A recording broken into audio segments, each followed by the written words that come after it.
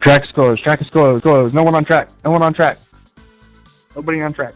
I'll call you guys to the shoot.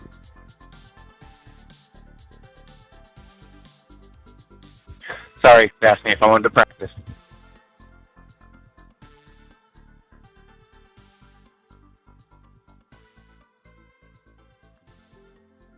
Would you believe me if I told you an old story?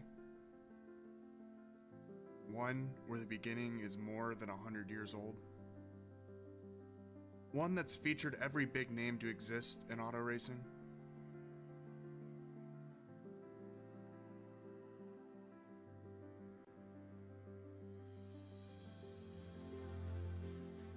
Would you believe me if I said nothing grows old here? Where thousands and thousands come to be awed and inspired by speed? One where dreams are born, then just as quickly destroyed.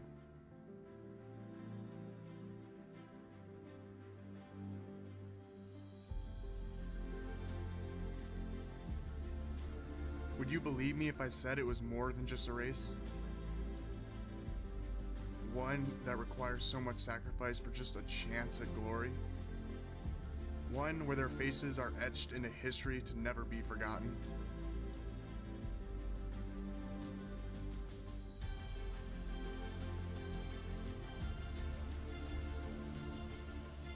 Would you believe me if I said this version of the story was different? A version where the cars are virtual, but the racing and competition are real. A story that brings grown men and women to tears, then just a page later to a smile from ear to ear. A story so fast it's tough to keep up with. One with danger and thrill around each and every corner. A story about heartbreak. And a story about perseverance. It's a story about redemption. And a story about triumph. Well, this is the closest thing, boys, to living a dream. Gentlemen, start your engines. This is the story of the Wicked Energy Gum Fake 500.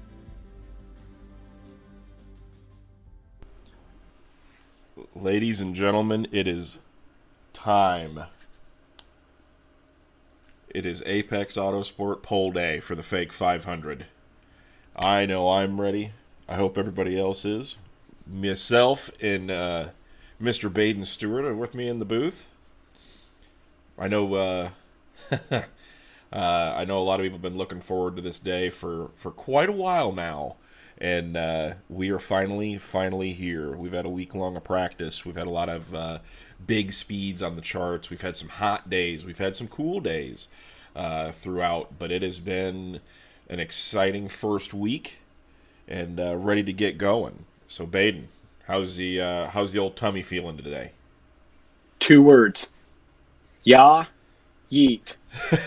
That's what we like to hear. It's going to be a cowboy up session. We're looking right now at the weather, 81 degrees of air temperature, 92 degree track temperature, which is the coolest that it has been all week long.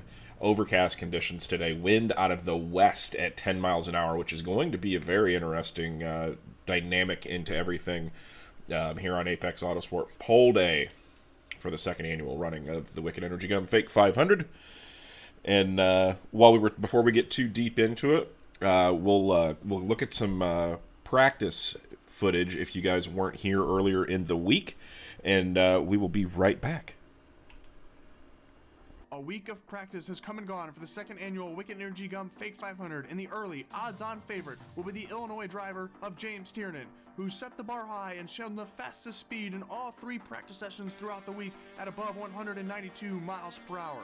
Closely behind him, looking to make his second career top 10 Fake 500 start, will be the number 10 machine of Skylar Brown. Skylar was quick at the halfway point of opening practice and was able to carry the speed through the rest of the week. But also, closely behind those guys will be the Sofa King Fast Sim Sports stable. Drivers like Billy Brickley, Tyler Street, Billy Bowerman, and Clint Stone have all shown that they have 192 mile-an-hour speed to match Tiernan. They've put in the work throughout the week, staying up into the late hours of the night. Also to watch will be Kevin Click, the 2020 winner of the Fake 500. He's been mid-pack for the week in practice, 191 mile-an-hour range. He'll look to make his second Fake 500 start and to repeat on his championship. But new to this year will be the rookies. Drivers like Carl Burke, Rylan Gray, and the Jim Beaver Esports stable that contains Dave Bodio, Bobby Rafferty, and more. They'll look to put their names in the Fake 500 and challenge the veterans who return with the most experience. Drivers have put in work all week, but for some, it's been a pain, it's been a struggle. Tyler Kendall had found himself spinning. Justin Carey looped it out in turn 3. Billy Bowerman lost it in front of a group of cars in the short chute, the south short chute at that. It's been a hard week, and for some, frustrations have boiled. Get off here before I get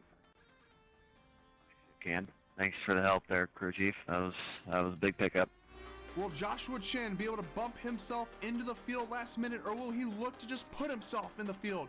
He goes out early, and he's one of the favorites to take the pole position. But this is Wicked Energy Gum Fake 500 qualifying. The entire. But yeah, so this, we're, that was the kind of the recap of practice this week. So it's going to be a very interesting session. These overcast skies, I think, is going to be the player of the day. Is the weather going to stay consistent all throughout the day? So it's going to be a very, very. All right, we're going to throw up a new server. That way we have the full time. We're going to throw up a new server so we have the full time. Ooh, and there we get some interesting pieces from race control there. Had a little bit of a posting error, so he'll be getting a new server up here. We'll stay in here until this one is brought up, but sim racing, wonderful thing. Everyone needs to go to that one, and you'll see it. It'll have a longer time. So, just a little bit of a hiccup there, but we'll be should be still getting up to speed here within the next few minutes. But so we'll have to check the weather, though. Everything will be the same in the new server as well. Just maybe a couple of variances here or there, but should be an interesting session, I think. So we shall see how things will be going, and we will get poll day up and running here in just a quick minute. But Baden, what's your thoughts here as we get ready to get into qualifying? I know it's probably going to be some sketchiness. The 4-lap track record, if you guys weren't with us last year, Rick Music actually set it on bump day. He did himself some good on bump day with a 191.838 4-lap average. We going to see that fall today, you think? Yes. 1-lap track record currently stands at 191.975. I believe today we see a 192 mile-an-hour lap. I know I would be. I think that's going to be the way that these. And if you guys weren't with us last year, so the way that this is all done is with iRacing in general. They don't actually have a way to do a 4-lap average with speed. So what you're going to be seeing on the screen, is pretty simple. You're going to see the lap time itself. There is a qualifying sheet. Zane posted it within the chat. If you want to watch and follow right along with it as we update the spreadsheet for the Wicked Energy Gun Fake 500, you are more than welcome to click that link. That'll take you right into that spreadsheet where we get the lap times converted over to speed, and then we'll be doing a manual update. So it is a busy day for us here in the broadcast booth. Mainly myself. Baden gets to do the fun part and talk about fast race cars. I have to work Photoshop, Illustrator, and the overlay stuff. So, and quick correction, I was wrong. 1-lap track record currently stands at 192.237 mile an hour. So I still think we see that fall. I believe we see. If it doesn't, we're going to be real close. I think we're going to see some serious speed here. Cars are going to go fast. Well, and that's kind of what we want to see. We want to see that speed throughout the day. As the new server is getting thrown up now. There's 2 servers going to be up. I messed up again. Oh, fantastic. Race control, making some errors. It's almost like USAC's back in charge of this. I feel a split coming. There is a definite split coming. So soon, fake 5 2022, 25-8 rule.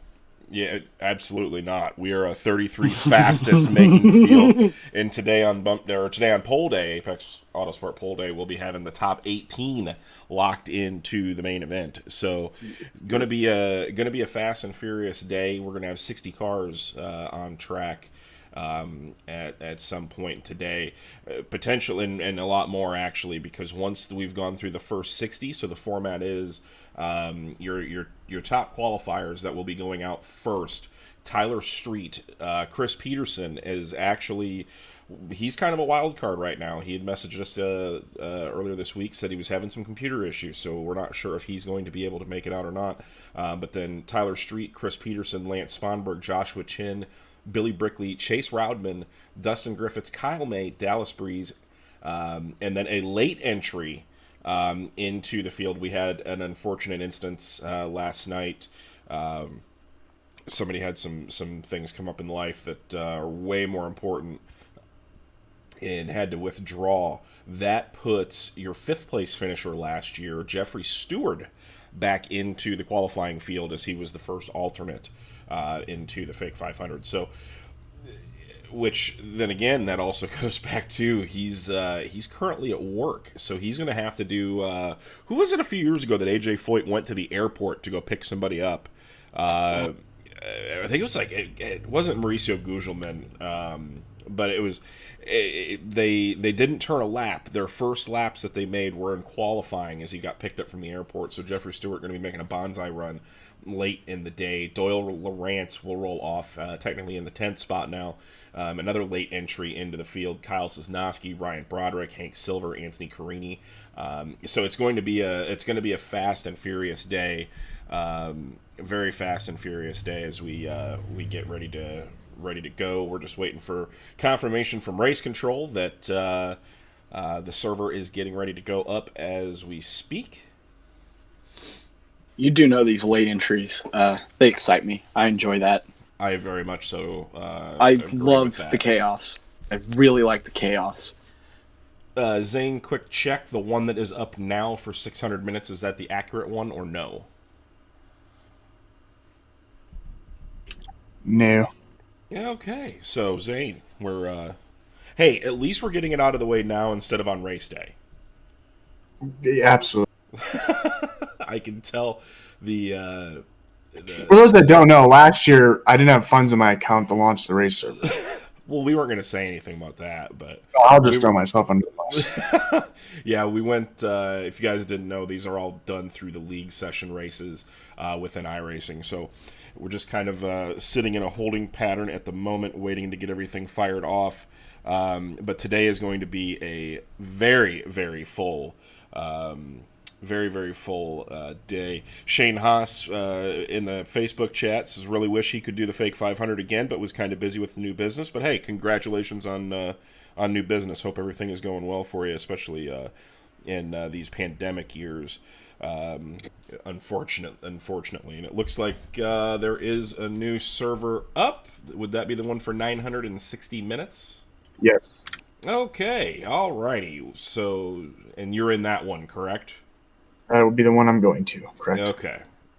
So we are getting ready to launch into the server and give these guys a couple minutes to get in here and get situated before we roll out for the first car to practice, or first car to qualify, which will be Tyler Street out of the Sofa King Simsport team. We talked to him the other night. He was rather nervous about this, being the first qualifier out there, getting ready to getting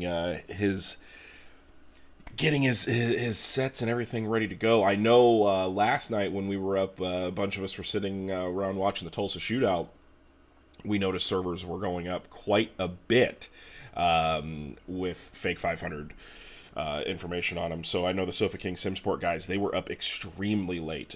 James Tiernan, who's been fastest every day of practice this week, he was up till 7 o'clock this morning from last night getting ready to go qualify today. So a lot of time has been put into these. We know Chase Rodman's had gone through, as you heard in the practice deal, he's gone through a couple of crew chiefs this week. He's done some AJ Foyt-esque type things with trying to get himself up to speed here at the Fake 500. So it's going to be a wild and woolly day at the famed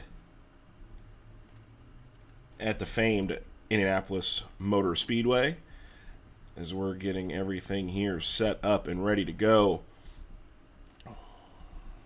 And we'll take a look at, as we're back live at the track, we're back in the gates, they let us in. So the way that the weather is working now,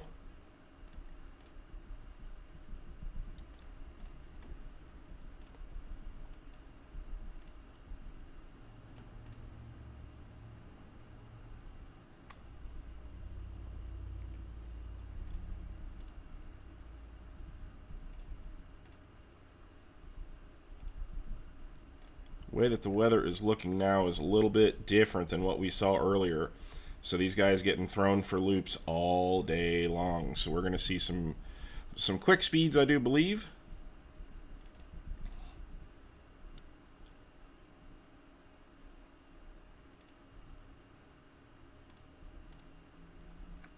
Yeah, as we look at the track now, partly cloudy, 81 degrees, 100 degrees track temp.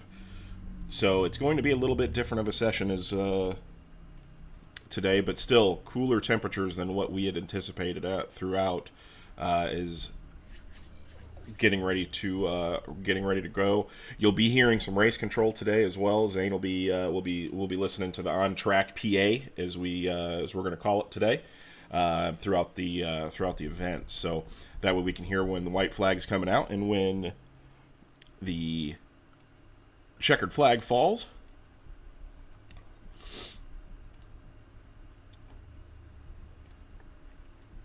But it looks like we've got some guys loading into the server. I do see Tyler Street. And we're in the wrong session again, Zane? From their broadcast, yes, there should be overcast clouds. Okay. One with 960 minutes, right? That's what I joined.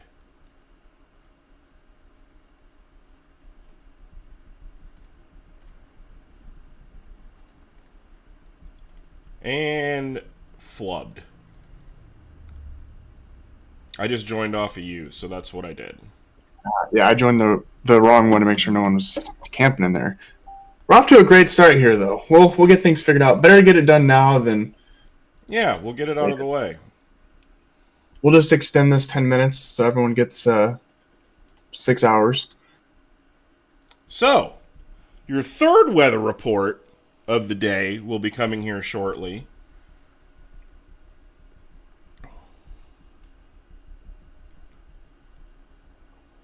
Yeah, no kidding. We're, boy, oh boy, off to a heck of a start, ladies and gents. But we'll be there. You won't miss a thing. You won't miss a thing. So, Tyler Street's we're just icing the kicker. That's all we're doing. That's all we're doing here is just icing the kicker. So, but thanks everybody for coming.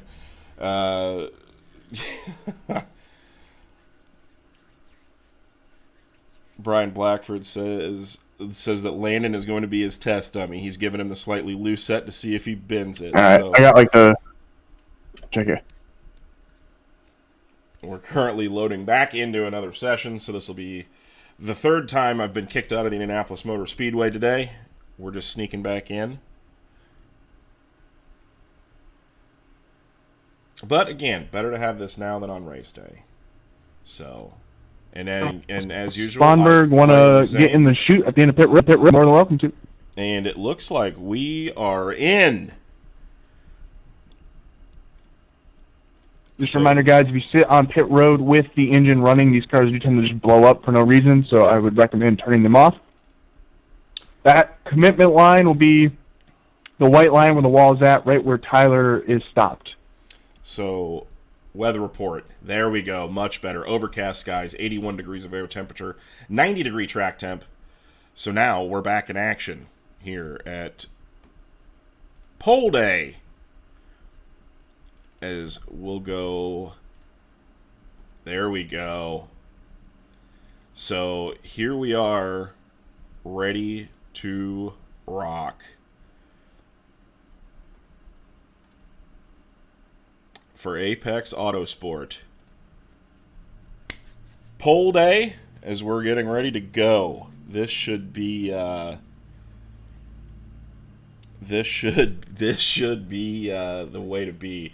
But again, first out on track will be Tyler Street out of Fredericktown, Ohio, for the Sofa King Fast Sim Sports. This is going to be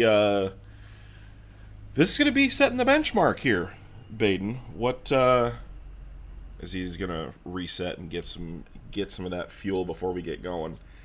But again, you'll see the track temp up there. We're going to have that live throughout the day, so we don't have to see the weather, pull up the weather report all the time, as the track temp's one of the most important things on this program. So overall car speed, engine RPMs, and their last lap time. So remember, when they go out, they're going to be coming around, hitting the start-finish line. This will be their out lap. Then they will make 4 laps for the 4-lap average, which we will then get posted up onto the screen when it is time to go. So just waiting for final confirmation from Zane. The track is open. Everyone watching, just remember, so they leave the pits, that is an out lap, 50 they or cross 50 the finish line for their warm-up lap, and then at the completion of that lap, the time will start. That is when the timer will begin to count towards their 4-lap average. And yes, Billy, I am back. My grandma called me. I had to answer the phone. Well, you got to call when grandma calls, or got to answer, because when grandma calls, they're important. Especially this time of year, you gotta take care of Granny and Grampy. So had to answer. So we are back. We are ready to go.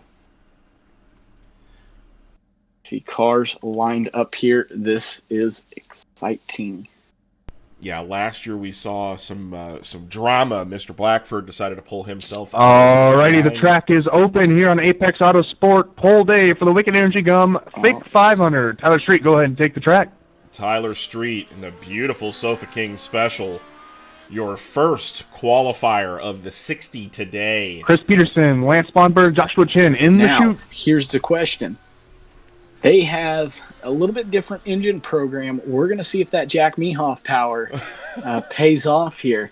Yeah, I know. We talked to Billy Bowerman or Billy Brickley the other day, and he seemed fairly confident. Last year they ran really good in the race, so they ran extremely good in the race. And look at their track temp as Tyler Street's on the racetrack, going down to 89 degrees. So track actually got a little bit cooler. Are we going to see? Last year we saw that you had to be going out early in order to really make a run for the pole. This year, could it be with these overcast skies? We might be able to see some good pole speeds later on this afternoon. So that's going to be very, very crucial. As Tyler Street's on his warm-up lap right now, or the out lap, we should say. Warm-up.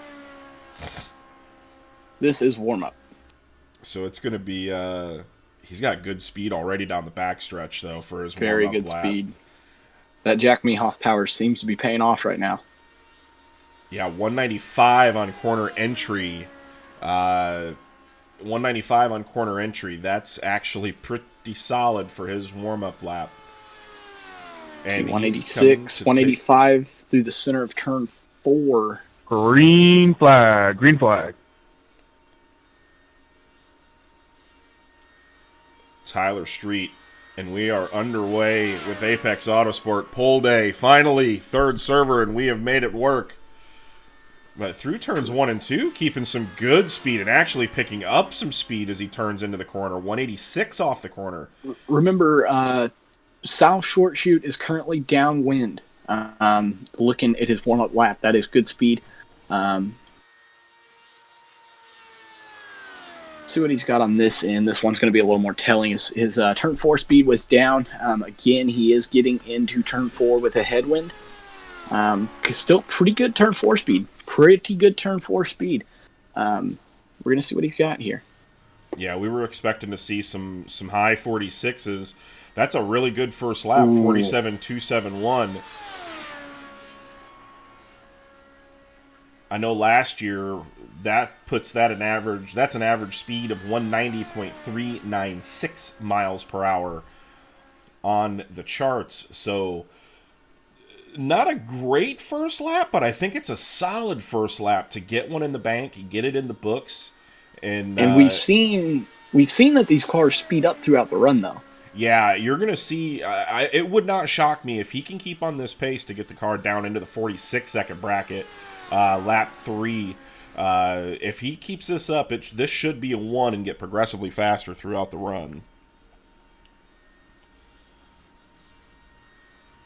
Good gains there. A 10th. There's a 10th. 47.173. That's an average speed of 190.787 miles an hour, but got loose coming off a 2. Or off a 1, so that might have slowed him down just a little bit. But still good exit speed coming off the corner. Good speed down here into turn number 3.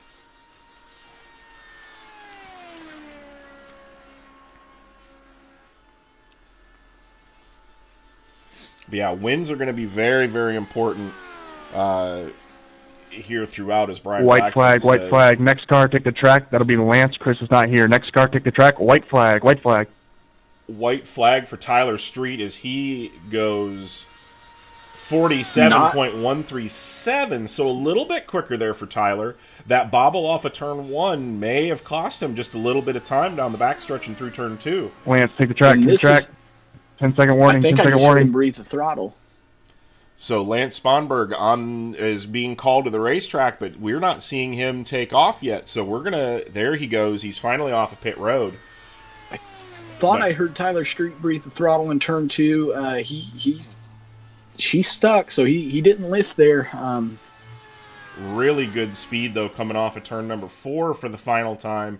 Tyler Street taking the checkered flag, so we'll see what he Checker flag. What he has going on here.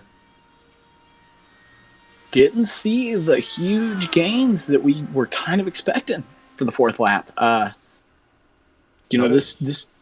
This deal is so refined that Tyler Street qualifies, your first one on the board, at a 190.781 miles per hour.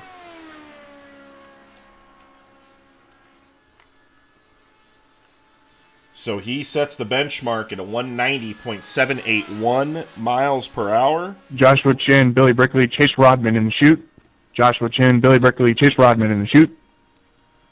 So Tyler Street currently on the provisional pole. Next out on track, Lance Sponberg out of Washington.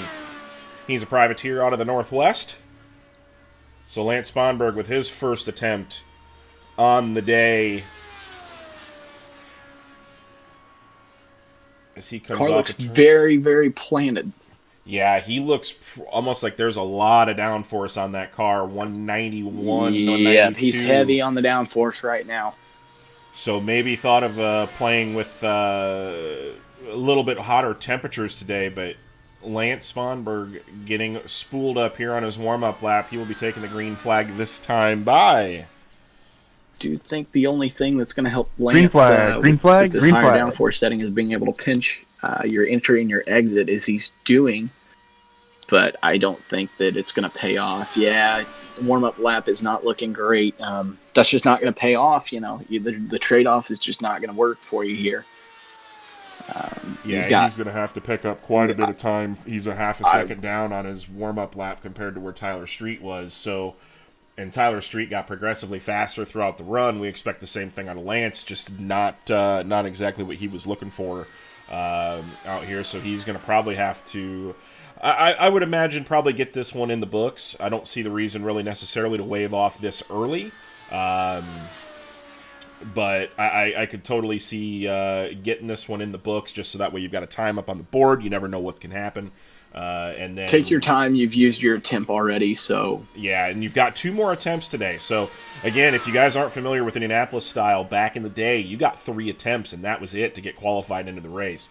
So if you don't make it in extremely high through turns 2, I believe the car is tight. Yeah, I believe the car is tight. Probably heavy rearward aero balance here. Yeah, I think he has not trimmed out enough. Yeah, so you get 3 attempts on the day. So basically, if you get bumped out of the top 18, then you have a chance to withdraw your time and go back into the qualifying order, trying to get yourself in. Billy Brickley says Tyler Street's times worries him a little bit as he's going to be out in here in a few cars.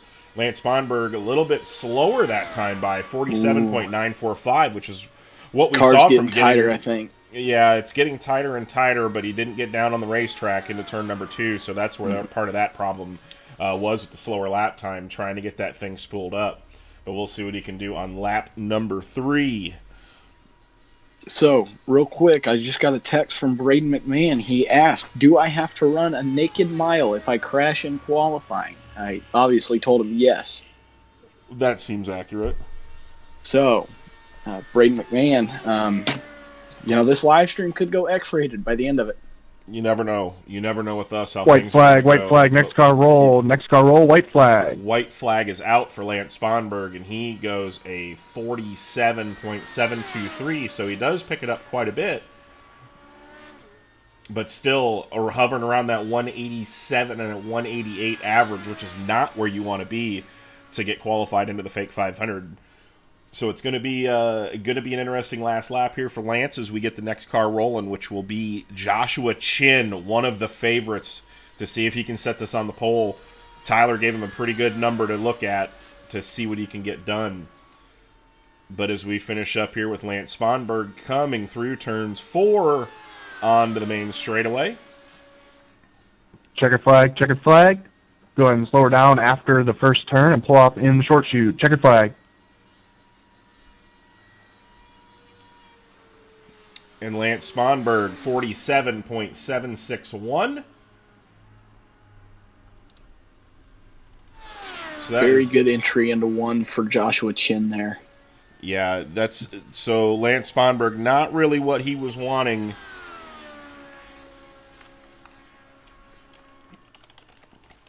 The line Chin is running is so incredibly tight. Very, very good looking line, though.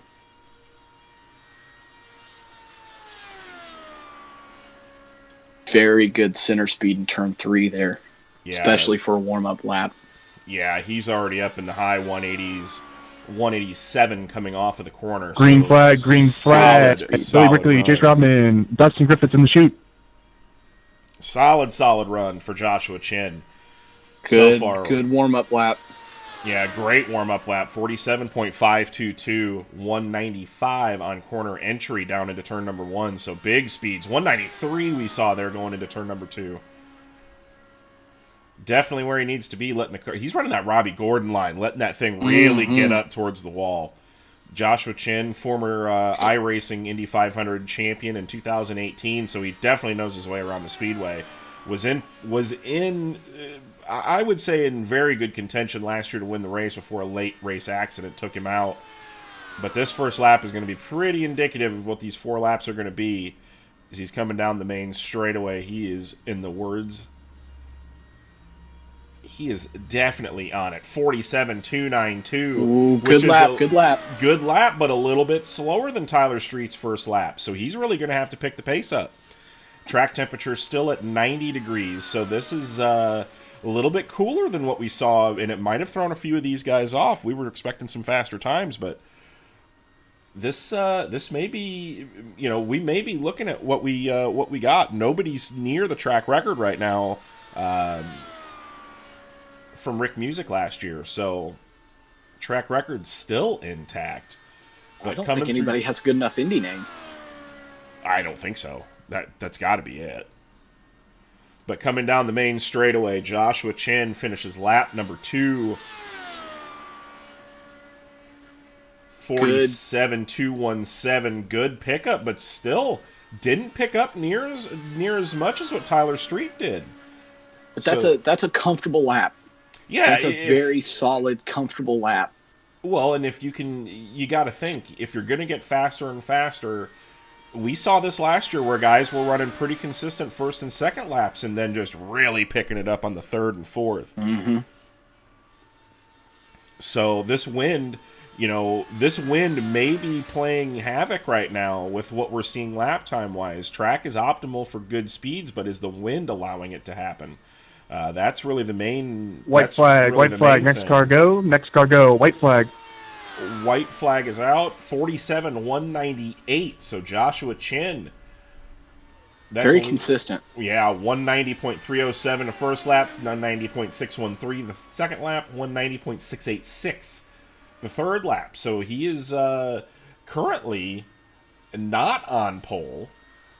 Currently, Tyler Street still has that, but we got one more lap to go. If he could run a high 46, a very low 1, or a 47 flat, this might bump him to the pole because it is extremely close right now. So we're going to see as Joshua Chin makes his final lap. Checkered flag. Checkered flag is out. 47.136 as Billy Brickley now out onto the racing surface. So that will move Joshua Chin to second overall, as Billy Brickley's having a little bit of a connection issue there. You know, that line that Chin was running, if the apron still existed, he would have been all over it. He was full Carlos Munoz line there. And your four lap average for Joshua Chin, 190.637. That will put him provisionally in the middle of the first row. Is Billy Brickley out of Watauga, Illinois. Sofa King's Fast Sim Sport taking the green flag.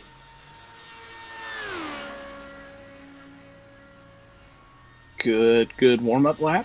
Great warm-up lap for the Sofa King Special. Not quite the speed his teammate had, but another good, a good warm-up lap. It's a little indicative of how the run's going to look, but right now I think he's got the pace. I think he can make this up here.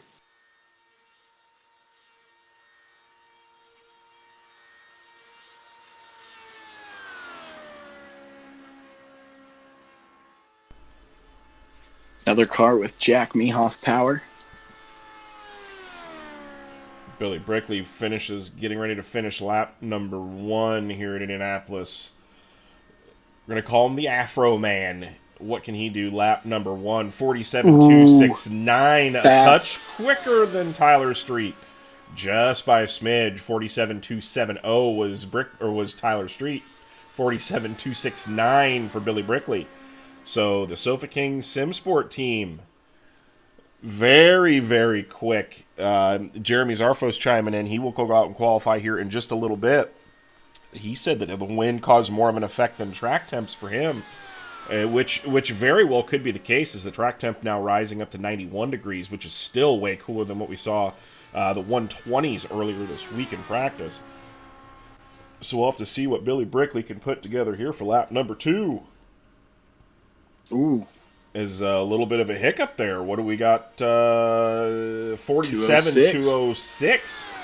So he didn't pick up near as much as what Tyler Street did on his second lap. So he's still sitting in contention right now. We'll just have to see what he can do.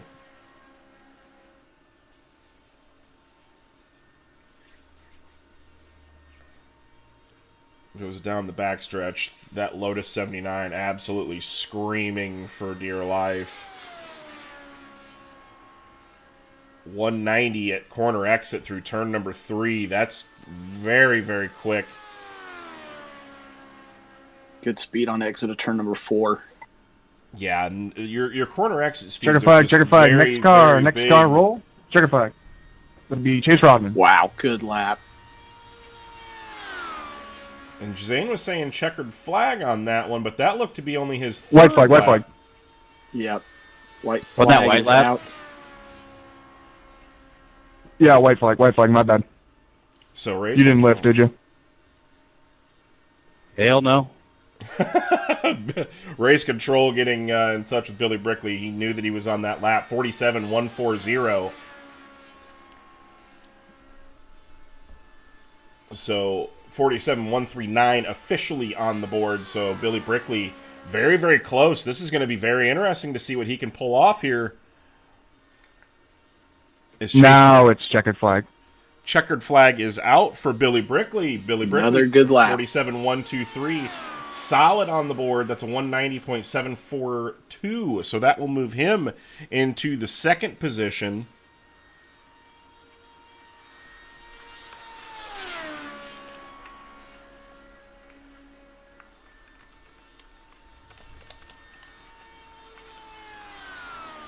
That is an average speed of 190.743 miles per hour.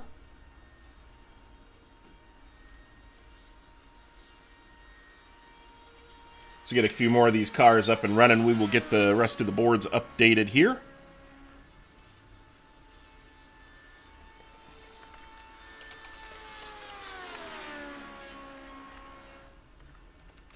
Green flag, green flag. Dustin Griffiths, Kyle May, Dallas Breeze in the chute. Dustin Griffiths, Kyle May, Dallas Breeze in the chute.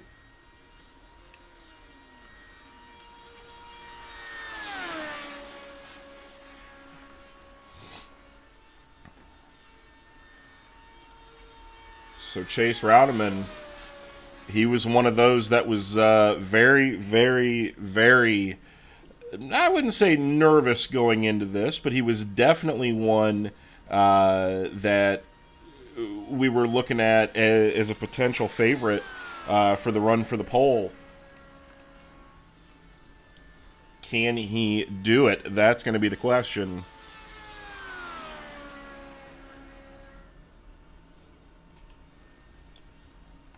And there is your top four currently up on the board, so we'll keep that updated throughout the day. Chase Rowdeman's out lap 47.542. Good lap. Very good warm-up lap. That's one of the that's a solid, or that actually was his first green flag lap. So he's a little bit off actually, 47.542. Ooh. So it's going to be interesting to see what he can pick up throughout the rest of this run.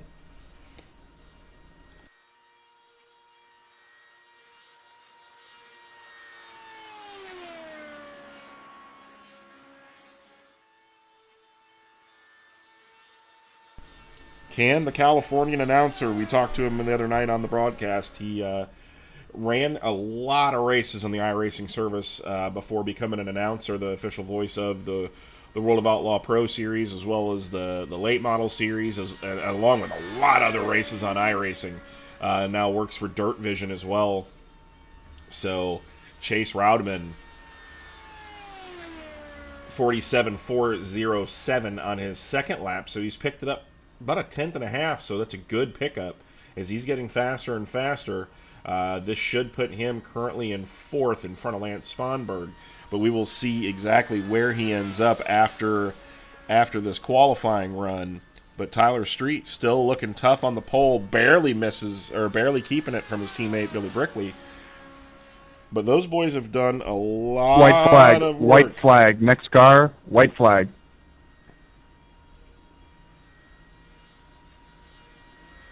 47.3. He's getting there, but I don't think it's quite enough. Yeah, shoot. Yeah, 47.342 up on the board, 190.110 miles per hour.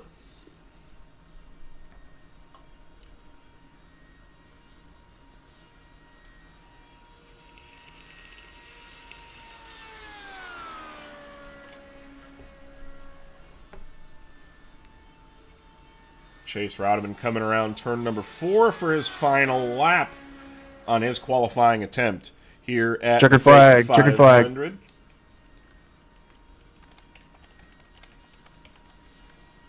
Chase Rowdeman, 47.306, so a little bit quicker there, as he is all said and done for his qualifying lap, but Dustin Griffith's now on to the racing surface. He's going to pull her in. Dustin pulling it in. Huh. All right, Dustin pulled off. Next car to go. That'll be Kyle May. Kyle May on the track. Dallas Breeze, Jeff Stewart, Doyle Lawrence in the chute.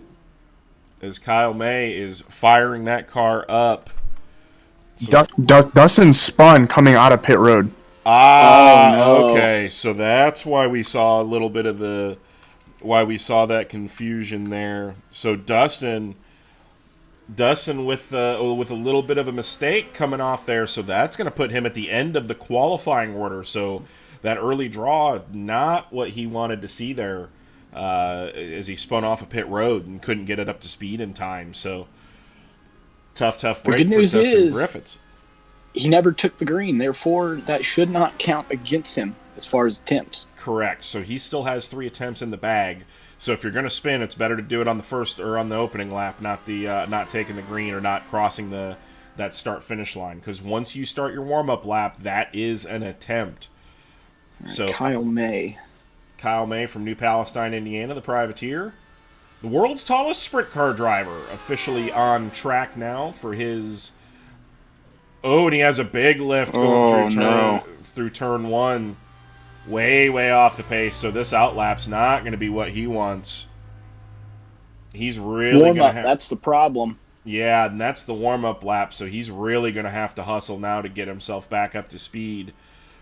But he's still got pretty decent corner speed or entry speed into turn number 3. But is that bobble going to hurt him throughout the rest of the run? That car does not look very happy. Car does not look happy for Mr. Kyle May. Got to get his head tucked down even farther.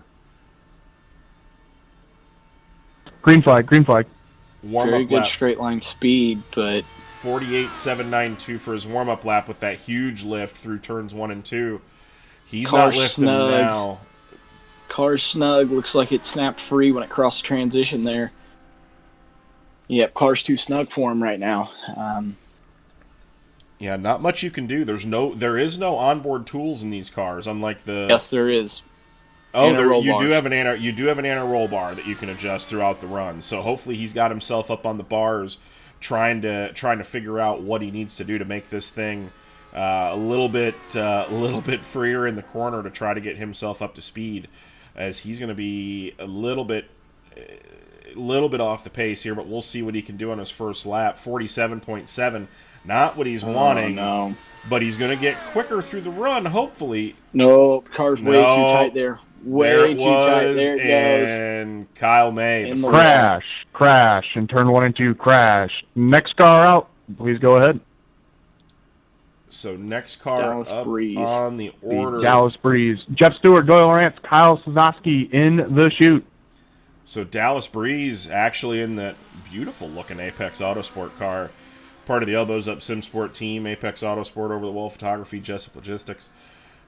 Dallas with the, I will say, one of the best flows we've seen as far as hair goes throughout the event. And Billy Brickley says in chat, Tyler can thank him later for that lap 2 mistake. Billy Brickley thinking that he might have been put himself on the pole for the Fakes 500. Well, he does have 2 attempts left. If he wants to be a hero, he's got the option. Yeah, we'll just see how big of a boy Billy Brickley is. But Dallas Breeze on the racetrack here. This should be the start of his out lap, or his warm-up lap, we should say. By the end of the day, I'll have it figured out. Yeah, it'll click at some point. Yeah, we're just getting back in the swing of things.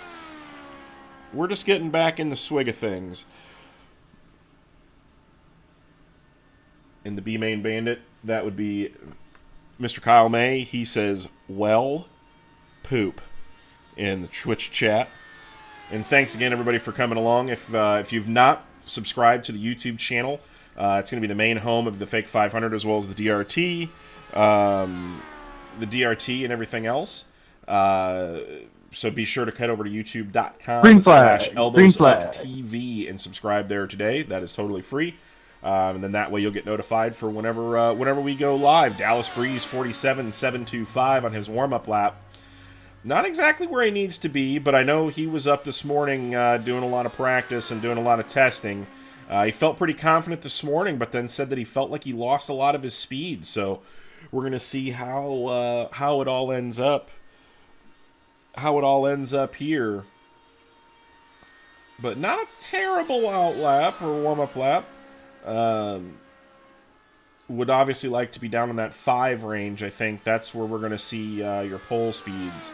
But if this first lap he can crank out a 3 or a 4, I think he'll be pretty happy after that first lap. 47.443, so picks up 0.3 over his warm-up lap. So not a bad start. And again, reminder, Billy Brickley already said that he is not taking another go. So Billy Brickley, done for the day. He's going to rest on his time. Dano Lindsay says he is fueled by Red Stag today. He's got to get relaxed. The nerves are up a little bit.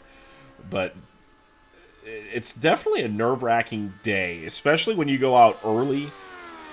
You know, it's one of them things, you go out early, then you got to sit around and be nervous and wait all day to see if you're going to be locked into the show. If you're going out late, you got to sit there and think about what you need to do. 47.266 for Dallas Breeze. Good speed. Good speed there. Big, huge pickup on lap number 2. So Dallas Breeze really making a run for it. One of the guys that has shown a lot of speed this week, thrown a lot of laps this week. Dano Lindsay said he's played music in front of 10,000 people before. He doesn't know why he gets so nervous. Because you got all that adrenaline and nothing to outreach with it. Sim racing is one of those weird things where it's a lot of it's in your brain. But man, Dallas really down on the rumble strips, making all the room in the racetrack. White flag. Next car go. Jeff Stewart's not here, so it'll be Doyle Lawrence. Next car, white flag. Dallas Breeze 47.194, so keep picking it up, got Dallas. good speed. Yeah, Dallas is making a pretty darn good run here. He's showing really good speed. I mean, he might be kicking himself a little bit for that for that warm-up lap. For that Scott Hampton lap. Yeah, he threw that Scott Hampton lap in there, but he made it. But he did it at least on the warm-up lap, not right through the middle like Scotty normally does. So Dallas, another good entry into turn number 3 as he'll come around for the checkered. Jeffrey Stewart, we're saying, is still at the airport currently. Checkered flag. Hausenowski, Ryan Broderick, Hank Silver in the chute. Dallas Breeze, fell off there at the end. 47.393 for Dallas Breeze. We're going to have to see where that puts him onto the timing chart. That'll put him at a 190.181 miles an hour currently, right behind Joshua Chin in the 4th spot.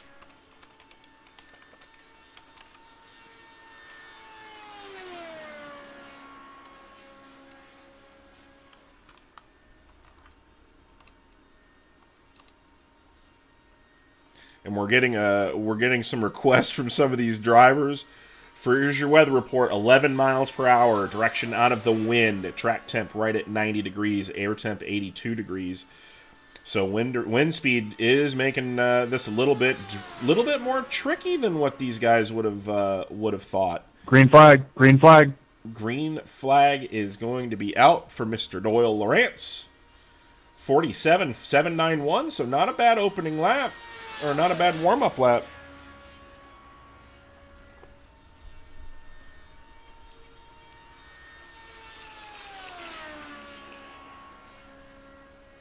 Doyle Lawrence out of Spring, Texas for Rave Esports, Raven Graphics.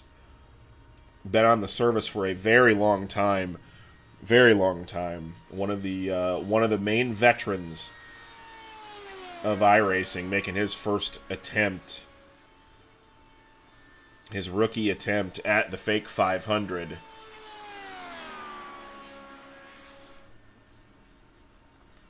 So Doyle, his first lap, we'll see what he's got in the tank. 47.412 is opening lap. Not too shabby for the man out of Texas. Ooh, little loose coming off of turn number 2, but he really didn't. It seemed like he didn't lose too much speed, Baden. Yeah, that's the thing. This is so tricky. I just, it's mind-boggling because he's got good speed. You know, if you can recover from a bobble like that, you know, you've got speed. Man, it's just, this deal is so tough. Yeah, and it's, you know, like Brickley said, one mistake, one mistake, and that may have cost him the pole. 47.322, so speeds are going up for Doyle, the man out of Spring, Texas. He's working lap number 2. In really good speed, though, off the corners as well. So he's picking up some pretty good time here. But this wind out of the west, I think, is really what's throwing guys for such a big loop. We've seen winds out of the south all week, and now your setup is completely changed when it's coming directly out of the west like that. So, and you're running into. You're running into, let's see here. White flag. Next car out. Hal Zazowski's not here. Ryan Broderick, really you're out. Low. You're out. Hank Silver, Anthony Croney, James Tiernan in the chute. You know, this is kind of a different deal here. You know, you're burning your speed up through turn 1, and then you move through the south short chute, and you don't have that speed wound back up when you go off into turn number 2. 47.236 miles an hour, or seconds. That's 190.532 miles an hour. So Doyle really making himself, putting himself together a solid bunch of laps. He's actually one of the late entries we had after the opening practice. We had a couple of withdrawals. So Doyle Lawrence didn't get near as much track time. He's doing a Buddy Lazier lap of showing up a couple days before qualifying and making it really work. So Doyle Lawrence coming across the checkered flag, and he will run a 47.222. That will make him an average of 190.285 miles per hour. That will move him into the 4th position. Ooh, Broderick. Good paint scheme. Yeah, I will say that's one of my favorites. Yeah, that's believe that qualifies as baller. We expect nothing different out of the Broderick family. We definitely don't. We definitely don't. We know Ryan made some good runs last year during the Fake 500, and expect to see him out of Wayne, Pennsylvania for our green flag. Autosport. Green flag.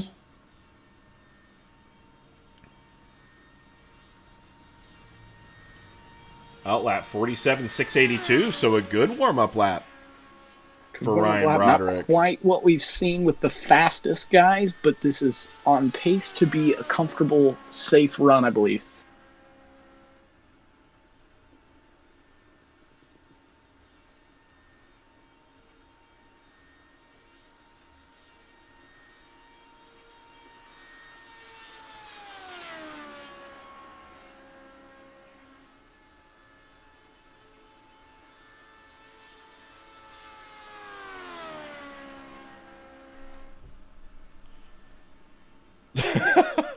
Jeffrey Stewart says luggage lost his helmet and waiting for them to find it. Brickley says he puked in his, but he can still use it. So we're Ryan Broderick, first lap 47.371. So not a bad opening lap. Decent pace. Yeah, decent pace to try to lock himself in. Again, reminder, top 18. So those numbers in the white. If you're in the white, you're in the good today. If you're in the 19th and 20th spot, you're on the outside looking in, and you may have to run for bump day. So then you have the question of, do you want to pull your time and try to get into the qualifying draw order tomorrow, or wait? So it's going to be it's just because this race is over does not mean it's not a chess game. So it's Ryan Ryan Broderick now. Not big gains, though. 47.318. Oh, and we've got a spinner. Maybe. Oh, he just got a little bit too low. A quarter mile of crashing. Crash in turn 1 and 2. Quarter mile of spinning out. Next car out. Hank Silver. Hi-ho Silver time from Hollister, North Carolina. I think they called him the Hollister Honey. Dunlap Performance Walkipedia, which if you guys are on Twitter, be sure you follow Walkipedia. Anthony Caroni, James Tiernan, and Brendan Cooper are in the chute.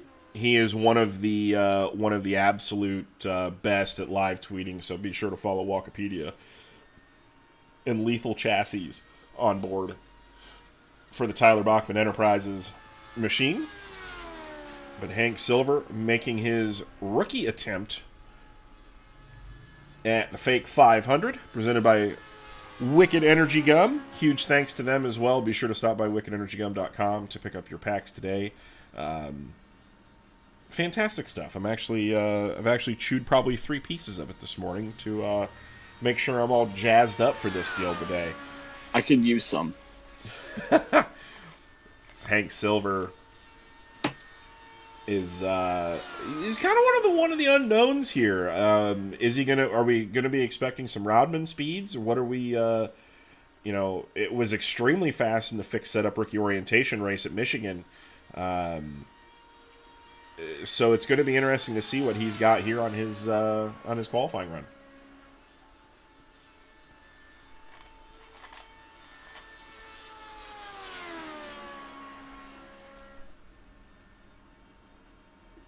Green flag. See what this warm-up lap is. 47.664. Not really not too bad, because we've been seeing warm-up laps in the 5s for the front 3 guys. So he's not too far off. Oh boy. Oh, and Hank got into turn number 2. Crash in turn 2. Crash. Oh boy. Next car out. Carini on deck, rolling out now. It's going to be another interesting one. Really want to see what kind of speed he's got as well. Yeah, Anthony Carini, Steelwalker Racing, TCR Japan, another one of the Dirt Vision cars. He is self-admittedly nervous. So we're going to see what Anthony can pull off here to see if he can get himself into the Fake 500 field. I will say, this draw for Carini is very out of the ordinary. If you ask Jacob Wilson, James Tiernan, Brendan Cooper, Adam Plunkett in the chute at drawing. Yeah, Anthony Carini drew for us a couple times when we were running with the World of Outlaws, and we drew dang near dead last every single time. Anthony Carini was able to pull off the 11th spot. So Carini getting himself up to speed here. But thank you once again, everybody, for coming out today for Apex Autosport Pole Day at the Fake 500. Carini way wide car and had tight. the lift. Car was very, very tight. Very tight again. Not happy. Not a happy car.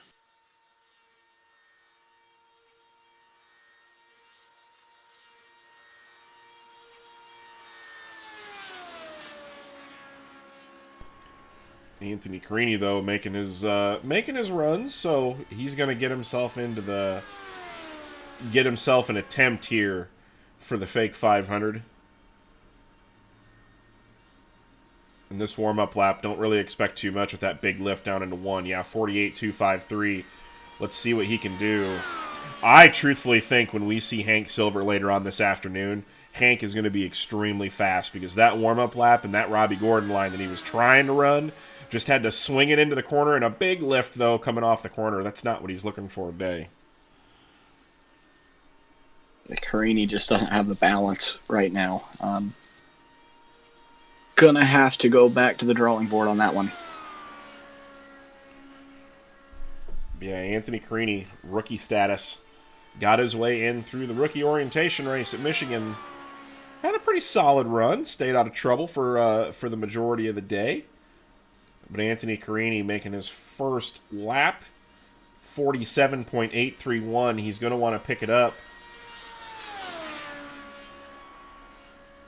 But, you know, like we were talking, Lance Sponberg needed some speed. We've had 1, 2, 3, 4 guys now crash out while qualifying. So Lance Sponberg's still sitting in 7th right now, even though we've had 13 drivers on track. So that's why you got to get these 4 laps in and bank them, because you never know how things might play out the rest of the day. Yeah, So, it's so unpredictable. With this, you at least can tell yourself that you've already used an attempt. You might as well finish the run. You'll have a time in. It's the smallest form of predictability is comforting here, because barely any exist in this. Carini picking it up. Oh, a little bit loose. Cars free on exit.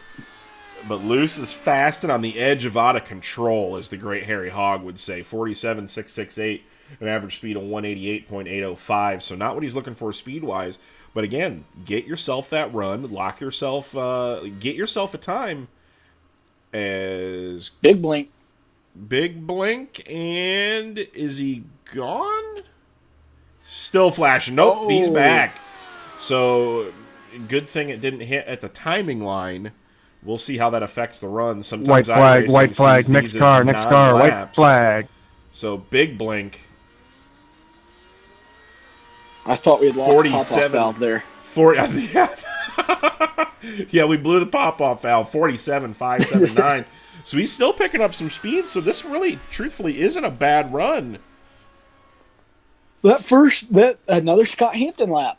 Yeah, just a Scott Hampton lap. That's one of those things. I know Kyle DeHart is watching in chat. He knows all about the Scott Hampton laps at the Little 500. It seems every single year we have one. That's always the problem. Yeah, the problem is, though, if you're going to make a Scott Hampton lap, you have to make a Scott Hampton qualifying run. Checkered flag. We can make fun of Scotty for his first lap as much as we want, but he always makes up for it with the other 3. 47. Brendan Cooper, Adam Plunkett, Michael Klein in the chute. 47.433 for Anthony Carini as James Tiernan on the racetrack. That is a 188.972 miles per hour. So that will put him into the 7th spot. This guy here, he was looking for everything he could find. And he was living the Indianapolis spirit. I believe he told us, what was it? He said he went to bed at 7 this morning. Yeah, he was really looking for some speed bits this morning. Really looking for some speed bits. So James Tiernan was, fast all week, but not really interested in sitting on his time. He's got the speed wax on it.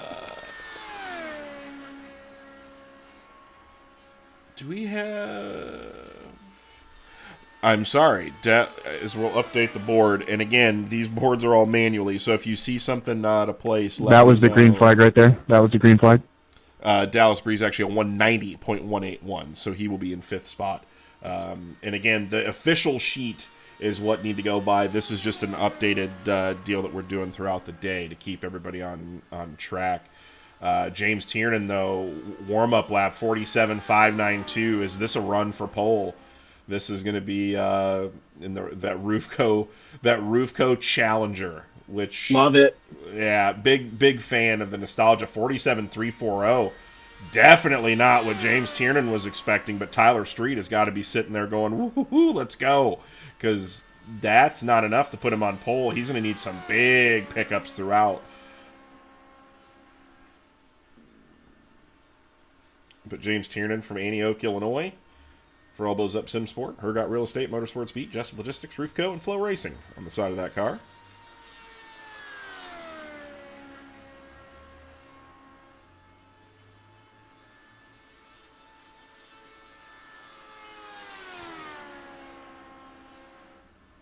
So James Tiernan coming down for lap number 2. We'll see if he can pick it up. He's got good straight line speed here. 47,219, so he does pick it up quite a bit, but not enough so far. That's got him. That was an average lap of 190.605 miles per hour for those scoring at home. A very big gain. Very, very big gain. That good speed into 3. Very, very good speed.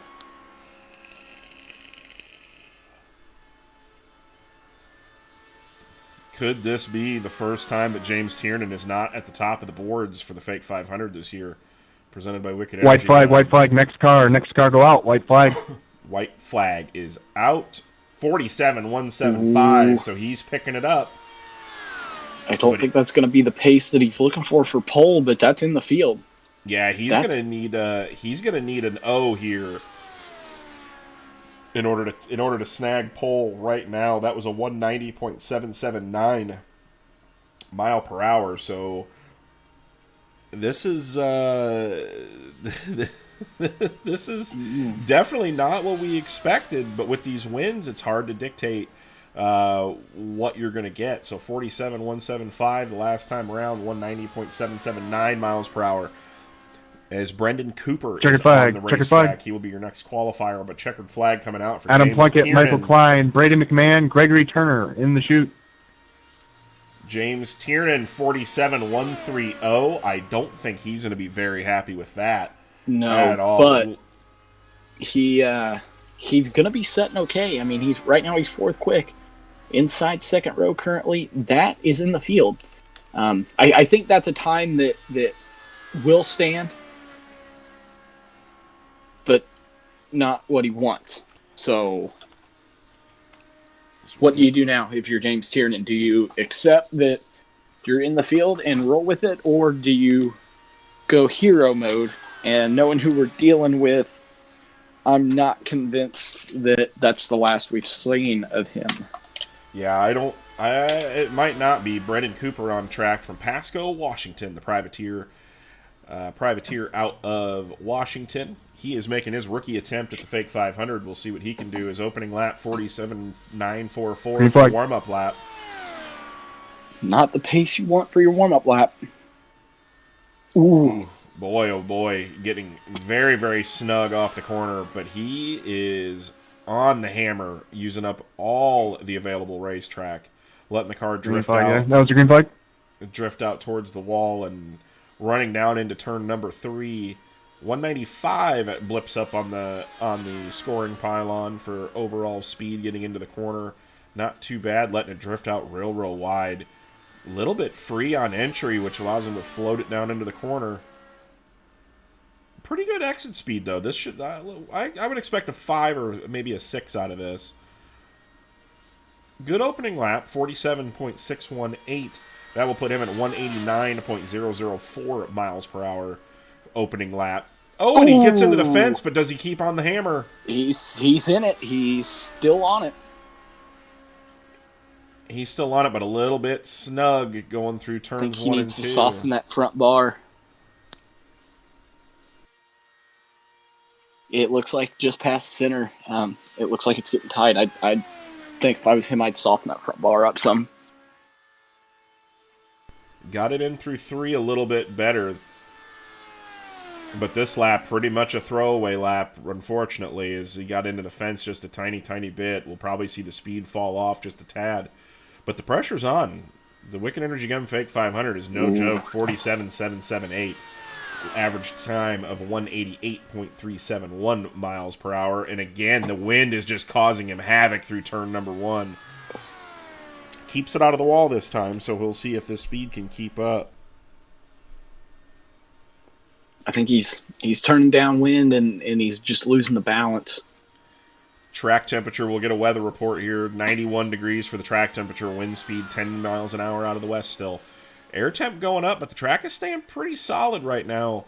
Overall, as far as the conditions go, the wind has been pretty predictable, 10 to 11 miles an hour out of the west. The overcast sky is keeping the track fairly cool. White flag. Next car on track, Adam Plunkett. He's not in here, I believe.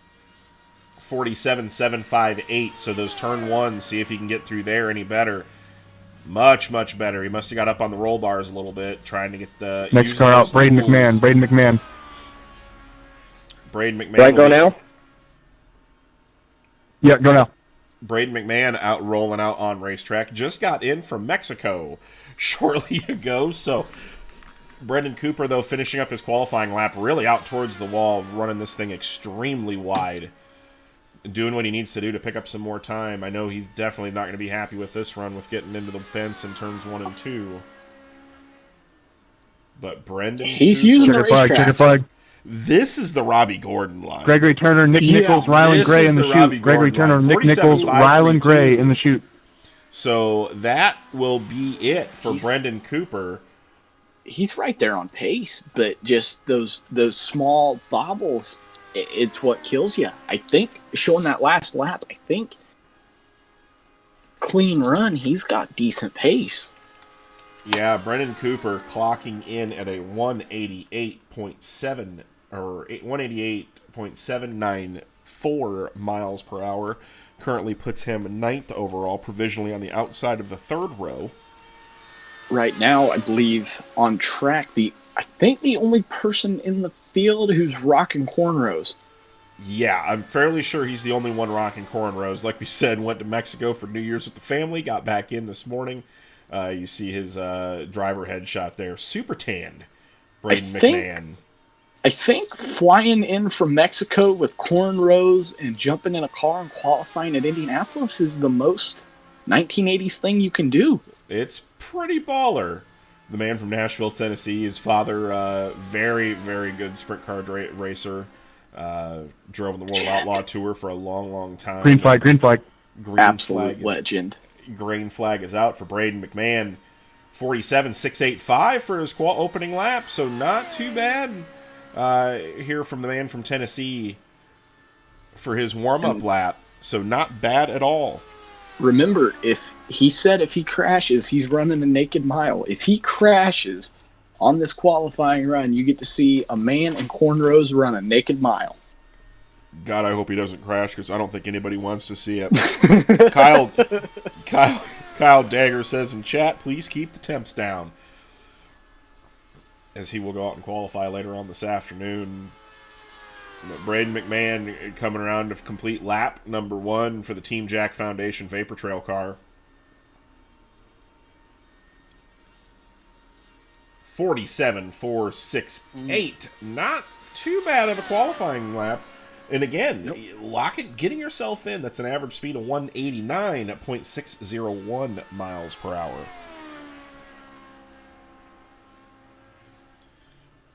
But Braden McMahon, the privateer, hasn't been able to practice. He's been in Mexico drinking some Coronas and laying on a beach. So, doing his best Tim Richmond impression right now. Partying all week, hopping in the car to go qualify. So we'll see what he can do on lap number 2.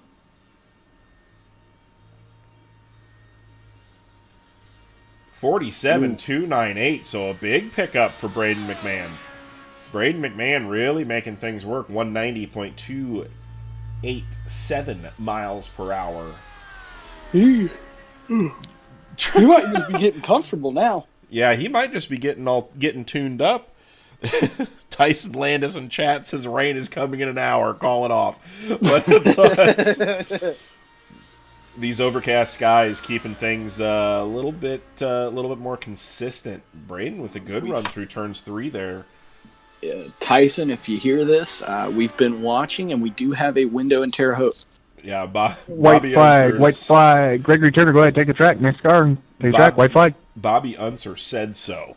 So Braden McMahon crosses the line. 47.277 on the board. 276, 190.371 miles an hour. Not a pole run, but it's definitely a run that's very solid. And again, with the way the conditions are, and again, Nick Nichols, Ryan Gray, Dan Lindsay, 4 guys crashed so far. You really need to get just a solid set of laps in, and this is a good run. 47s, low 47s is not nothing to shake a stick at.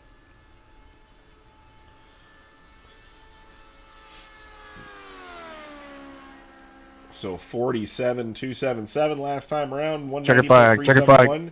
Checkered flag is out for Braden McMahon, the man from Tennessee, 47.233. As we will go over to Greg Turner. Like that scheme. That's a sharp-looking car. Yeah, Greg Turner. Very Got that Ford power. Yeah, he's running that Ford Cosworth power out of Anaheim, California. The privateer. But Braden McMahon will lock in behind Doyle Lawrence in the 6th spot. Good run. In all honesty, that's a good run. Yeah, nothing too wrong with that. That's a 190.202 miles per hour. But Tyler Street still chewing on the fingernails as he's sitting on provisional pole.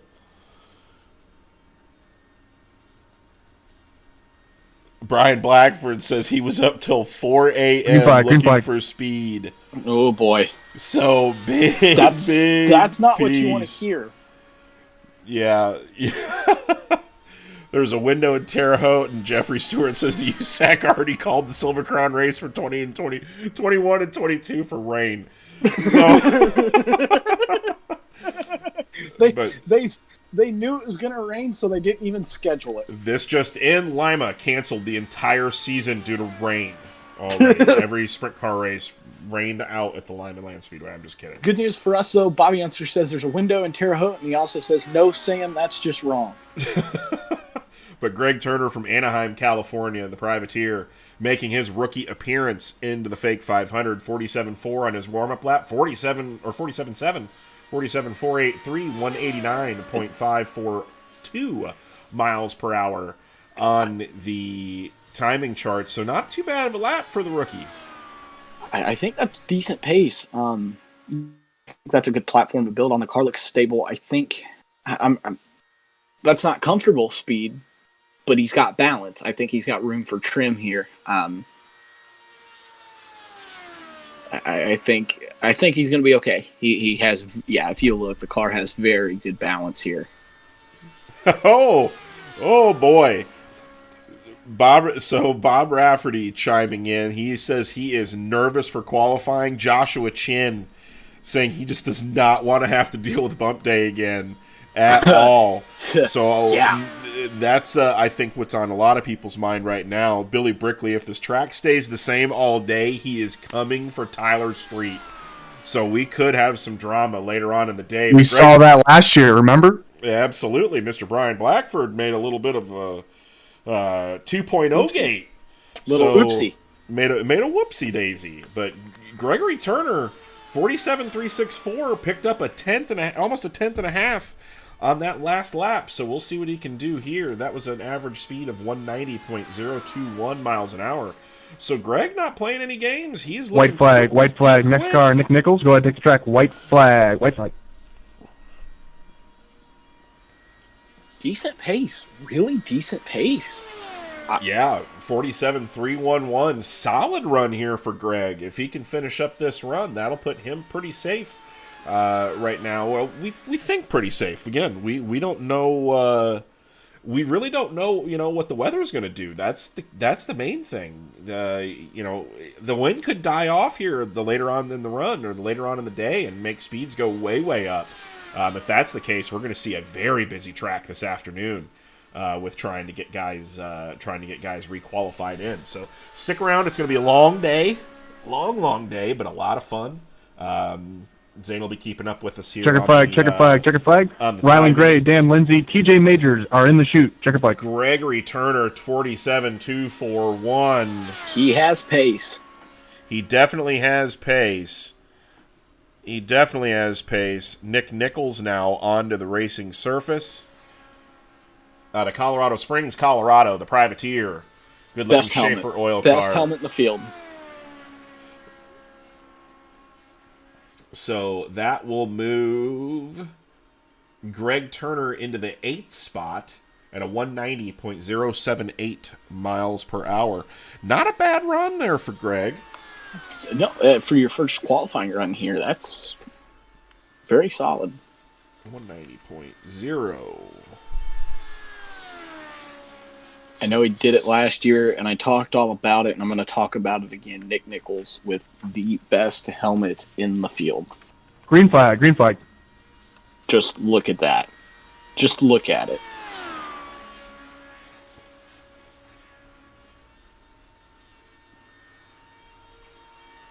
Car looks snug though. He's gonna have to put the head down, get that visor down a little bit. Oh boy, big tight. Dave Ward asking, will a Sofa King driver win the Sofa King Pole Award?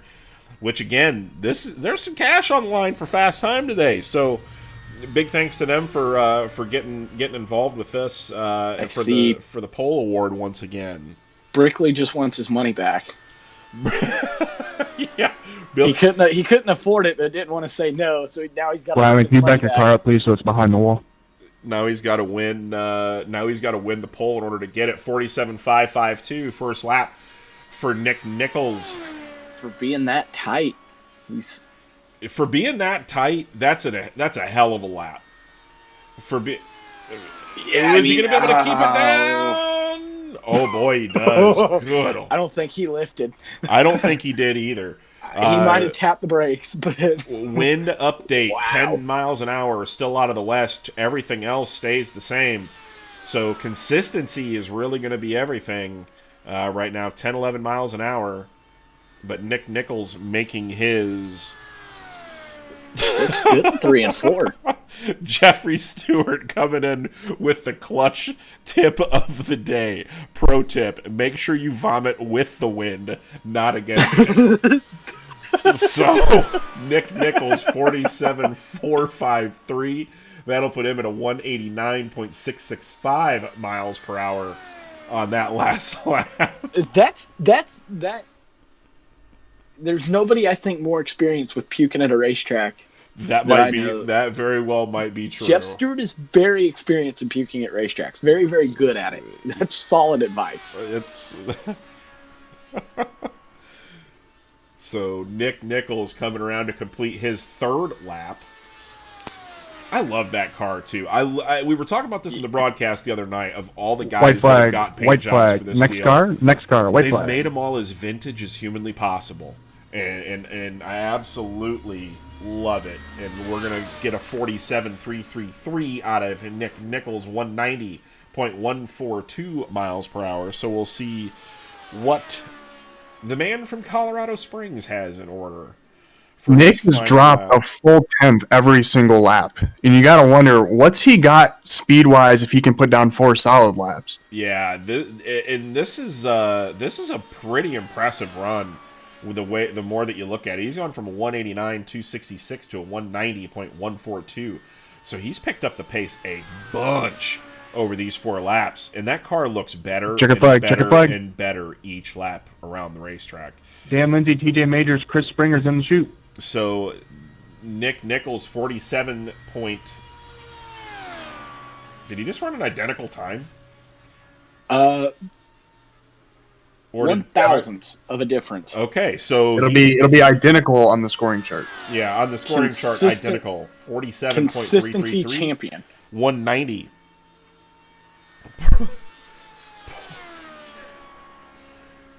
So once we get the board updated here, is Rylan Gray from Gray Auto Racing out of Greenfield, Indiana, making a run. Making a run for Brad Gray. Nick Nichols timing in the 10th spot, just in front of Anthony Carini.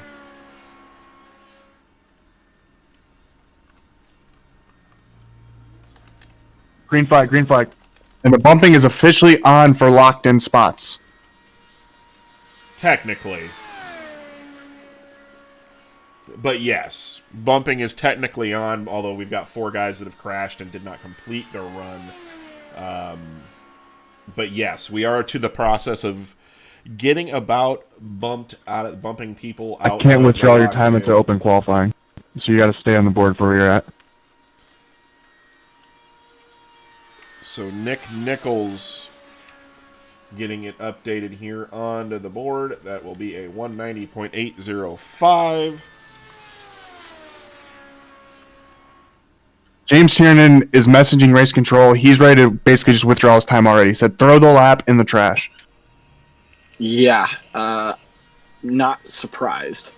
Rylan Gray with a really aggressive move into turn number 1, 47.382 on his first lap. So Rylan Gray, excuse me, has really found a bunch of speed bits. I have a He is not messing. I have a feeling Mr. Rylan Gray has been working with a certain Crawfordsville Puke Bandit this week. We saw them doing a lot of drafting, so this could be a precursor to what we see out of Skylar Brown later on today. But a 47.381 is a pretty solid start to the program if he can keep it going for 4 laps. In that vintage Little Al car, does he have any Little Al magic in the thing? Those are bold colors to be running. You got to represent well. 47.296. Speeds are going up for the young man who just started his racing career this past year. 190.290 miles per hour, the rookie in the Fake 500. I actually watched him win a race at Little Salem this year. I want to point out real quick, we're 1/3 of the way through this qualifying field, and we're seeing lap times almost identical to what we saw Tyler Street run in the opening contract. So the track is pretty much kept its speed for the most part, maybe a slight drop, but I think it's going to get really interesting here as we get into the waning hours of pole day on who's going to get locked in. Yeah, so here's going to be something interesting. White flag. Because White flag. I think we're inherently going to see a break Next car on for track. a while. I mean, that's going to happen. And I wonder when that break comes if we're going to see some track temps drop, because we saw a lot of heat retention in the surface. Oh, big! Rylan almost lost it. Big save out of Rylan. 47.286 last time around, 190.331. Boy, oh boy. He's on himself a pretty heater of a run for not having... And on the ragged edge. Oh, boy. Worried about that bobble, though. Very, very ragged edge. The bobble is going to hurt him, but not... I don't know if it's going to hurt him that much. We saw Brendan Cooper get into the fence even, and it didn't... It slowed him down some, but not a bunch. If he turns to 3 out of this hill, this is a heck of a lap. TJ Majors, Chris Springer, Mike Rasmussen the chute. So 47.261 even with the bobble. That would have easily been a 1 without that bobble. I'm sure of it. Once we get timing and scoring updated.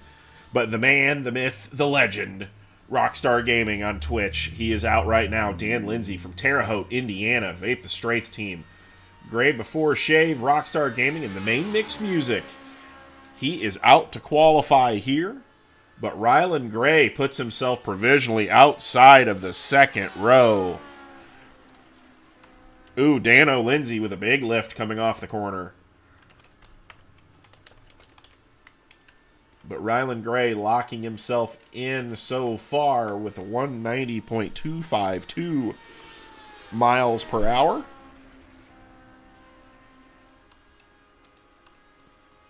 As we get the board updated there. And so Rylan Gray with a heck of a run. Dano Lindsay making sure that he gets himself in the right spot. He had a big lift on his warm-up lap, so we'll see what he's got. 49.104. He's definitely going to have to pick that speed up. But that lift may not have hurt him too much, but we'll just have to see how much he can pick up throughout. Good speed through the corners, though. This is a green flag lap here. That was a green flag.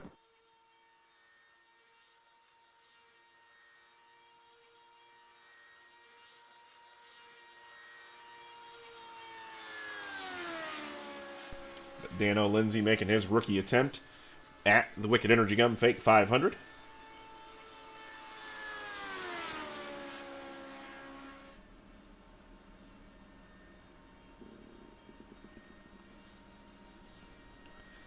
First lap, 47.926.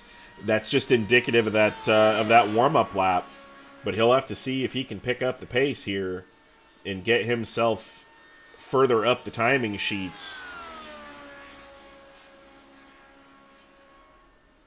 This is just one of those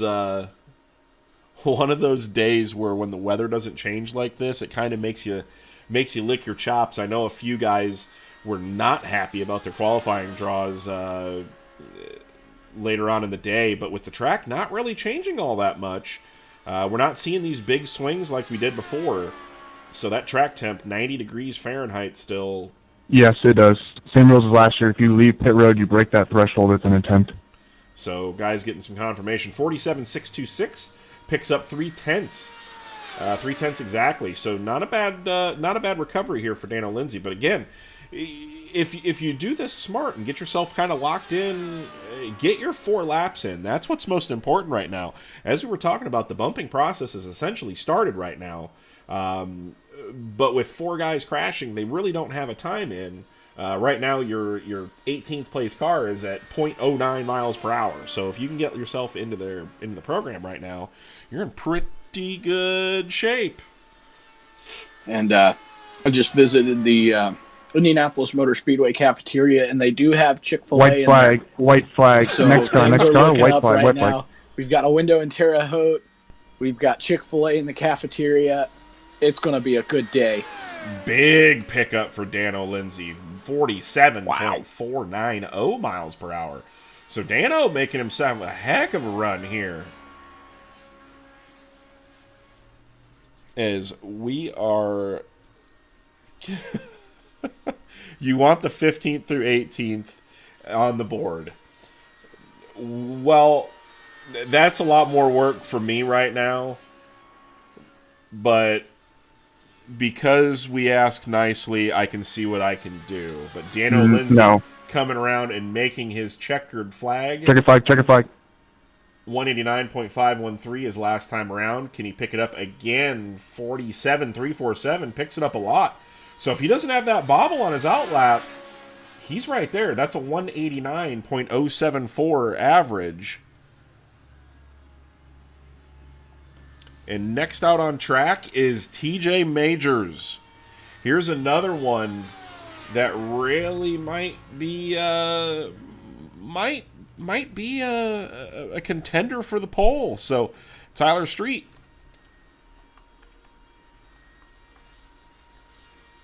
Gonna make his he's probably sitting a little bit worried right now.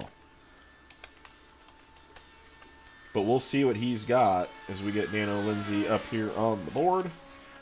Green flag. Technically, those cars that aren't on the board that all wrecked, they don't have speeds. The Correct. timing and scoring shows they have a speed. That's just for tie-breaking purposes. They technically do not have a speed. 47.569 for his warm-up lap. This is a run for pole out of TJ Majors out of Mooresville, North Carolina, from Door Bumper Clear, the Door Bumper Clear podcast. Also the NASCAR spotter for Joey Logano. Heck of an opening lap. Good speed getting into turn number 3. So this should be a banger of a lap if he can get it through turns 3 and 4 clean.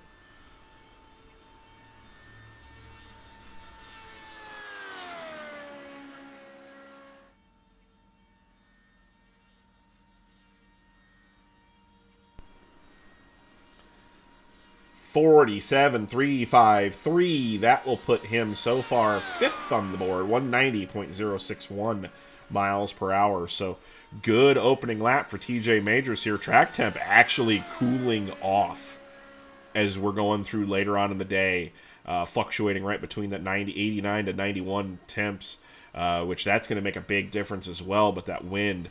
The wind is still howling out of the west at 9 miles an hour, so we're losing a little bit of speed on the wind. So that's going to make a big difference here as we get through the rest of qualifying. But we'll see what TJ Majors has in store for him. Chris Springer, Mike Rasmus, John Harper are in the chute. And we've got some hitters coming up. 47.262 from TJ Majors. Good lap. Very good lap. Speeds are going up, 190.428 miles per hour. So TJ Majors doing his best to try to run for a pole, but I'm not so sure he's got the speed. He's going to have to run a couple of very low ones in order to get there. Actually, probably even a 0 in order to get to the pole, but this is going to be a very solid run. Might be able to bump Joshua Chin off the front row, though, so we'll have to see how that goes.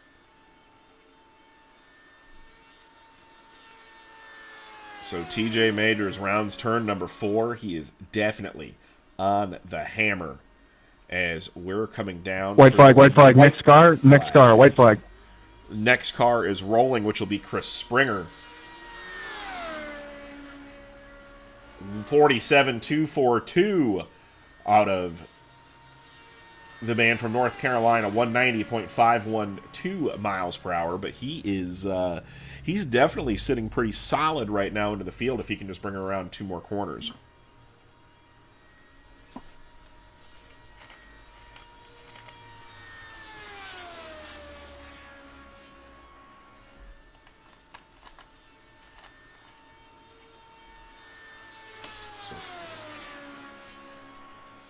Joey Logano's super spotter doing the driving duties today. He will cross the line here. Checkered flag, checkered flag.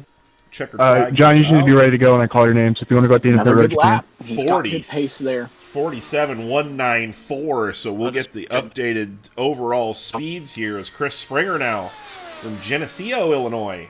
I probably said that wrong, but, well, it's what it is. But we try. Yeah, we do it. But for Can-Am, VRL, Springfield Armory, Axis Seed, Metal Master, Machine and Tool, ran with us last year.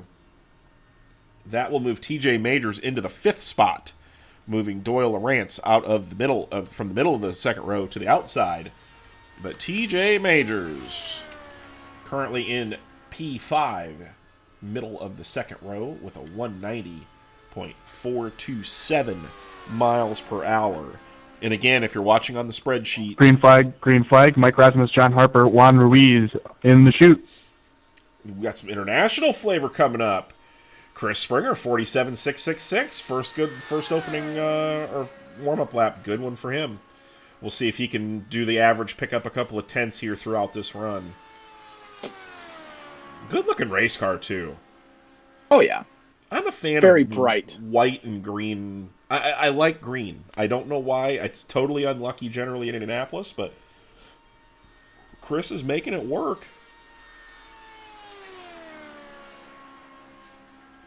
So Chris Springer. Kind of a camo scheme on that car since it's sponsored by an armory. We were just talking about camo cars last night, Billy. Yeah, we were. Braden Eiler had a camo sprint car for a while. That way nobody else could see him. 47.461 at a 189.633 miles per hour. So not a bad start here for Chris. Picks up a couple tenths from his warm-up lap. He'll be looking to get a little bit faster. If he can run some 3s and 2s, he'll be in pretty good shape. Yeah, I think he's setting all right. That's a fair opening lap. Yeah, I think a lot of guys are being thrown out by the wind speed right now. But it's made the playing field a little bit more. But as you can kind of see on your screen right now, the clouds are kind of going away at this point. So what is this going to do for the track? The track is definitely getting brighter. So is the track going to change now for the worse? That's why this event is so fun to me, is because you really don't know, and see now the backstretch is in the shade. So it's all going to matter depending on what that track temperature does throughout the run. 47.398 for his second lap, 189.881 miles an hour. So he's still turning some pretty decent laps here. He's like midfield pace right now, which really it's not a bad thing to have at this point. White flag, 2020 Patriot 100 winner, take the track. White flag, next car.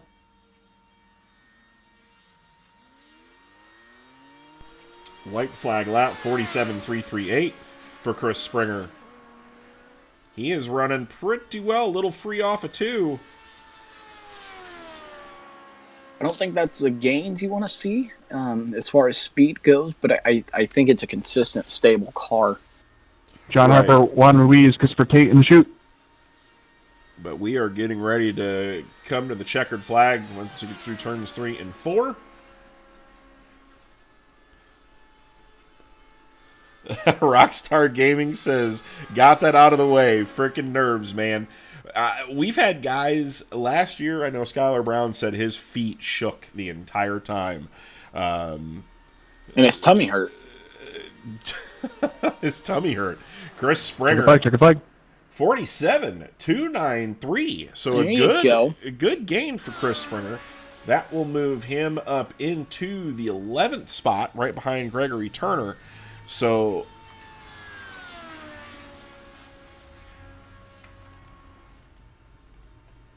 we'll get this board updated here. As the 2020, the 2020 Crescent Donut Patriot 100 winner and third place finisher in the Fake 500 last year. Rolling out with a new paint scheme here. I like it. From Nexus Esports Green out of flag, Beacon, green flag. New York. Knock Yourself Out as a sponsor. Good looking car. Great looking car. A good looking vintage Indy car. A fantastic Indy name. New York, so super modifieds. I mean, you're basically ready. Yeah, I mean, Mike Can't ask for much Razimus. more. Mike Razimus might be one of the best racer names. Indy name. Definitely a great Definitely Indy name. Sprint car, meh. But Indy, absolutely. That's right up there with Mark Donahue, Lloyd Ruby. I'm sorry, but Lloyd Ruby might be the best Indy name of all time. Lloyd Ruby might just be the best race car driver name.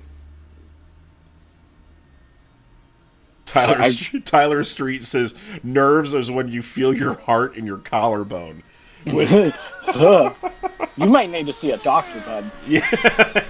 Yeah, you might be having a stroke. The Tomorrow's actually going to be sponsored by Xanax before it's over with. Pick 5 Bump Day presented by Ambien. Yeah, Mike Razimus, 47,479. So a solid first lap. We'll have to see if he can pick up that time throughout this run. That gorgeous looking 68 car. I'm rather upset that we can't plug Artesian PCs this year. No joke. Baden's Artesian PCs. Aaron, we need to get that on the works here. Baden's got himself a new Charlie Garrett motor in that thing, and no, I don't. It's not an Artesian PC. This thing's an S-Slinger, dude. 47,389, 189.917 miles an hour for I will say, a man out of New York. Shane Keiko hasn't gone yet, and that's he's from Baden's favorite place in the United States. Oh, I'm so ready to say it. And Shane will so just be ready seeing here very soon. Zane is a little loud, so I'm going to turn down Zane. I won't lean into my mic. No, you're fine. I just turned you down in Discord. You keep yelling the way that White you flag. like to yell. White flag. But Mike Rasmus Next car, taking the white white flag. flag, 47,353. So again, just kind of like we saw with Chris Springer, not a pole run, but a solid run. Is this going to be enough though to lock himself into the field? It's starting to get pretty tight down here into the middle of the field. So, but then again, we're going to see, James has already said if the weather stays the same, he's going back out and pulling his time. Brickley already said the same thing. So we're going to have a shootout. We're going to have ourselves a pole shootout here at the end of the day. Tyler Street won his first 410 sprint car race this past year, so good job to him. But now he's got to sit there and chew on the fingernails to see if he's going to get to keep the Checker pole flag, checker flag. for the second annual running of the Wicked Energy Gum Fake 500. Checkered flag coming out for Mike Rasmus. 47,318. Very consistent run. Very. So Mike Rasmus, so that will move him into the 12th spot as we go on track with John Harper. Updated paint scheme for him looks real good. Yeah, very, very good. From Concord, North Carolina, the privateer with Brown & Miller Racing Solutions, Fiberworks Composites, and Country Builders Construction on the side of that thing. As he's got a little bit of a blinky poo going on, so hopefully that doesn't affect what he's got going on here.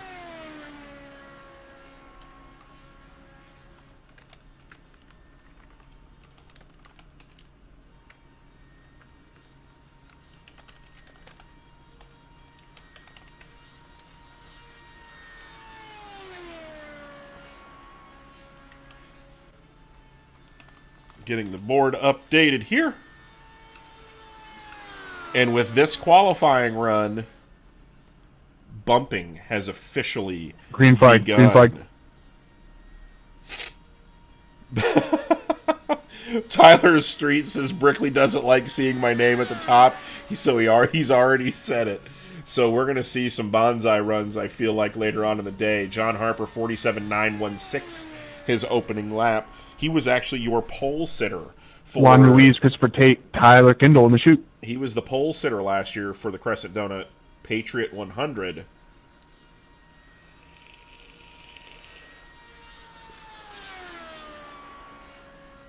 So we'll see what the first lap time is for him. Timing and scoring a little messed up on our sheets due to the little blinky poo. He wouldn't be blinking if he had an Artesian PC. See, we're plugging sponsors we don't even have. That's how good we are.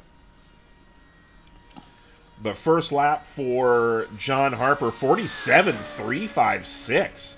So very good first lap, though, for John Harper. He's definitely picked up some bunch of speed. Jeffrey Stewart says he would not have had this luggage issue if he had just flown with BS Air. BS Air, the racer's airline. Yeah, exactly. It's hard to lose your luggage when there's no room for luggage. No, there's room for luggage. Just enough for a helmet and a suit. I've done it before. Okay, weird flex. But big time. Hey, Nick Bilby, pick us up at the airport. Wait, what? Why?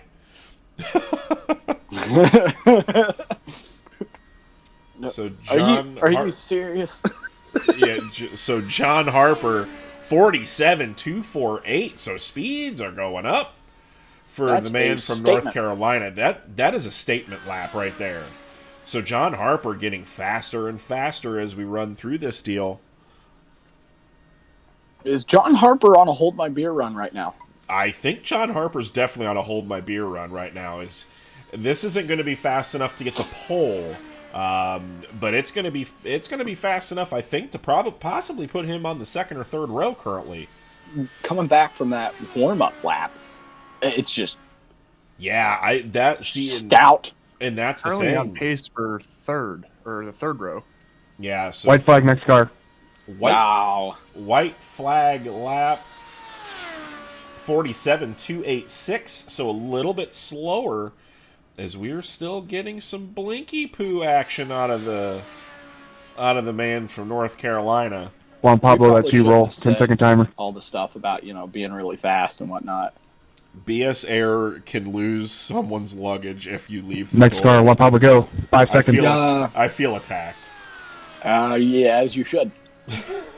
Nobody died. It was fine. We just But Nate flew got a couple cold. 100 miles with the door open. It's no big deal. But Nate got cold. Nate got... Trigger flag, Christopher Tate, go. You missed the spot, go.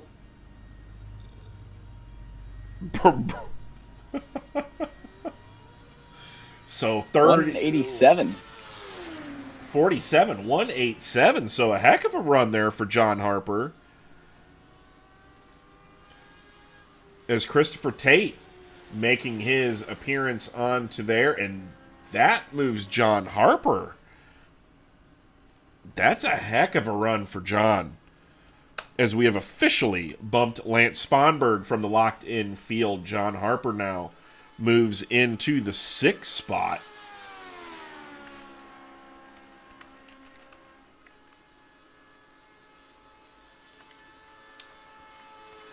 .401 miles an hour for Mr. John Harper, and bumping has begun. Lance Sponberg officially out of the fake 500 at this moment in time, or out of the locked-in field, I should say.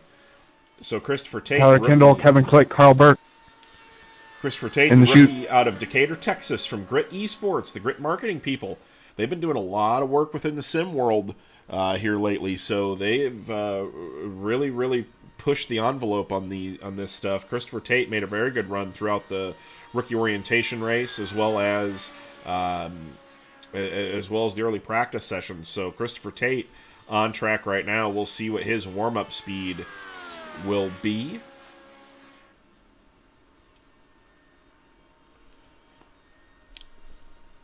but I heard in the chute 47.747, not too bad. He's going to have to pick it up a little bit, but that's not a bad warm-up lap.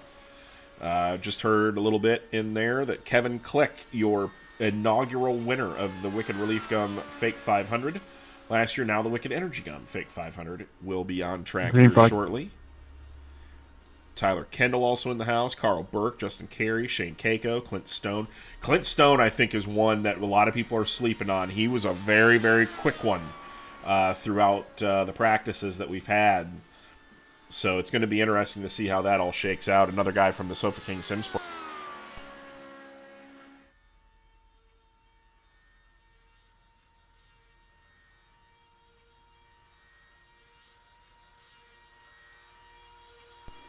And Braden, I just saw on the timing and scoring sheet your name was updated, so the 2/10 is not going to come off your time. 47.537, 189.326 miles per hour for Christopher Tate. Oh, what is the poll up to now? We had to skip you.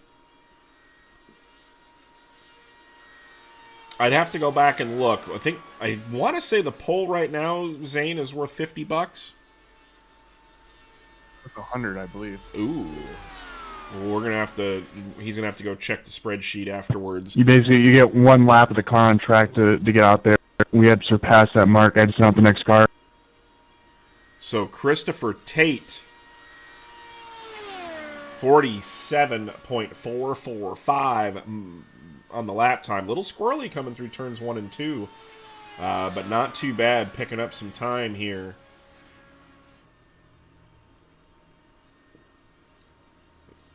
We'll get you an average speed once the timing and scoring sheet has been updated. But 47.445 for Christopher Tate. That is a 189.697 miles an hour, so he's moving up on the charts. Yeah, Tyler Street, $100. White flag. Next car, white flag. Shea Paulo wants to add another $20 into the pole award, so we'll have to see if he wants to do that or not. 47.437, so not really picking up a lot of time for Christopher Tate, but a very consistent run, 189.725. So basically, Juan, you're going to have to wait until open qualifying. So once all 60 cars are afforded a shot, then you can go out. So Juan missed his qualifying time when he didn't go out when race control sent him onto the racetrack. Kyle, that's not funny. It's not hilarious at all. What'd he say? Doesn't even need to be repeated. It was not a good time. I did not enjoy myself. Check your flag for Christopher Tate at a 47.394. Excuse me. That will put him at a 189.662 miles per hour.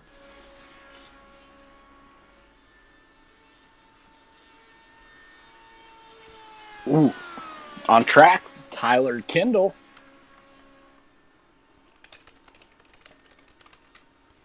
Christopher Tate putting himself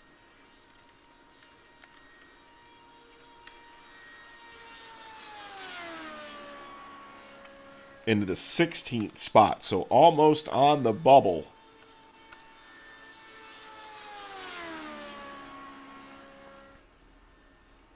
Anthony Carini. Green flag. Kevin Click, Carl Burke, Miles Jansen in the chute.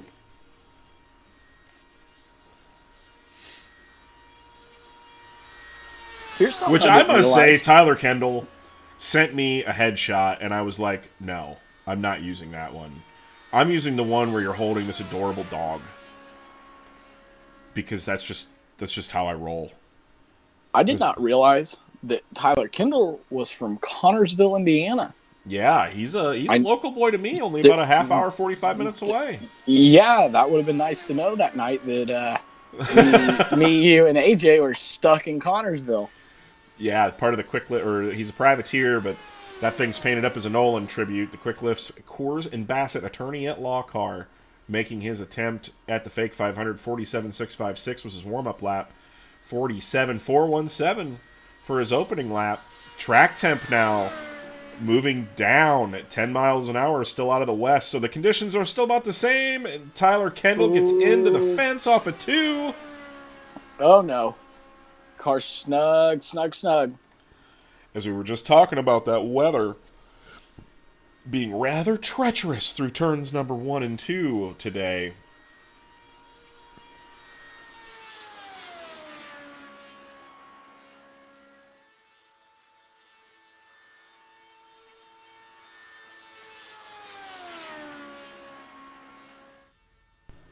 But Tyler Kendall, the Indiana sprint car driver, out of Indiana at 47.726. That hurts pretty bad, but can he pick the pace up here these next couple laps? No. Oh, turn 1, catching guys out now. Yeah, big lift. Big lift out of Tyler Kendall, so he's definitely not going to want to... He's going to probably be coming out later on this afternoon.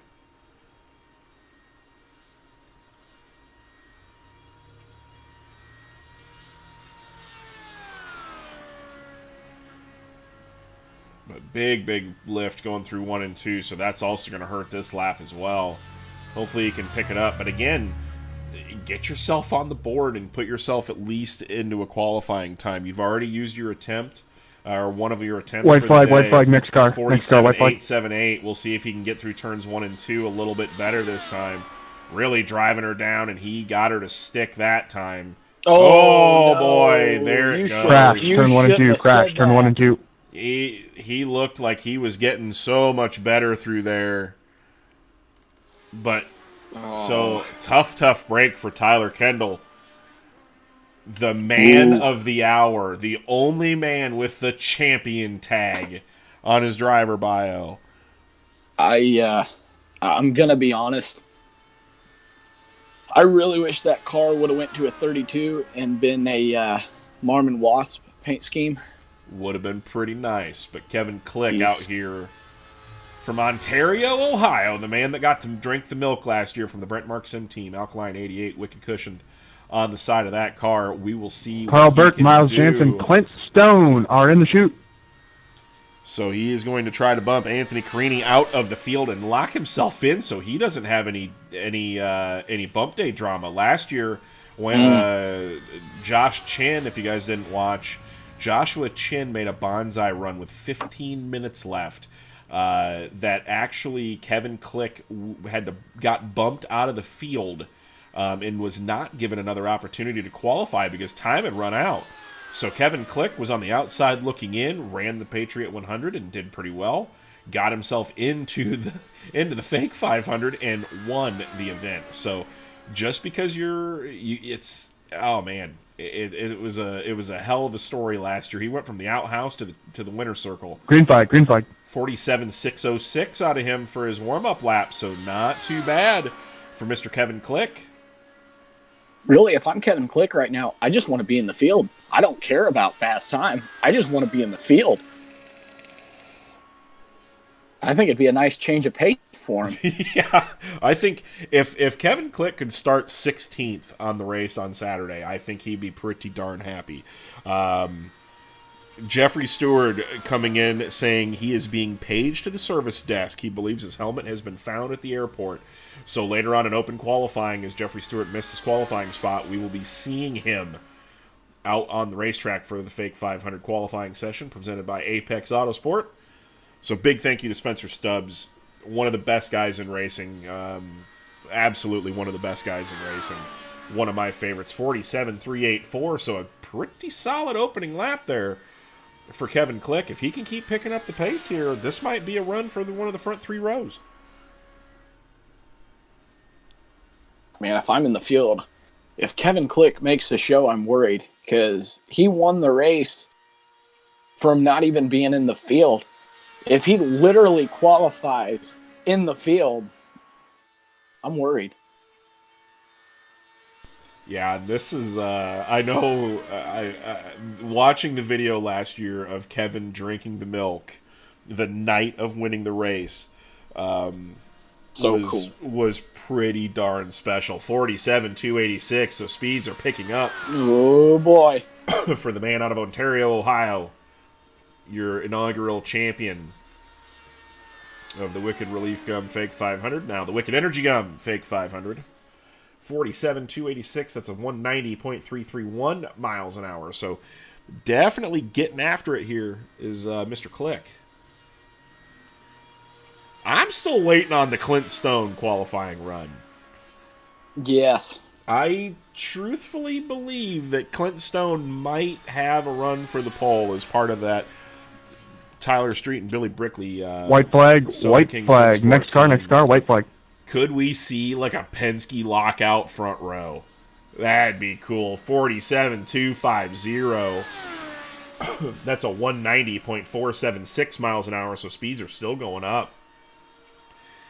He's going to really have to pick up the pace, though, to run for the pole, but this is a very, very solid run out of Kevin. This is this is going to be a great run for him as he's looking to bump Anthony Carini out of the field right now pretty solidly if he can make it through turns 3 and 4.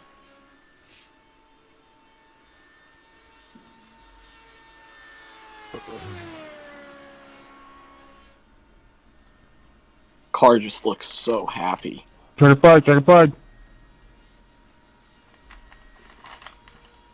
47,225 for Kevin Click.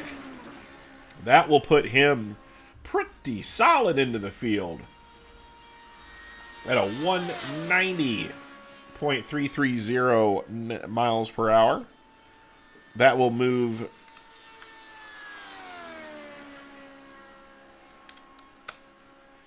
Kevin Click into provisionally inside of the third row.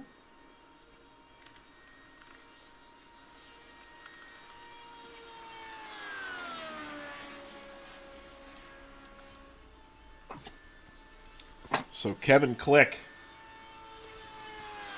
sitting a lot better than he was last year. I will say that. He has got to be happy with that run. Carl Burke on track right now. Weather still 10 miles an hour out of the west. Track temp staying the same. The air temp is going up though. So we're going to have to see later on in the day if that makes a change to the track temp at all. But Carl Burke, a veteran of iRacing, runs a lot of the truck series and NASCAR style racing. So it's good to see Carl Burke, part of VSM Racing, running here at the Wicked Energy Gum Fake 500. 47,834, so not a bad warm-up lap. He's going to have to pick it up. We've seen some guys run 9s and bust her down into a 5, though, so he's definitely got the ability to pick the pace up.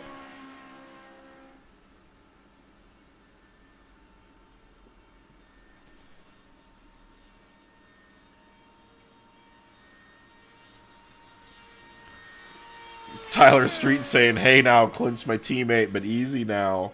Tyler Street really wanting to get the pole. Shea Paulo, depending on what that is, shoot your ideas. We're open, and if anybody's out there in YouTube land, Twitch land, Facebook land, wherever you're watching from, if you want to be a part of the Fake 500, lap sponsors are available. If you get a few of them, then we'll put your name up on the overlay on the broadcast. So big thanks to all of our sponsors currently that we have throughout the event. And any I know the 12th place car on the 12th lap is going to get a bonus for the race. 47,464 second lap for Carl Burke.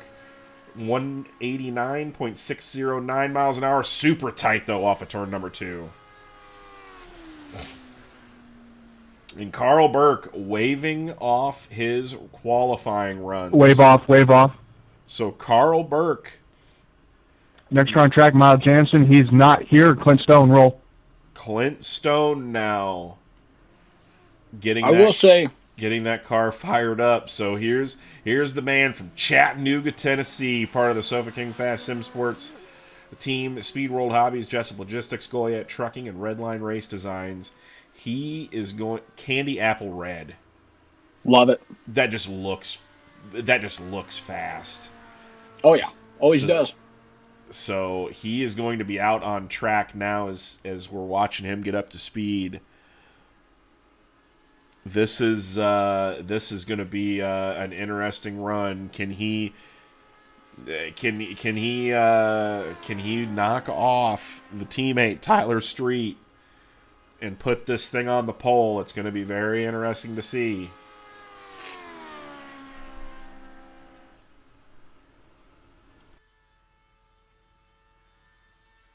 Tenth run right here. Stephen Hill, Yari Brupacker, Landon Castle in the chute. Yeah, that car might be my favorite car of the year so far. That thing is sharp. Absolutely sharp. So we're gonna see what Clint Stone though has. It's gonna be fun to watch. How many cars are left to take a lap? I'm looking at the qualifying order right now. It really only looks to be right around 20. We're just past halfway. About 25 cars. Not 25 cars currently are left to take time. So, Dave Ward, you did a masterful job with that. Fantastic job. Green flag is out, 47.608 for his warm-up lap. So, a little bit off compared to what Street and Brickley were, but we'll see what he can put together. Joe Tanto will not be making an attempt today. Jimmy Bly took his ride. Oh, terrible. I was really excited to see the coin bit work at Indianapolis. Is that $15 each, Shea Paulo? Shea Paulo wanting to give an extra $15 to the front row starters if they can keep James Tiernan off of the front row. Ooh, we have bounties now. We have bounties, and Seth DeMerchant, a NASCAR star, wants to buy a ride into the fake 500. Oh, boy. So we're seeing all sorts of things getting ready to happen. This is getting out of hand. Yeah, things are getting nuts today. 47.319. Good first lap for the man from Chattanooga. The promo video says it all. This is a story. There are stories all over the place, literally about everything. And I mean, Doyle, who's been around for a very long time on iRacing, says he thinks he crapped himself on his attempt. Yeah. And you know, that's what makes this race to me so fun. With the way that qualifying works, Clint Stone 47.25 right now. So Clint Stone 190.452. He is definitely picking up the pace. But not where he needs to be. Not where he needs to be. Ninth. But not where he needs to be yet. But we'll see where he's at right now. He's currently sitting around in the 9th spot, roughly outside of the 3rd row. So we'll just have to see how the rest of this run goes. Gets out right to the wall and down on the inside. His line looks so good. Oh, yeah. That car looks very happy. Yeah, that's yeah, if Bob Ross was painting that car, white flag, next car, white flag. Oh, yeah. So white flag out for 47.204, so Clint Stone's still getting faster and faster. Can we see a 1 this time around and move himself up in the starting order? Ooh, very close to the wall there.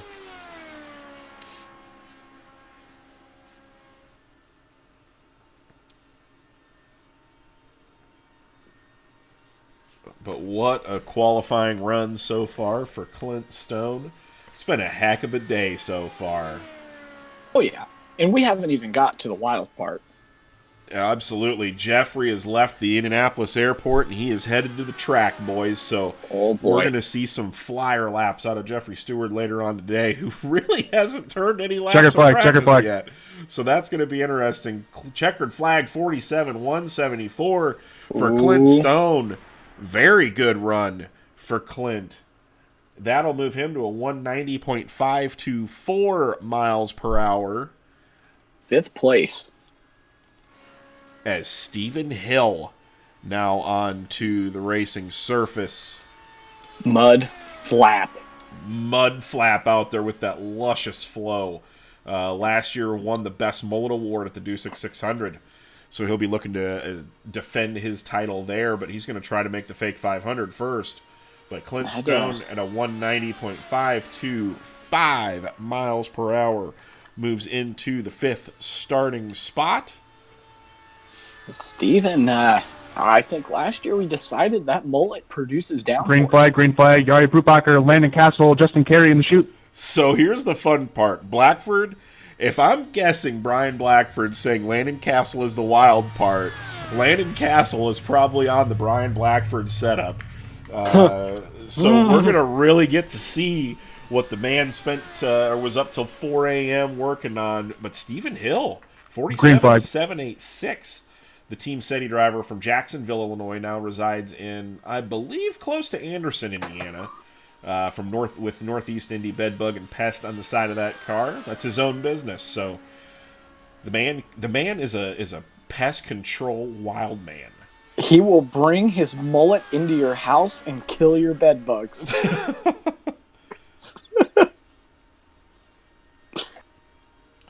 So Stephen Hill, 47.589, not a bad opening lap. So Stephen Hill puts himself on the board in the black and green machine.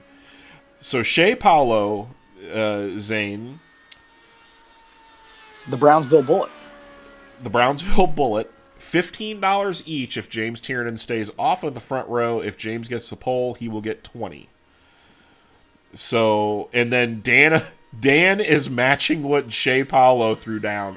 So the pole... Slow down here. Slow down. I got to write this. Last year, I got so many sponsors on pole day, I forgot what they were, and I was having to watch the entire broadcast after sitting for 7 hours doing race to find the sponsors. So let me get a pen so we can write this down. So, yeah, so things are heating up here. Stephen Hill, 47.558 first lap, 5.16 lap number 2. So Stephen Hill moving up into the boards a little bit quicker, 189.413 miles per hour. So the run for the pole is getting rather tricky.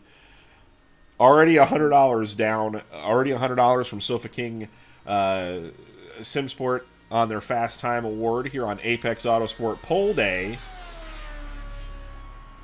And Northeast Indy Bedbug and Pest. We know it says Northeast, but at this point, Stephen Hill, he's pretty well all over Indy. He'll kill your bed bugs. Anywhere in the Indianapolis area, he'll be there. And white flag, next car. I don't believe Yari's here. It'll be Landon. Guy to have a fantastic mullet. Absolutely. So if you got any sort of pest in the Indianapolis area, right here's your man, Mr. Stephen Hill. He can even get rid of a nagging ex-wife. Yes. Just small fee, he'll take care of it. 47.484. Excuse me. Sorry for the coughs. Apparently during Fake 500 time, Billy likes to catch the Rona. So I've been lucky enough to not only have it once, but twice now. So lottery ticket. Yeah, so Stephen Hill, 47.484. That'll put him at a 189.541 miles an hour. Not really where he wants to be. Checker flag. I don't think he's trimmed out the mullet enough. Mullet not trimmed out enough. 47.479 miles an hour. Puts him at a 189.410. So that will actually... So the man now on track. So Stephen Hill moves himself into the 19th spot. So Christopher Tate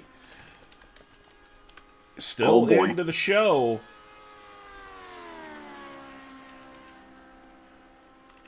But Landon Castle from Cedar Rapids, Iowa, the E-Racer Blue Emu car. He is rolling out right now. This is exciting. Very exciting. To say the least. Very exciting. Landon ran second last year in the Fake 500. Put on the Firecracker 400. That was a heck of an event to run as well. I got crashed out in my qualifying race. Zane actually made the show. Green flag. And then crashed out because my spotter didn't tell me they were wrecking. Hey, you can stop right now. I told you that they were wrecking. You could see it. Look out the front of the car. Pretty easy concept. Landon, though. Oh, no. Oh, no. We missed it on broadcast because he flashed out, but Landon Castle. Big. Crash. Turn 1 and 2. Next car. That's not what you want. Big junk. Oh, no. Yeah. That's So- an attempt. That is an attempt. Oh, boy. Oh, Justin Carey going out in Justin- the Johnny Lightning Special. From Beech Grove, Indiana, owner of Penske Property Services, BMRS, in the Johnny Lightning Special Tribute car. That makes me so happy. And spotter for Pato Award in the actual Indianapolis 500, as well as the rest of the IndyCar World Series. And I'm calling it the World Series. IndyCar World Series. So Brian Blackford probably now is crapping his pants a little bit. As we get into later on in the program here. So Landon Castle making things interesting to see what's going to happen. But Justin Carey now on the racetrack.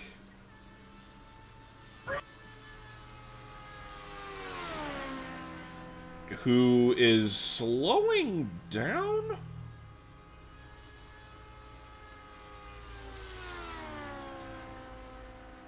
I think Justin Carey has problems here. Yeah, I'm not real sure. He's getting that thing up to full song now, but I'm not sure really what if he was having handling issues or if what. Oh, he is. That car must be tight. That car has got to be super tight. But that thing is not very happy. So Landon Castle, though, Green flag, kind of green the flag. story right now of qualifying himself. Hank Silver, Justin, as of right now, yeah, 49.370. He's really going to have to pick up the speed here on this next couple of laps. But Landon Castle, Hank Silver, Dustin Griffiths, Kyle May, and Ryan Broderick all have crashed, along with Tyler Kendall. Carl Burke waved off his attempt. So, boy, oh boy, we've got some drama building. Some drama building. We love it. Absolutely love it. 31 cars now have been onto the racing surface, so business is about to pick up. Carey gets a little bit of the rumble strip. I'm not sure if that's going to hurt him or not, but ever since that little flub earlier, Justin's been he's been pretty quick. 47.399. Not a bad opening lap after having the flub. So Justin Carey making a run to put himself into the show.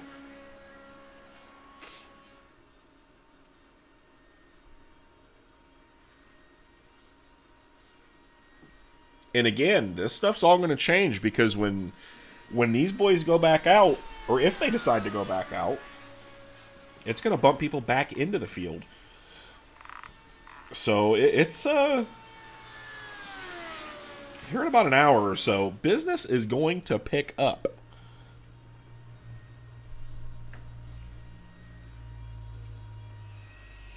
Wow, 47.268 out of Justin Carey.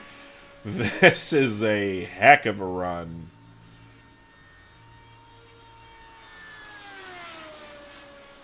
So 40. He's got an uphill climb, but there's potential here for a third or fourth place run. Yeah, he's got a big uphill climb, but with that first lap just not being where he needs it,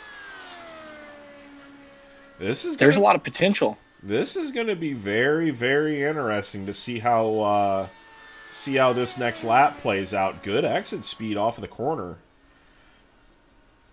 White flag, next car go, white flag. He must have got up on the bars and changed some things. 47.191, Justin Carey. Things are getting interesting. Speeds are climbing. 190.718 miles per hour. Can he rip a zero? That's going to be the question. We haven't Jeremy seen one Zarfo's yet. Cold Tank, Dave Budio in the chute. Fastest car so far, fastest lap is a 47.119 from Tyler Street, your provisional pole sitter.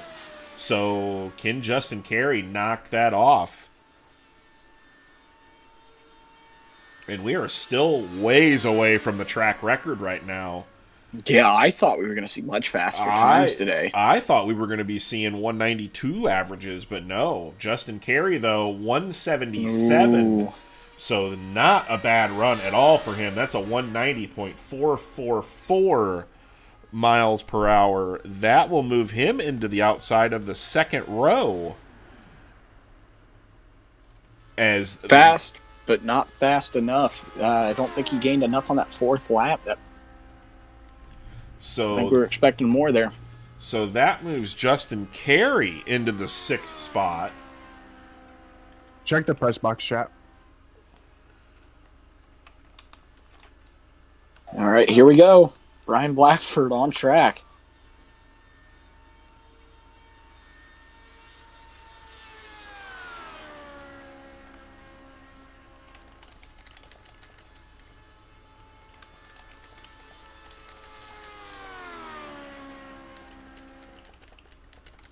Green flag, green flag.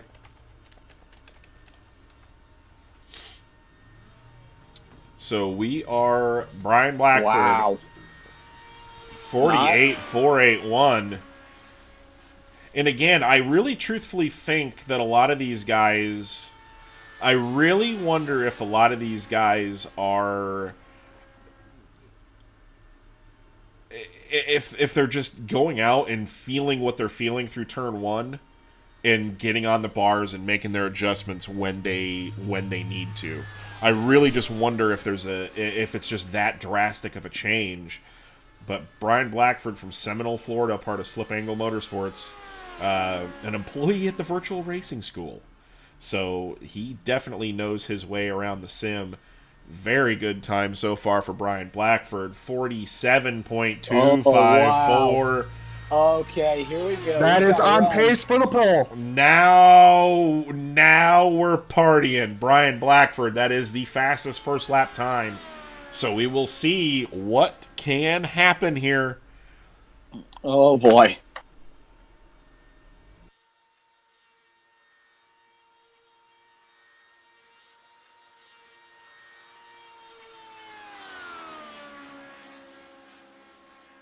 Really good center speed in turn 3.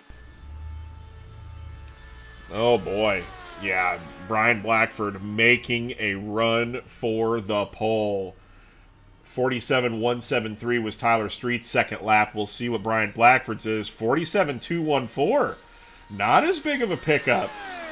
So he's going to have a little bit of work to do. But 190.621 miles an hour, that's still going to put him so far inside of the second row. Excuse me. As Brian Blackford makes his way down the back straightaway. Ooh, this is going to be sketchy.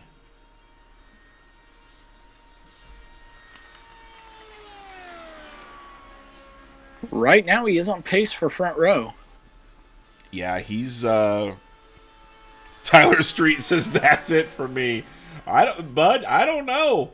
You're White flag, next car, white flag. You're still sitting pretty good. 47.123 and wow. speeds are No, going up. You're not sitting good anymore. Okay, now it's on. Yeah, game on. 190.994 miles per hour. That's a big gain, but not. It's not going to be enough. If he can run a 0 or a high 6, this is going to be a run for the pole. But man, it's going to be tight.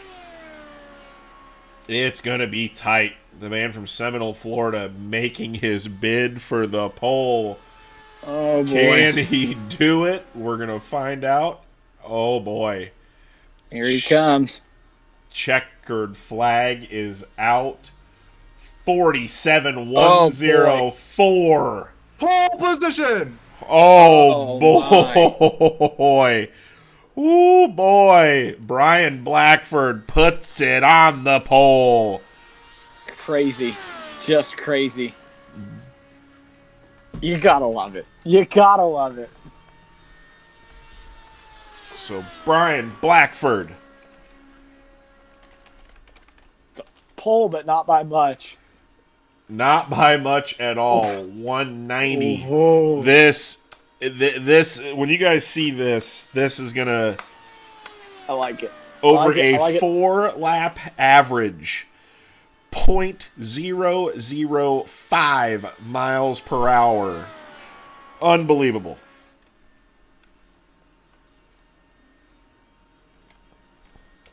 Green flag.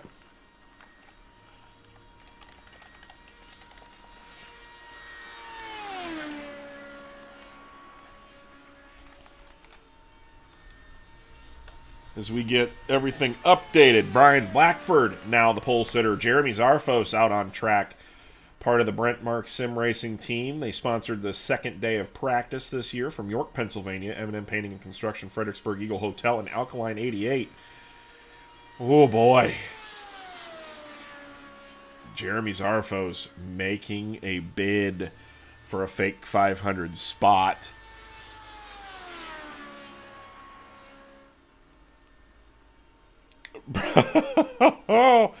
Yeah, 3 Wide Racing says now don't go trying to make another attempt this year, Brian. Billy Brickley wants him to withdraw. But boy, oh boy, have we seen some fantastic action today. Jeremy Zarfos, 47.372, solid first lap out of the man from York. 189.989 miles an hour, actually 990 miles an hour. Chin says park it and put a cover on it until Saturday. That's what a run for Blackford. What a run. But Jeremy Zarfos, 47.265. We're seeing a heck of a run out of the Brent Mark Sim team this year. So 47.265 for Jeremy Zarfos.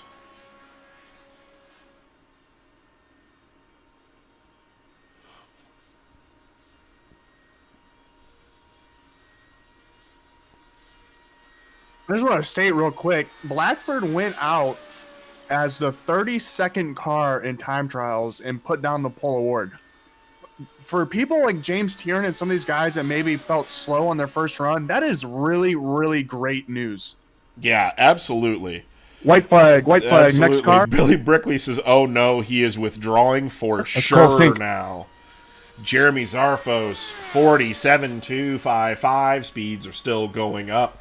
We're going to see a very busy track all day. I don't think we're going to see the sitting around and waiting like we saw last year because remember last year, a lot of the guys complained that the weather shift was too big, that the track changed too much. So this year, the board of directors, which is it's us, made some slight changes to how the weather ages, and I think we're seeing the exact payoff that we wanted to see from that.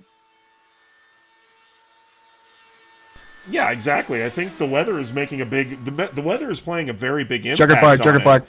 Because the sun could pop out at any moment and change the track completely, or the wind dies down, or the wind picked up. 47.204 for Jeremy Zarfos. That'll put him 190.380 miles an hour. That will currently put him into the 10th position. Blackford says the wind killed his lap. But he will take it. The humility is rather... Yeah, pull off. You can't go to the pit road. That's a wave off. Once you go out, it's an attempt. You can't come back in and go out. Next car roll. Oh, so we're having a little bit of a drama here. As next car out on track is Dave Bodio, the Fistful of Bourbon car. As we're getting the timing and scoring sheet updated. And actually, Jeremy Zarfos moves his teammate Kevin Click down into the 11th Once you spot. break the threshold of pit road and go on any access road or the track, that does count as an attempt. And then that attempt must stay on the track for it to count. If you pull in the pit road at all, it's considered a wave off.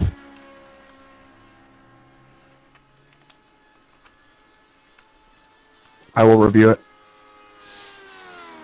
So we are on track with Dave Bodio from Northbridge, Massachusetts, part of the Jim Beaver Esports Fistful of Bourbon team.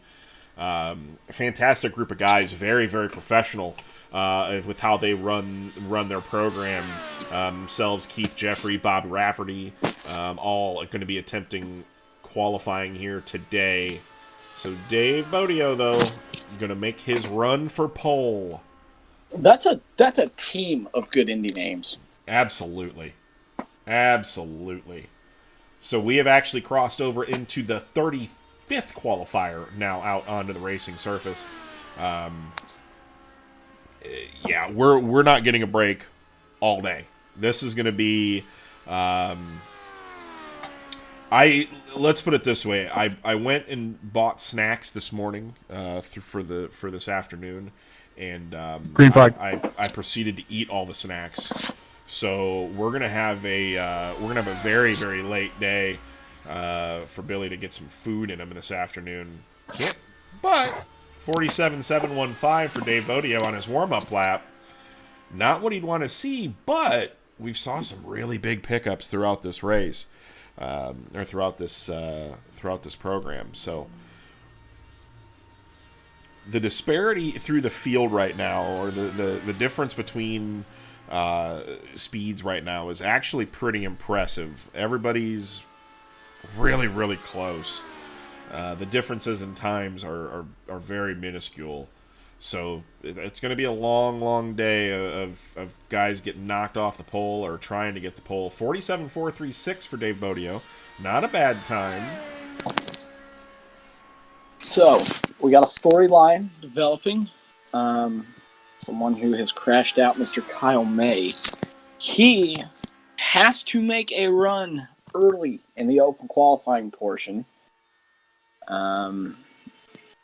Early, like he has to make his run before 7 o'clock because he has a date at 7. Sponsorship deals happening in the Twitch chat right now with Brian Blackford and the Dirt Racing Podcast on Twitter.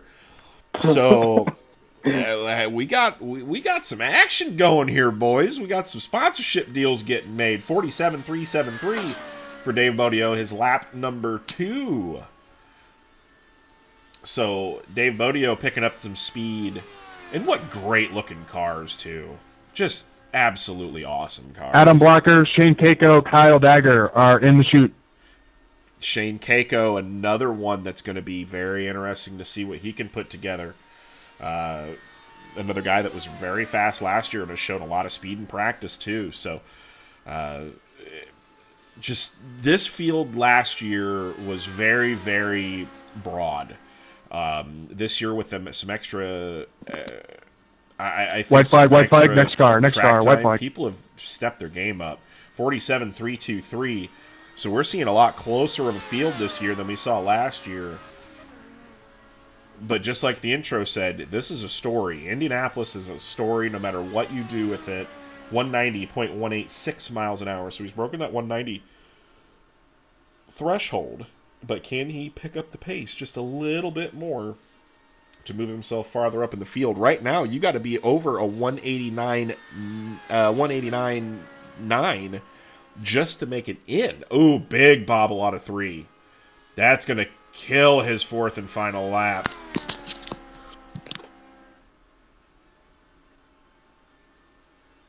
So Dave Bodio,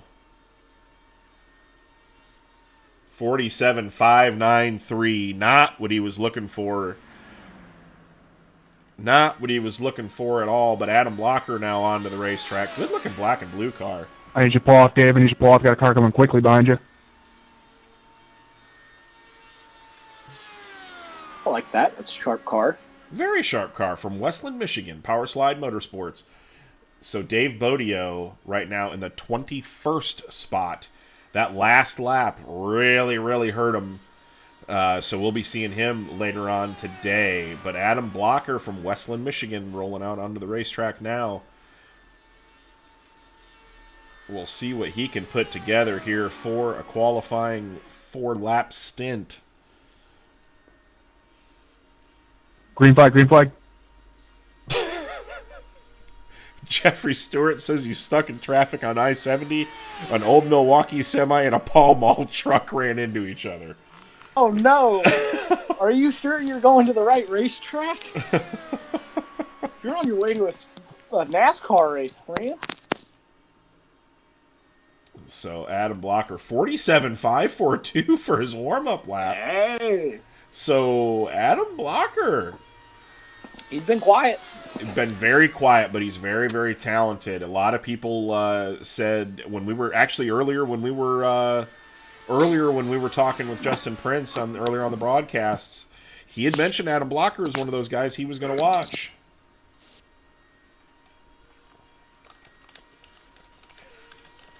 Good first lap. 47.358, not too shabby there. And see if he can keep picking some speed up. 47.358, first lap for Adam Blocker. That will put him at a 190.046 miles an hour, which will provisionally put him into the field. But I think a lot of these guys early on really thought that they were going to have such a big advantage going early like we saw last year. This year, though, it really, like Zane was saying, Blackford went out 33rd or 34th. And so we're not seeing the time fall off like we did last year. 47.287 for Adam Blocker. So speeds are definitely going up. This is going to be a run for the first couple of rows. If he can keep on this pace, 190.327 miles an hour. I think if you can get all 4 laps, in the 190s, you're going to be in good shape. Yeah, right now this is making the show pace.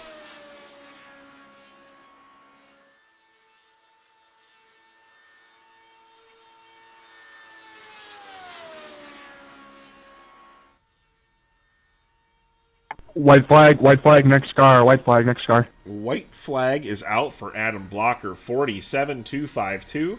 So once again, putting himself in pretty good position. But big thanks again to everybody for tuning in and watching and spending your Saturday with us on Apex Autosport Poll Day, which we thought was going to be exciting, and we were glad that it's living up to the hype.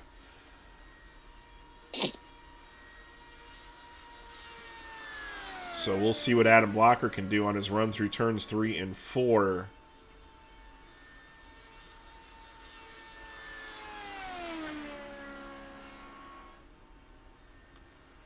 Great run for Adam Blocker, the rookie out of Westland, Michigan for Powerside Motorsports. He crosses the line at a 47.231. That's one of the more consistent runs that we've seen. That's a 190.350 miles per hour. That will move him provisionally into the 11th spot.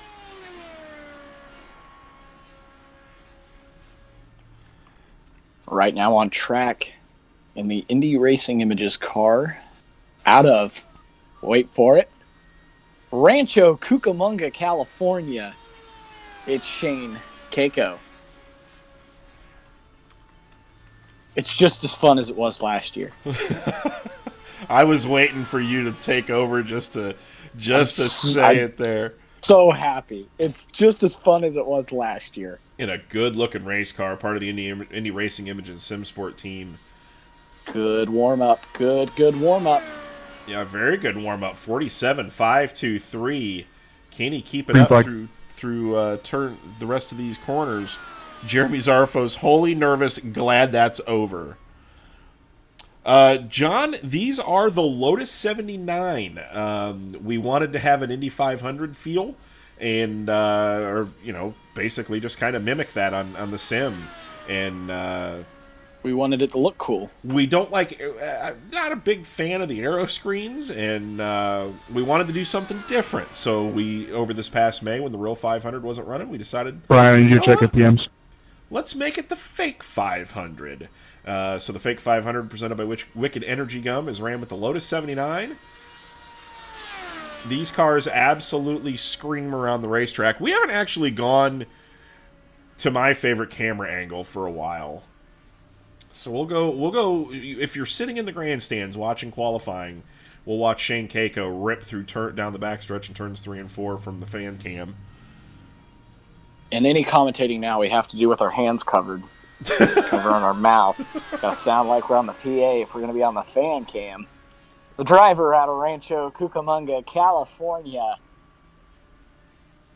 But Shane Keiko really making it work. 47.342. This is your halfway point right here, halfway point. Kyle Dagger, Bobby Rafferty, Chaz Whittaker in the chute. So Shane Keiko, 47.341 his first lap. 47.290 his second lap. So he's getting faster. Once again, if you're running 190s, you're in pretty solid shape. 190.315 miles an hour.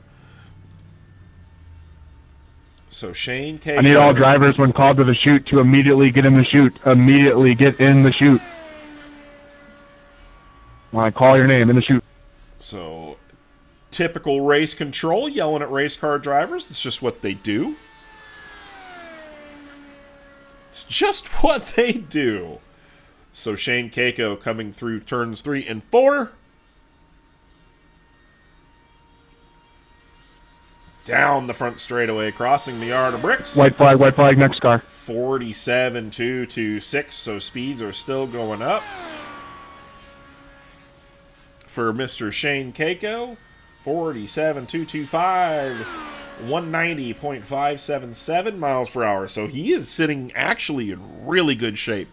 If he can run another good quick lap, Shane Keiko solidly so far into the Wicked Energy Gun Fake 500 field.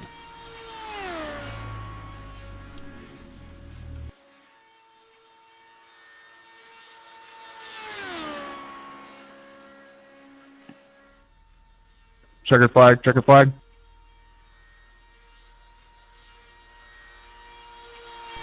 Checkered flag is out. 47.218, so a very solid run for Mr. Shane. Yeah, I mean, that's really, really what you need to go for. Kyle Dagger, another one of the Indy Racing Images SimSport drivers, is out on the track right now. Shane Keiko, we're waiting for timing and scoring. 190.402 miles per hour. So he just is a little bit quicker than John Harper.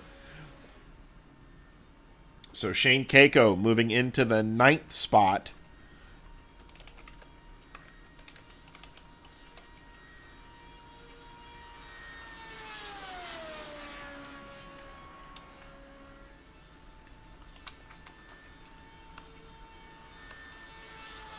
So Shane Keiko moves in. Aaron Rouse, he is currently shaving his head and face while watching and listening to qualifying. He's got to be fresh and clean for his qualifying run. So I would not be shaving with all these nerves floating around. That does not sound like a good idea. Well, you wouldn't shave your head anyway. Unless you're running an ARCA race. Bam. Yeah, but Kyle Dagger, Fort Wayne, Indiana, part of the Indy Racing Images SimSport team, Grit Motorsports Marketing, Indy Racing Images on the side of that good-looking yellow car. 47.556. So good opening lap, good opening warm-up lap for Kyle Dagger. Can he pick up the pace? He's looking good, too. I think we're going to see about the same run as we did from his teammate. Probably on about the same setup, I think.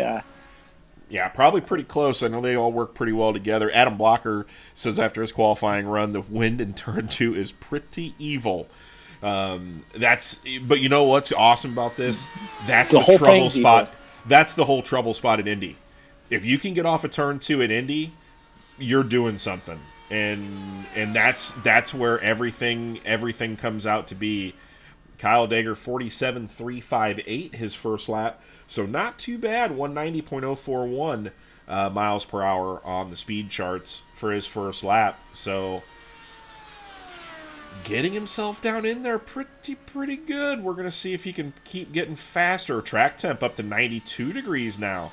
So that sun is starting to come out a little bit, it looks like. Is that going to change things? We'll take a look at the weather here just to make sure. 10 miles an hour still out of the west. Air temp 85. Track temp up to 92.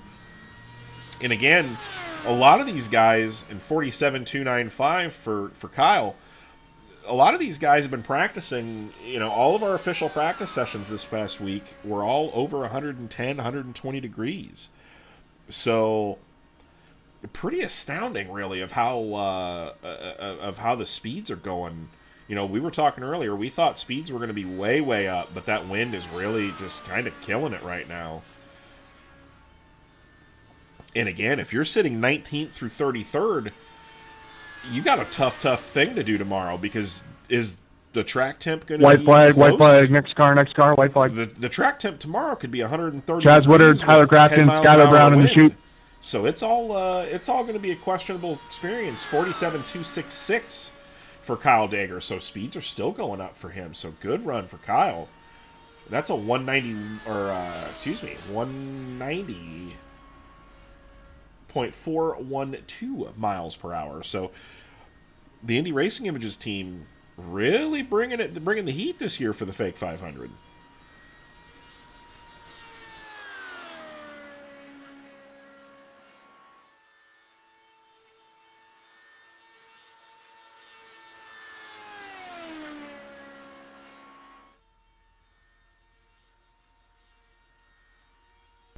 Checkered flag.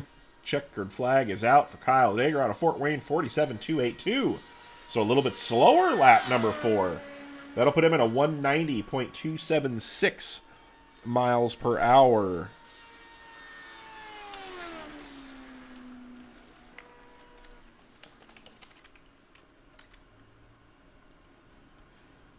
And out on track, another one of the Jim Beaver Esports Fistful of Bourbon, Saints Racing Fab 07 Designs Motorsports Drop. Bobby Rafferty, the rookie, out of New York, Middletown, New York. Kyle Dager locks himself into the 15th starting spot provisionally. 190.276 miles per hour. Green flag. As the green flag is out for Bobby Rafferty, we update the board.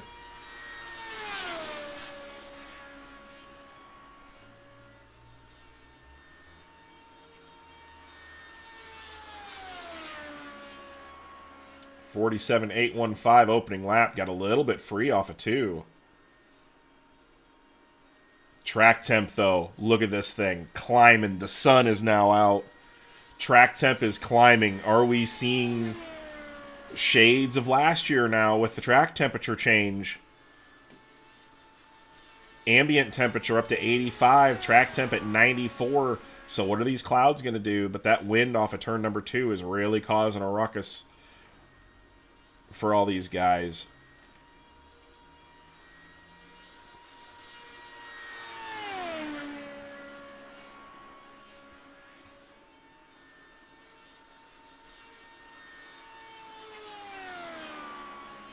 .47.558 for his opening lap.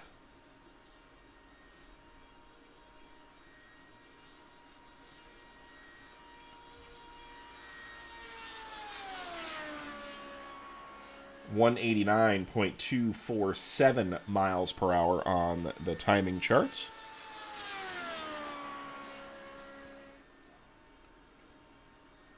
So we'll see if he can pick up the pace a little bit in that gorgeous looking Fistful of Bourbon car.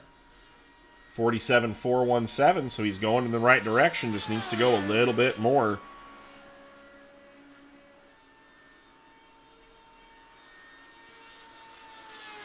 That's a 189.805. That's not going to be enough to put him into the field right now. So he's really going to have to do some work. Try to get this thing into the field over the next couple of laps. Right now, it is taking a 190.181 to get into the field. That is the bubble spot with Dallas Breeze currently sitting on it.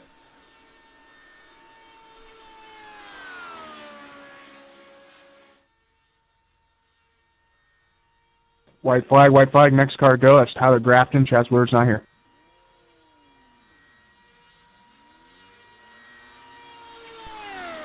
Bobby Rafferty picks it up quite a bit, 47.350. Is that going to be enough, though, to get him into the starting field or into the top 18 currently? So 47.350. This one's going to be pretty close to see if he can get himself up into the starting field. 190.073. Not going to be enough right now to get him in there on his average.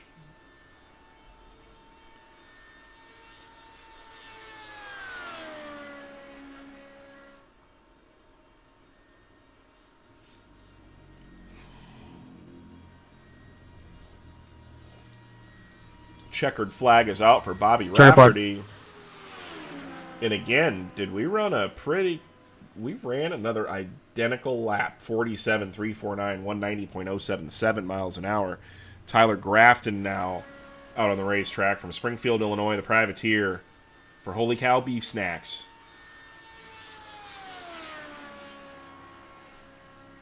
So that will put...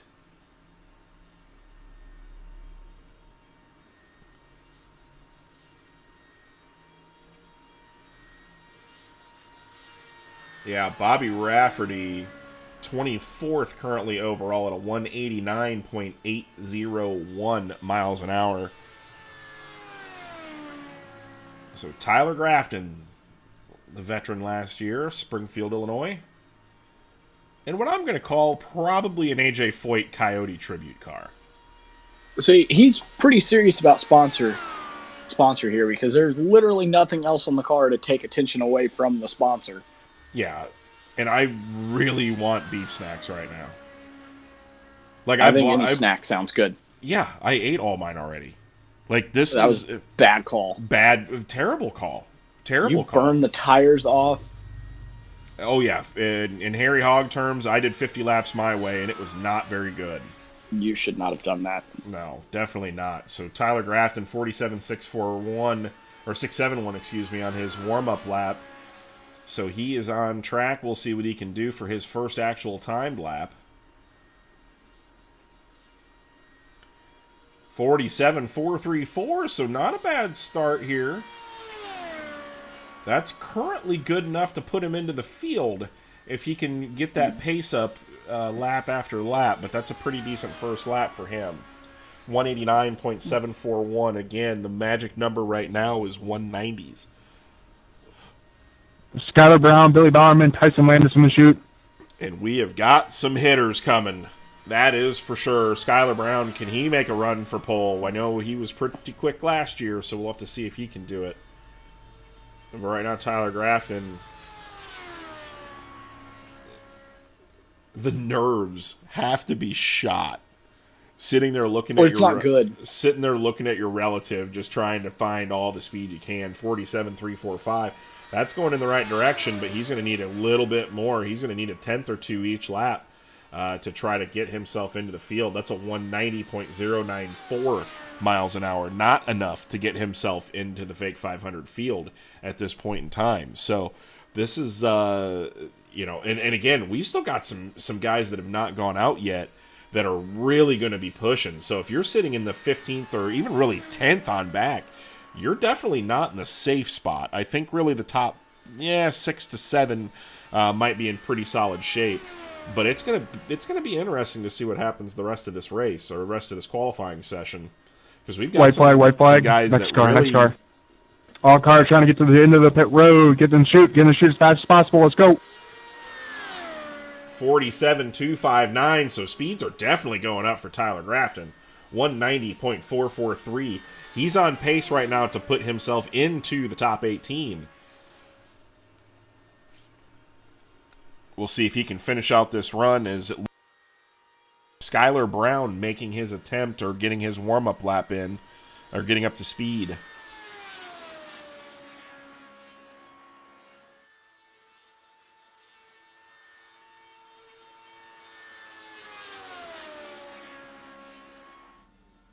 Checker flag. Checkered flag is out. Billy Bowerman, Tyson Landis, Dennis Gandy in the chute. 47.266. That's going to be very close. 190.172 miles an hour. Oh boy, not enough to get himself into the field. Dallas Breeze still sitting on the bubble. Here we go. Crawfordsville Puke Bandit. The Crawfordsville Puke Bandit says, "Here, kitty, kitty, let's go." He is going to try his best to put himself onto the pole. The Flying Banana. Pit Lizard Special. And must not have Skylar's correct iRacing number. So I'll have to go back and fix that. But he's out of Indiana, part of the Brent Mark Sim Green team. flag. But here, kitty, kitty, on the back of that wing, 47.567. Can the Flying Banana dethrone Brian Blackford? He was one of the favorites going in. Decent warm-up.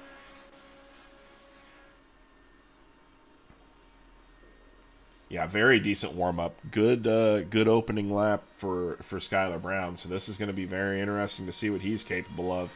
And I think this is going to be a benchmark for those guys like Billy Brickley and James Tiernan that have talked about pulling their time already and going back out. So it's going to be very, very crucial to see what Skylar Brown is capable of doing, to see what the track still has in it. And again, it has not rained all week either in Indianapolis for the year that we had chosen. 47.335, so it's a good start, but he's really got to pick it up. That's the 27th overall fastest lap so far in the event. 190.134 miles an hour.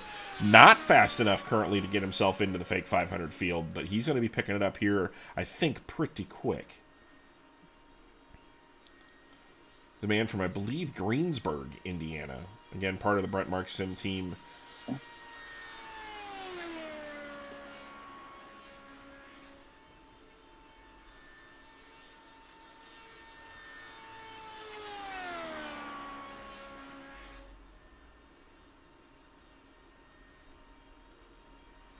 This is going to be a big one to see what he's got. 47.286. Not going to be enough. But speeds are going up. 190.331 miles an hour. That's progressively putting him closer. That's around that 10th to 15th spot. So he's going to need to pick it up these next two laps in order to really put himself into the field. Doyle Arance saying, crossing his fingers, he just wants to make the show. Hopefully you get in, Doyle, and we'll say this from last year's story: never give up on it. You've always got a chance. Until the green flag flies on Saturday, you've got a chance to make the race. So it's going to be impressive no matter what. White flag, white flag. Still got some cash. Next in car, the next Patriot car, white 100 flag. presented by Crescent Donuts as well. So it's going to be pretty important. 47.237. So Skylar Brown not having the speed that he thought that he might have. 190.528 miles an hour, but he's still moving up. So we're going to have to see what his last lap's going to be in order to make the field.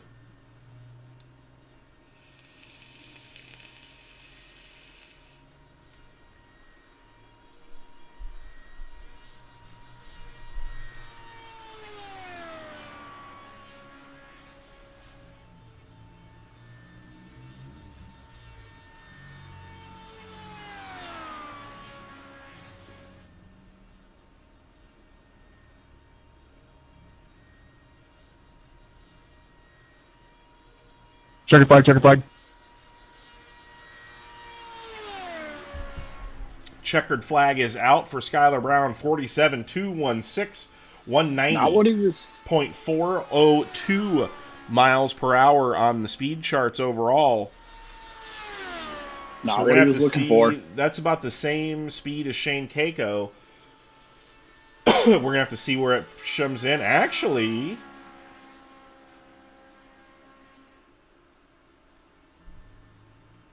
he's showing behind John Harper, but that is not accurate. It looks like he's going to be above Sean Harper, or John Harper. John ran a 190.40. Yeah, so we're going to have to change that a little bit. Green flag, green flag. But he is going to be right behind Tyson Landis, Shane Dennis Keiko. Gainey, Michael Cosby Jr. in the chute.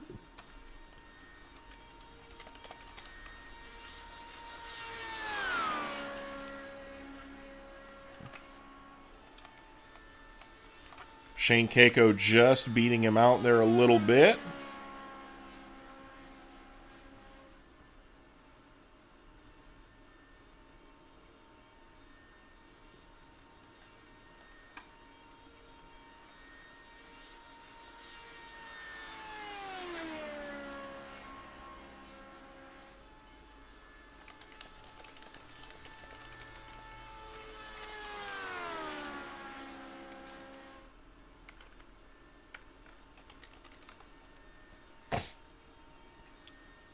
So Skylar Brown, but here is Billy Bowerman, 47.373, the man out of Roseville, California. So we're getting some doing some house cleaning, some housework here on the broadcast. 47.373 first lap, 189.981 for Billy Bowerman, the Sofa King Sim Sports team. Works Graphics, Goyette Trucking, and Pushing the Cushion Productions on the side of that. Skylar Brown said the track temp gods hated me. As that track temp is starting to climb just a little bit. We're going to be seeing some interesting qualifying runs as we're on the 42nd qualifier right now. So about 15 to go, 18 to go. 47.311 speed going up, 190.230 miles per hour on the speeds chart.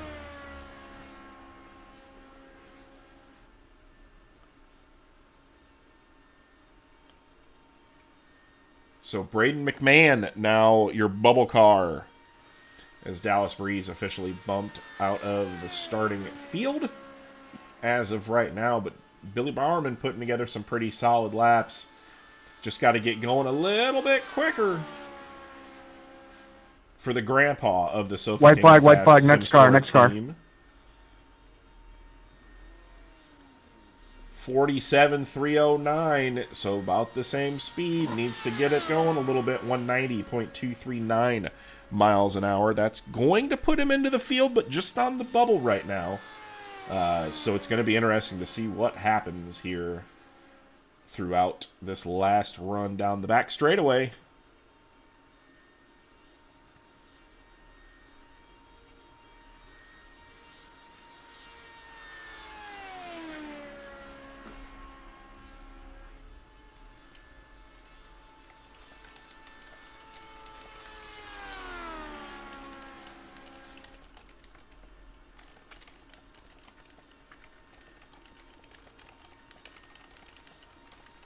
Checker flag. 47.235. That may have just really helped out Billy Bowerman. 190.247 miles per hour. That puts him on the bubble.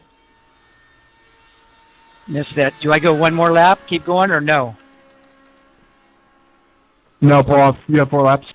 Thank you. Billy Bowerman, 190.247 miles an hour, moves him into the bubble spot, into 18th position. So Braden McMahon bumped from the field as of right now. Tyson Landis on the racetrack, chromed out car. Wicked Relief Gum with CBD, 19 Designs, JZ iRacing Photos from Team City. From Warsaw, Indiana, now finds Ohio home. But Tyson Landis now on track Green flag. as the 41st qualifier. 47.713 for his warm-up lap. Not too shabby.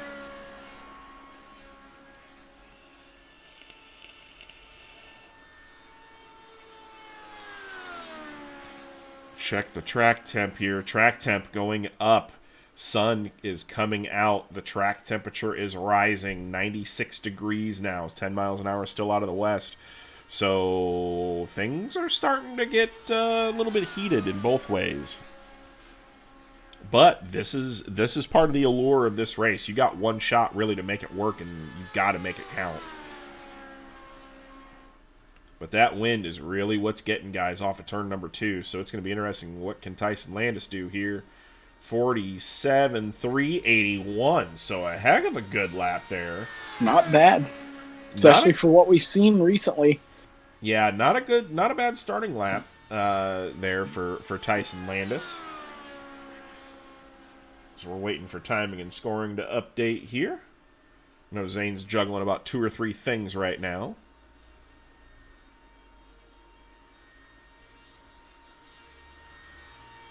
So 189.954 for Tyson Landis.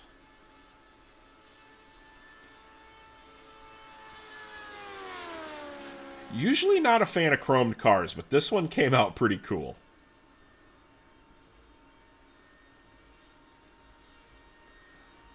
47.306. So a good, consistent run for Tyson Landis. This is currently fast enough to put himself into the field if he can keep that speed up. Track temp going up even further, 96 degrees now.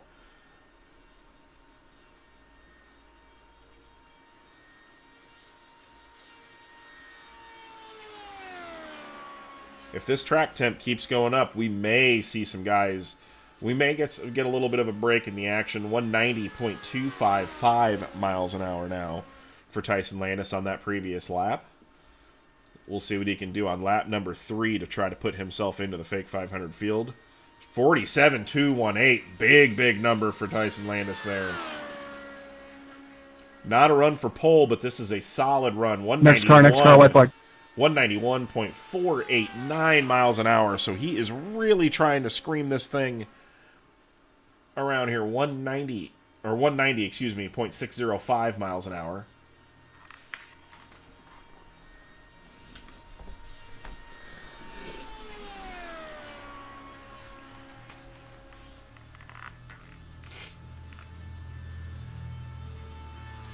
We'll see what he can do here. This is showing the track still has some speed in it, and that track temp is still not high enough to really, I don't think, hurt too much. 47.186, Tyson Landis. There's still speed here. Certified. Yep, there is still definitely speed here. 190.388 miles an hour is the average speed there. So that will move Tyson Landis into the 12th spot as Dennis Gainey. Michael Cosby Jr., Aaron Roops, Travis Rowland on the chute. He's Please get got there in a that hurry. same paint scheme from last year with that trick paintwork on the nose, makes it look a little narrower.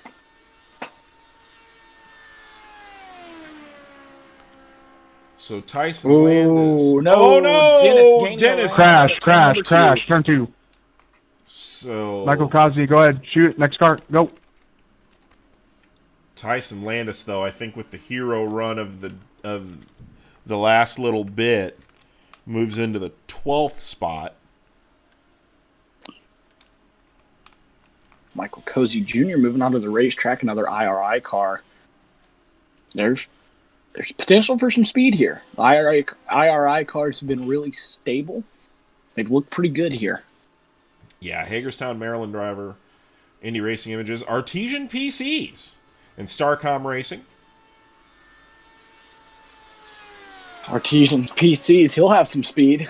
Oh, he should. If he can't blame the computer if that's right. If that's the case. Track temp up to 96 degrees now as we'll check the weather one more time.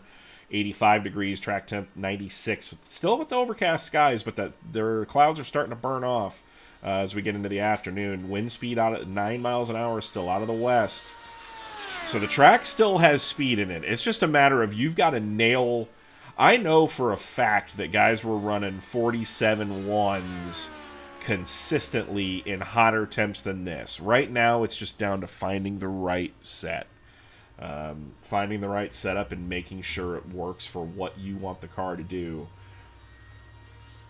But Michael Cozy Jr. making his rookie attempt at the Wicked Energy Gum Fake 500.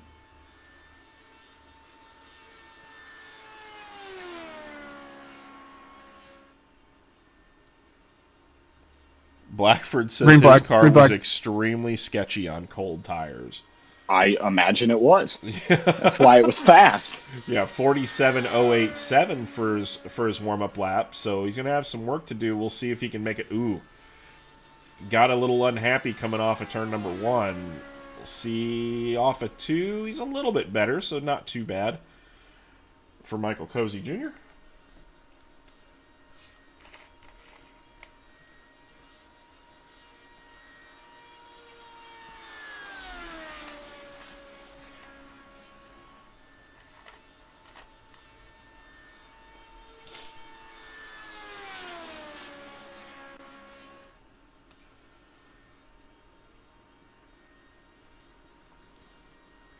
Here we go. First lap, 47.575. He's going to really have to pick it up to put himself into the top 18 right now. Not what we're looking for.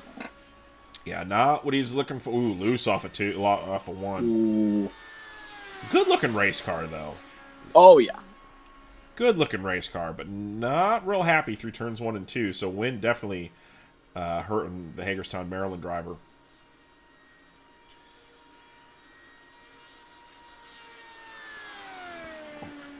Track temp 97 degrees now. That is not what you're looking for. No, but we've been here for 3 days now. They've been running in track temps way hotter than this and running quicker laps. So the track, I think, still has a lot of speed in it. It's just a matter of, can you hit the setup right?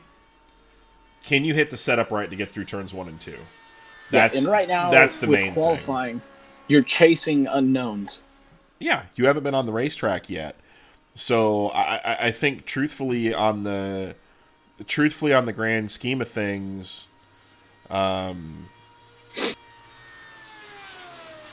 yeah, Brian Blackford says in the Twitch chat, Landon showed what happens with my set when you miss it by an inch. That's exactly right. If you miss it, White flag. Next car. Travis, roll on. Joker, you Mike Blotter going to shoot. Please get there in a hurry. The hero or the GOAT, 47.427. So a little bit quicker for Michael Cozy. Not going to be fast enough to put him into the field. Last lap was a 189.749. This lap, 189.765. So he's still moving up the board, but not like he'd want to. Still currently the 34th fastest qualifier, or 34th fastest lap time, I should say, onto the field. So this is going to be a run that's mainly just finish it off, test it, get yourself a lap, because, you know, like we said, the weather can completely change for tomorrow, and the track could be 5 miles an hour slower, and nothing you can do about it. And if you're in the top 33 now, you're in the top 33. So you really got to just put yourself up there today as high as you can, even if 47.298. So he picks it up quite a bit there. Quite a bit there at the end. As it looks like the bald man from Crystal. I have no idea what state he's in or where he's from, but Rated Gaming, Artesian PCs out onto the racetrack. International Man of Mystery. But he's all shaved up and he is streamlined quick. So we're going to see what Aaron Ralphs can do. 189.744 miles an hour for Michael Cozy. That will not move him into the field. That will move him into the 30th spot, right behind David Bodio. So right now, Rylan Gray, your man on the bubble.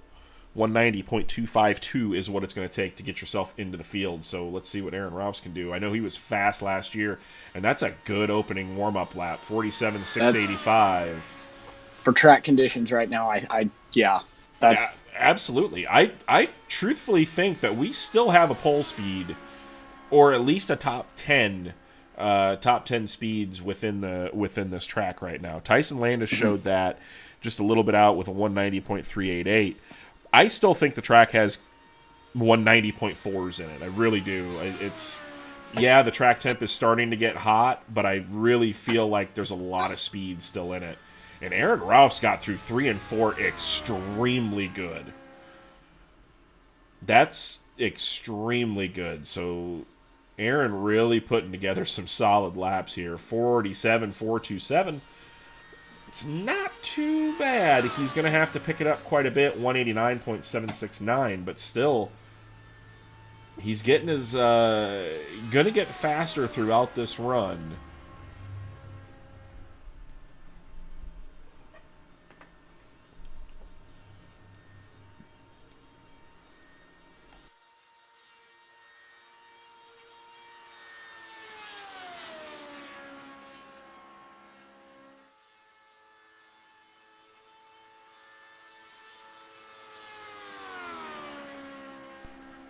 So Aaron Rouse turns off of turn number 4 down the front straightaway for his second lap. And it will be a 47.316, so speeds are going up. This is kind of a reminiscence to a Tyson Landis lap. He was a 38 on his first lap, so Aaron's just a little bit off, but still fairly close. see if he can put himself into the fake 500 field. Track is almost 100 degrees.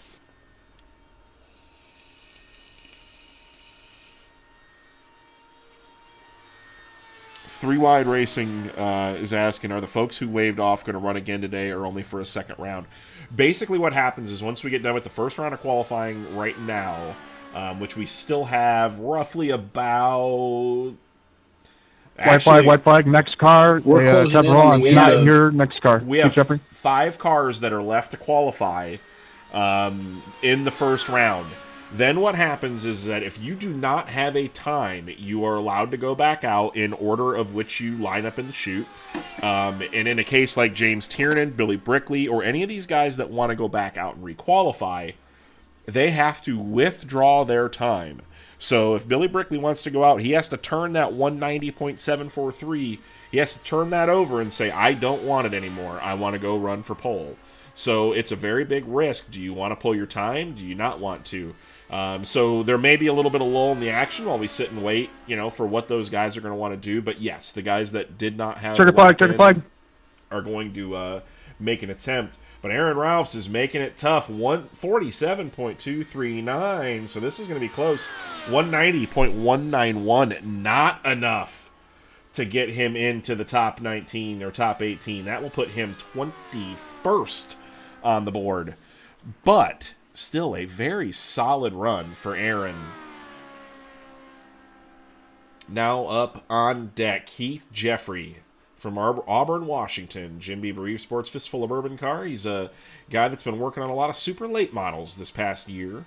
Been around sim racing for a very long time and trying this new challenge of the Lotus 79. So we'll see what Keith can do out of Washington. The rest of his teammates right now are sitting in the 30th spot. Green flag. The 29th and the 30th spot. So the Jim Beaver Esports team has some work to do, but did they go to work and find something for Keith to maybe find some speed? I think the track temp is going to cool off some. I think the track temp has really made a big difference. I think it'll come back to him. And I think it'll come back to him earlier than we saw last year. Well, and it all depends on what the cloud cover does. If the cloud cover comes back and it really starts cooling the racetrack off more, yes, we're going to see some faster speeds and going to see some lower track temps. But I really truthfully think Dan Zagers, he says he's pumped for his qualifying laps here in a little bit. Justin Carey says if the weather drops, he's going for a pole run. Aaron Ralph said he practiced all at 94 degrees, and that a couple tenths a lap was that track temp. So, but Keith Jeffrey, his first lap, 47.527. He's going to have to pick up the pace quite a bit, 189.370 miles an hour for the man out of Washington. And I must say, one of the best photos I've seen. Big fan of that one.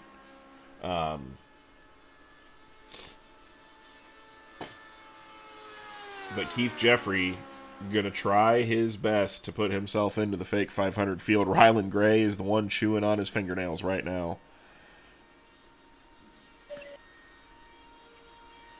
We're seeing a lot of guys talking about if the temperature drops, this thing is going to get busy in a hurry. Yeah, I think we'll see what we saw last year, big lull where just nothing's happening. We'll probably see some dead time on the racetrack for a while. Just waiting to see what happens, and if it plays out like it did last year, we'll have one guy go out, put up a flyer, and then they'll line up all the way down pit road.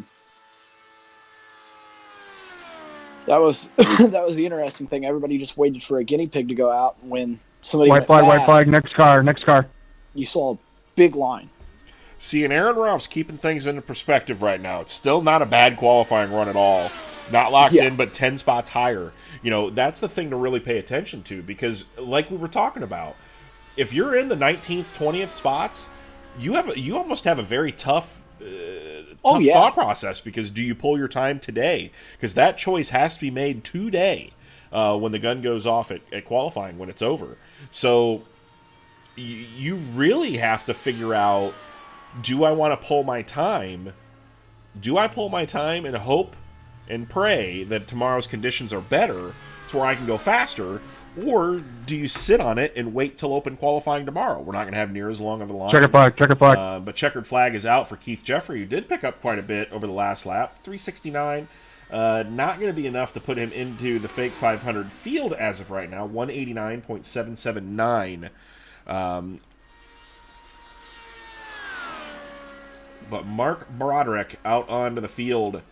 And actually, the three cars for Jim Beaver Esports, 29th, 30th, and 31st now.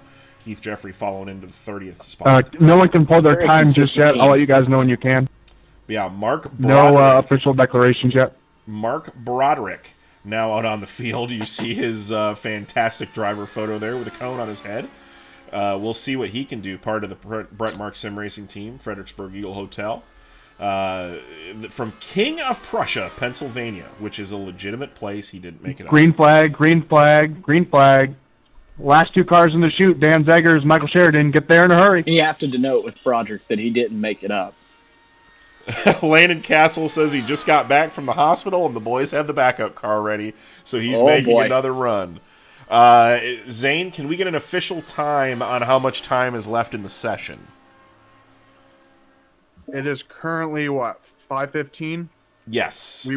We technically started, or 5:15 Central, we started at 12:13. So they will have up until 7:13.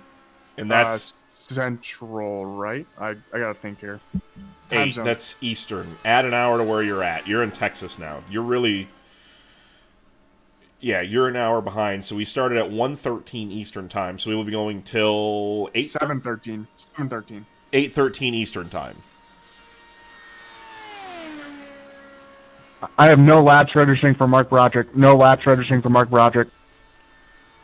Oh, transponder problem. Do you have a black flag? I don't see anything on my screen. Yeah, we're showing him at a 47.480 right now. But he's not getting anything registered on his screen at the moment. I wonder if there was a flash.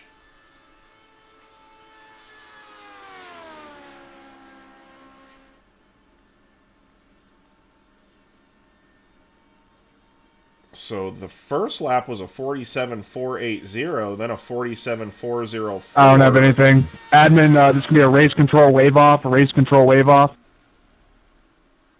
what we're going to do, reset, please, and you'll go right back out. This is a race-controlled wave off. Very interesting. Don't see that very much. That's real weird. Very, very weird. So Mark Broderick now getting ready to go back out onto the racing surface. I went back and reviewed it. I didn't see anything that would cause a black flag there. You went on the access road, joined the track at the time you were supposed to. That's going to be a race control wave off, reattempt. So Mark Broderick now. Transponder problems. Yeah, transponder. So am I going right now? Yeah. Go. Mark Broderick stopping at the end of pit lane like everybody else had to not get any sort of advantage. So we're going to see what Mark Broderick has now on the charts. Track temp now up to 100. Okay, 7:15 Eastern time. Okay. 7:15 God's time. Yep, 7:15, 6 hours. Okay, so yes, so 7:15. So we have about 3 hours left in qualifying. And Billy Brickley, Dan Zeggers is next. Billy Brickley, what is shocking about that is Zane is a military man, so you would think that he would know time pretty well. 24-hour time. So Mark Broderick now out onto the racetrack.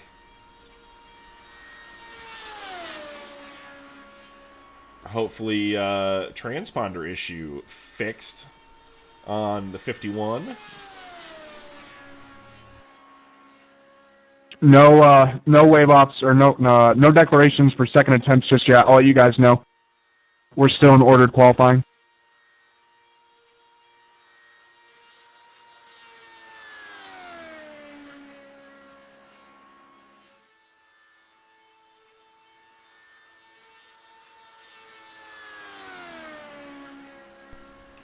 So Mark Broderick now on Green flag. his warm-up lap. We'll see if the clock is registering now. There we go. 47.629 is warm-up lap.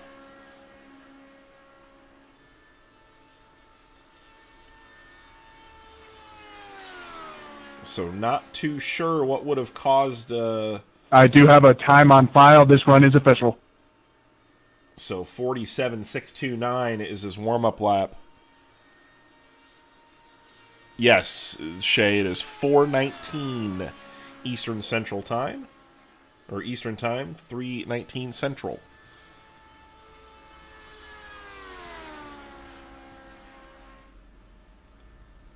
So normally if we would started it right at 1 o'clock, it would have ended at 7, but due to the fact we did not get started until a little bit after. 47.431 on the clock for Mark Broderick. His first lap will be a 189.753. Currently not fast enough to get himself into the Wicked Energy Gun Fake 500. But the track is starting to cook as we're getting the cloud covers going away.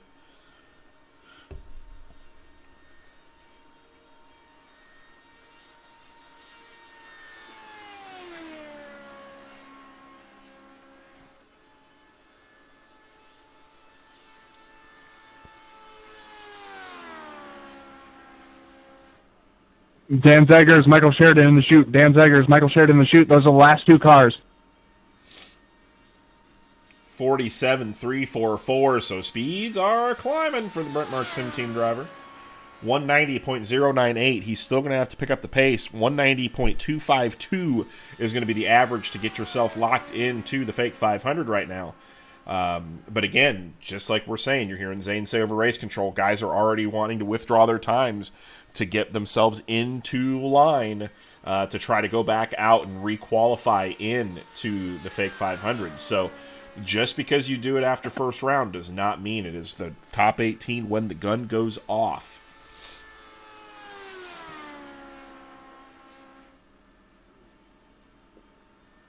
So 47.344 his last time around. We'll see what he can do. White flag, next car.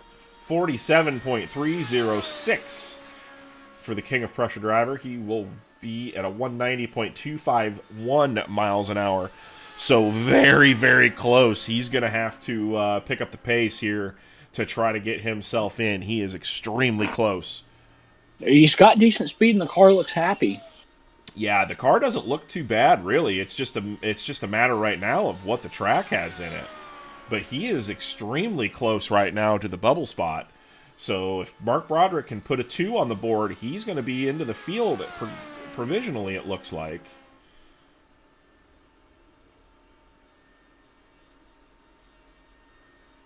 And that is a 47.296. That'll put him at a 190.290.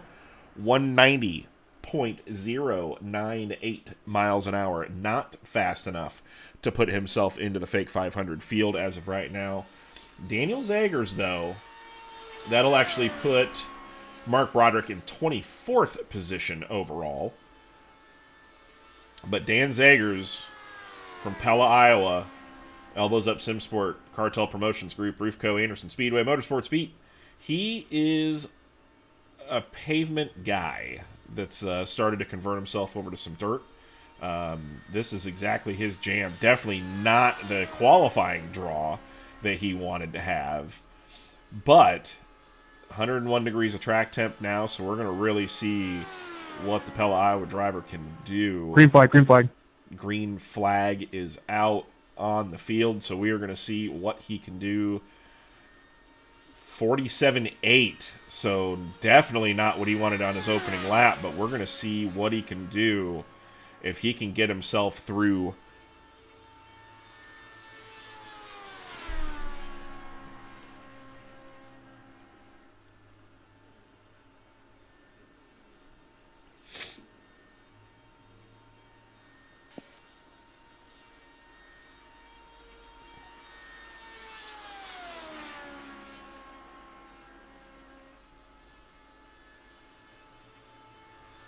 Track temp currently 101 degrees.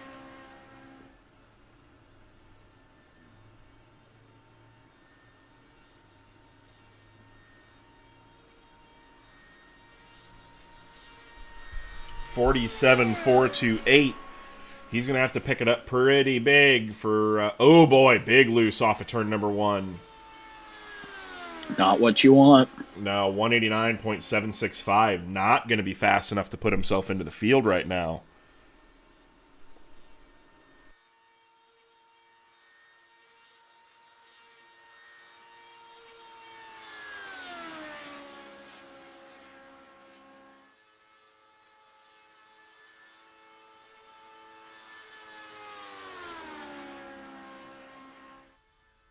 Track temp really, really hurting right now, I think. 47.4, he's going to need to bust off some 2s. 47.394, going the right direction. But again, this is a product of... This is mainly just a product of, you know, track temp, airspeed, or wind direction and speed. So, and again, first day of qualifying, you want to be on the pole, but a lot of these guys that are wanting to withdraw times, I'm not really sure if that's going to be the right answer. But it'll be interesting to see. Dan making a pretty solid run out of this for what he has, what the track still has in it. I think the track still has some speed in it. It's just a matter of getting that setup correct for what you need today. White flag, white flag. 47,289, so he's on the right direction once again. But is it going to be enough to put himself over the hump?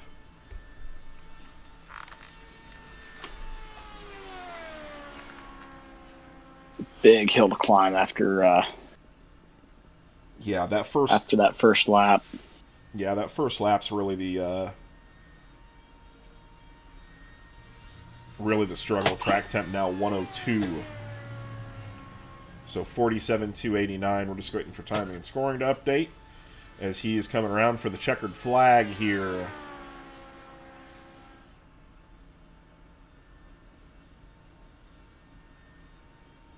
Checkered flag, checkered flag. 47,313, so a little bit slower. All right, here's the deal, all right? Here's the deal. That will conclude ordered qualifying. I need like a 5-minute admin break so I can go use the restroom and stuff. When the elapsed time for the sim, or the sim time in the game, hits 14:20, so in 5 minutes, open qualifying will begin. At that point, you may put in chat that you want to declare another attempt and withdraw your last run. Understand that if you withdraw your last run and you make an attempt, that time is forfeited. If you crash on your new attempt, you will not get your old time back. You are allowed to declare an attempt. You can wait on pit road. The moment you leave pit road, so you break the end of the wall barrier at the end of pit road, that is an attempt. The moment you break that, no matter what happens, you have lost your previous time. You are not, and you will not be allowed to declare an attempt and sit at the end of pit road and purposely delay qualifying so other drivers behind you cannot go. It's either you go when you're ordered to or you get skipped. So, in 5 minutes, now 4 minutes, open qualifying will begin. If you guys do not have the spreadsheet for the qualifying tracker, please go to the Discord and get it. There you will be able to see the order. I will enter them as they come in. It'll be first come, first serve. Do I have any questions? Are you going to wash your hands? Yeah. So we're taking a little bit of a break. We just wanted to listen in on race control to hear what's going on. So the open qualifying set is now going to be underway here in a couple minutes. Kind of get a chance to... Not yet. Can't declare until 14:20. Catch our breath. So Brian Blackford still provisionally on the pole. Tyler Street, Billy Brickley, Joshua Chin, James Tiernan, Clint Stone. Your first 2 rows, Justin Carey, TJ Majors, and Shane Keiko. So the battle of the spotters in 7th and 8th. IndyCar versus NASCAR. They will roll off in 7th and 8th currently. This is going to be a pretty interesting rest of the day. So track temp 102, wind 11 miles an hour out of the west. I know we're going to be seeing a lot of people A lot of people probably sitting around and waiting a little bit. The guys that did not get a lap in, I can see them going out now, putting a lap on. But overall thoughts so far, Baden? I don't think this has played out quite how we expected. I was really expecting to see a lot more speed than we have, and kind of an interesting dynamic that right before open qualifying begins, the track temp just takes off. So I think we're kind of in a position now where a couple of these guys that don't have times are just going to go out and they are just going to make a run. And a lot of these guys that have used a run, I expect them to wait. But, you know, we'll see what calls these guys want to make here, what they think is going to be the ticket, and let's see how this deal plays out. Yeah, it's gonna be interesting to see. As of right now, looks like Tyler Kendall, Ryan Broderick, Carl Burt, Kyle May, Dustin Griffiths, Hank Silver, Landon Castle, Cole Sink, and Dennis Gainey do not have times currently put in. 49 cars have taken time today. So far, I know Jeffrey Stewart finally basically, yeah. So it's going to be, he's going to be making his first laps today. 16 people are currently out, 12 spots to take the 33rd spot. It's going to be a very, very tough. It's going to be a tough, afternoon. Really trying to figure out what to do as far as waiting on the track goes. We're looking at the sky right now. It is still overcast, so the sun is just kind of peeking through a little bit. But the way that iRacing works, it's pretty incredible. The sun actually has 45 seconds. Pretty big bearing on what's going on.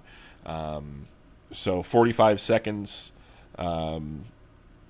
Yeah, last year looks like it trended about 10 degrees cooler overall air temp. But I do know that we were seeing track temps. If I remember correctly, last year we were seeing track temps a lot higher. It was like 116 when people were going out. So it's going to make a pretty big difference. 15 seconds.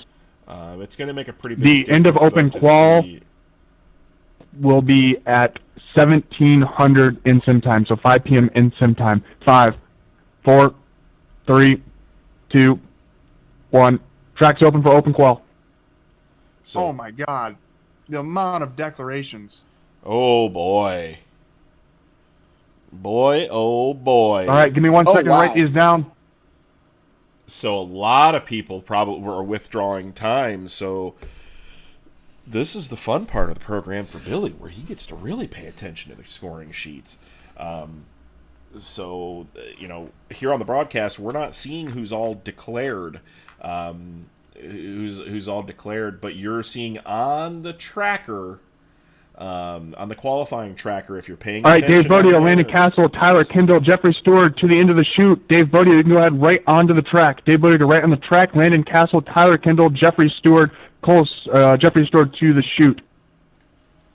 So here we go. Pit road's getting busy. Pit road is getting busy. It is time to go. So here we go. Dave Bodio making his second attempt. Currently in 33rd. So his time no longer valid. So Dave Bodio gonna make his run at the top 18 to try to get himself into the fake 500.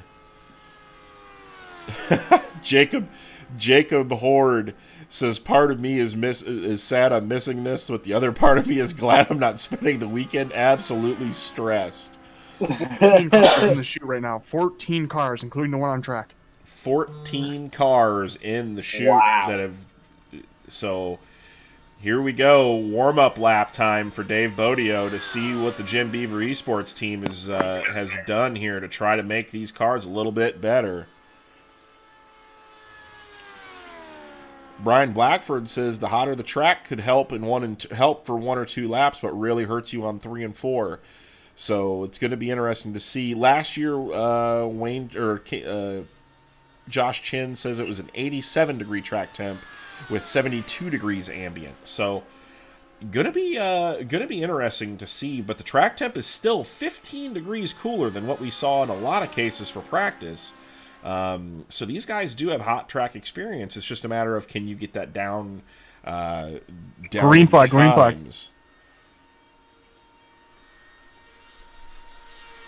So here we go. Open qualifying is open, and Dave Bodio, no, gets into the fence on lap number 1.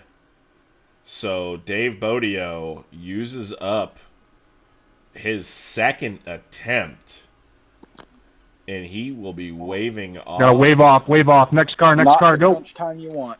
Not what you want. Nope. So he has one more attempt left on the day, which we're looking now to see who is on track.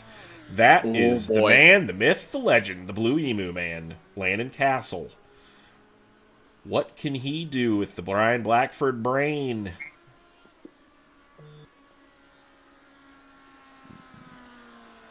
Blue Emu on the side of that car from Cedar Rapids, Iowa, getting himself up to speed. Oh boy.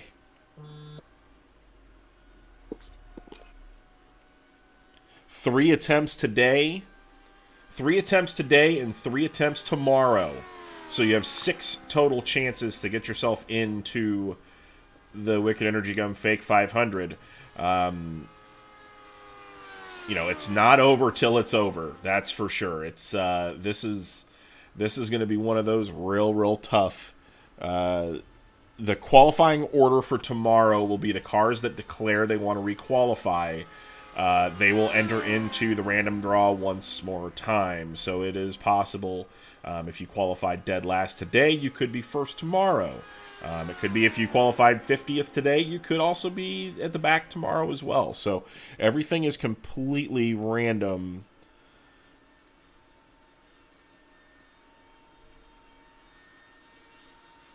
So, and again, tomorrow, we may see last year the track record held by Rick Music, 191.838 miles an hour was your track record officially for your 4-lap average. So we're not even remotely close to that. Yes, you get 3 attempts per day, so you can do one more.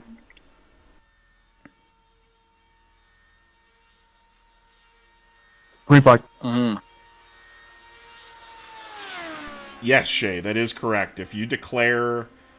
Oh, boy. Oh, no, that's not good. That is not good for Castle here. Not good for Castle. Landon struggle bussing it, trying to get himself into the show. So Landon Castle working on his second attempt today.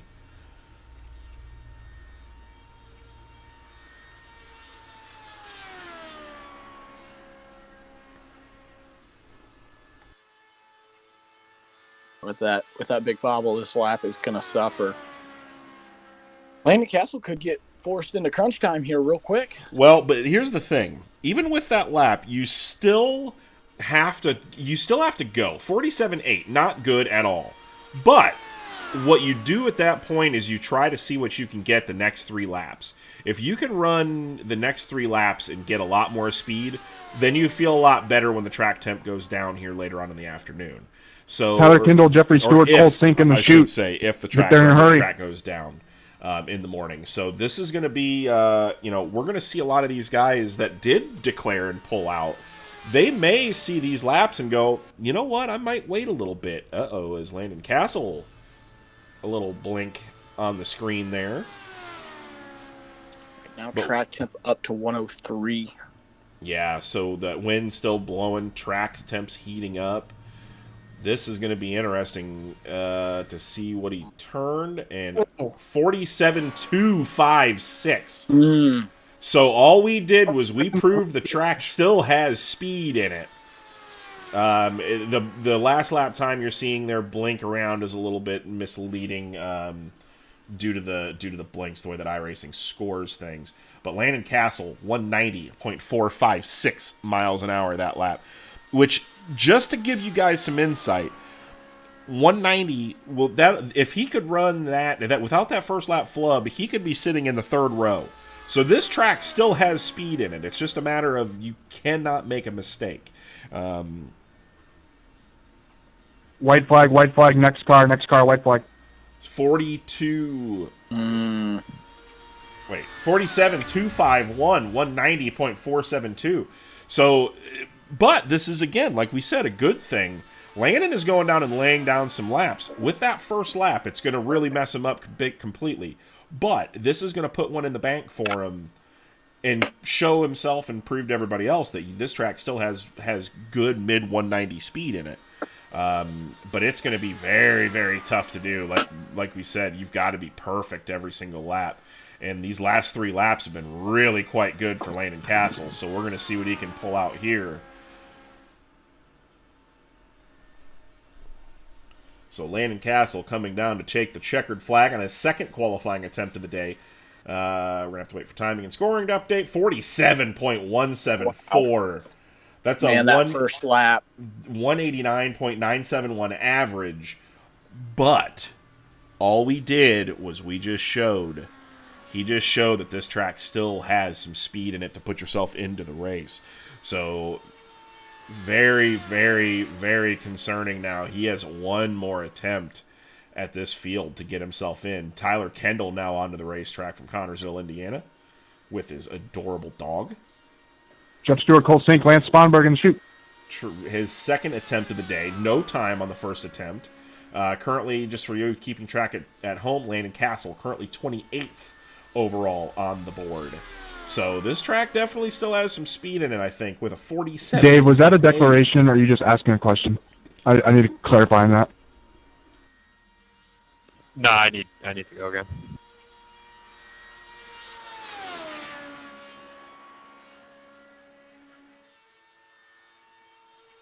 $47,689 for his warm-up lap. Not too bad.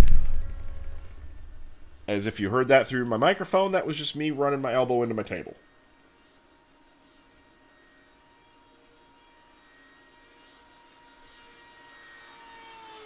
Landon Castle is back in the chute. Landon Castle or declared another attempt. Has declared another attempt. So that time gonna go bye-bye for... Come here to complete your first lap.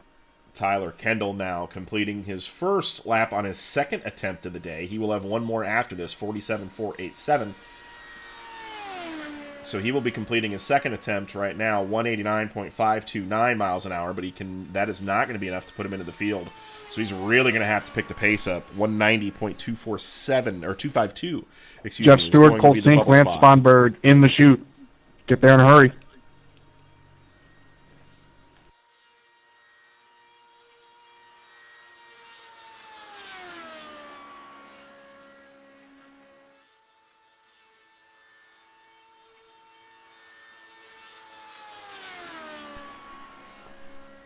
So Tyler Kendall finishing lap number 2. What does he have in the tank?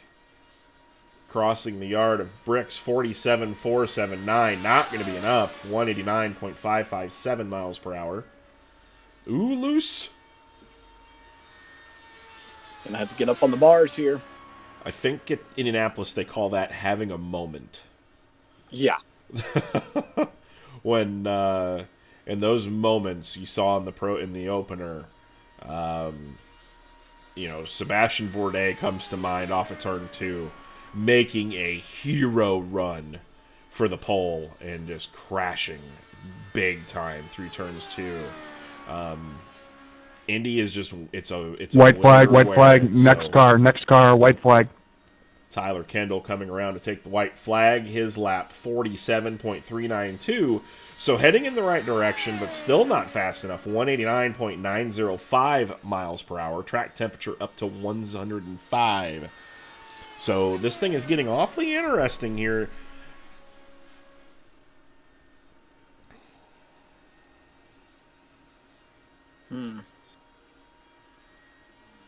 This car is very consistent. But it's just not giving him the speed he needs right now. Yeah, and that's the thing. I think, you know, if anything, Castle proved that you've got to be ragged edge. Yep.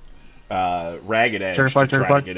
try to get into the field. 47.316, not going to be enough to put himself into the field, but And I'll get a warm-up lap. You get one.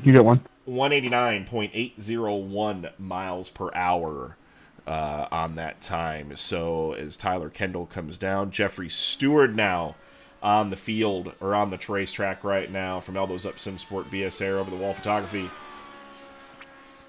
This is exciting.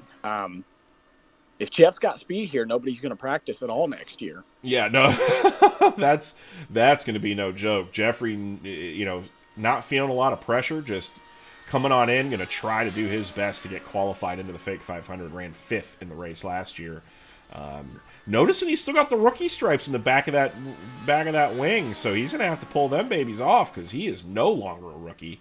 The veteran Green flag. Milford, Ohio, the Milford Missile. He will be turning his opening lap. Cole Sink, Lance Sponberg, Kyle May in the chute. 47.941 is going to be his warm-up lap time. I really liked his entry though, getting into 1. Look at the speed he's carrying. Though. Look at the speed he's carrying. Yeah, it was a little bit shallow going into 1. Car got tight in 2. He burned off some speed there, but the car seems to be fairly stable. That's a quick bar adjustment. He's got some straight line speed here, but if he can keep the car stable and put down a time, he still has 2 more attempts left after this. Yeah, exactly. He's got two more attempts no matter what way you look at it. So use this one up and try to get everything you can out of it. Figure out what you need to do for bar adjustments and things like that. So Jeffrey Stewart making a run put himself into the race. Your 5th place finisher last year, 47.682. Not what he was looking for. But again, kind of a reconnaissance lap because he has not ran this car since last year. So really good speed though through 1 and 2. Yeah. The car looks extremely happy. I think he's got room to trim out. Yeah, that's one of those things. You just go through, trim the car out a little bit more, go out one more time. But Jeffrey Stewart making a run.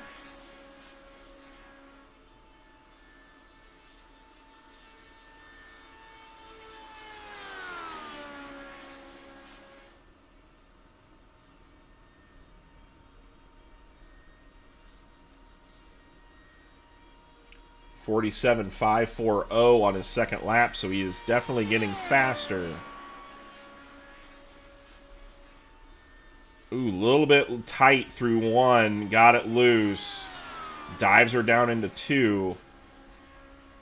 A little bit up off the bottom of the racetrack. I feel like Jeff can free this car up a little bit, but I would go as far as to say he's right there. I think he's just got that room to trim out. I think he's close. You know, he's got good short shoot speed in the North short shoot.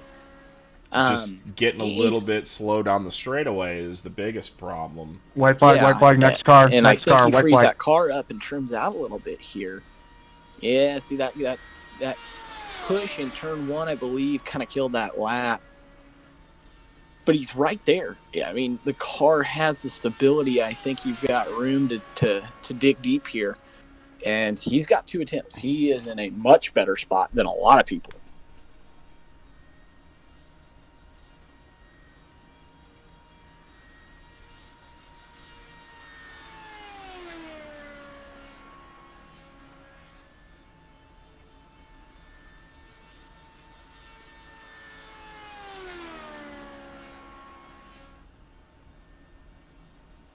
Checker flag. After today, the top 18 are locked in. They do not have to run. Anyone outside of the top 18 has the option of going tomorrow. So Jeffrey Stewart takes the checkered flag. Lance Sponberg, Kyle May, Dennis Gainey in the chute. So that will put him at a 189.193 miles an hour. Not going to be quick enough to get himself into the field right now. But first attempt, first laps on the car after getting back from the airport. So Cole Sink, the first time we've seen him today, from Fort Wayne, Indiana, part of the Indy Racing Images SimSport team, Grit Motorsports Marketing. So again, one of these fast guys.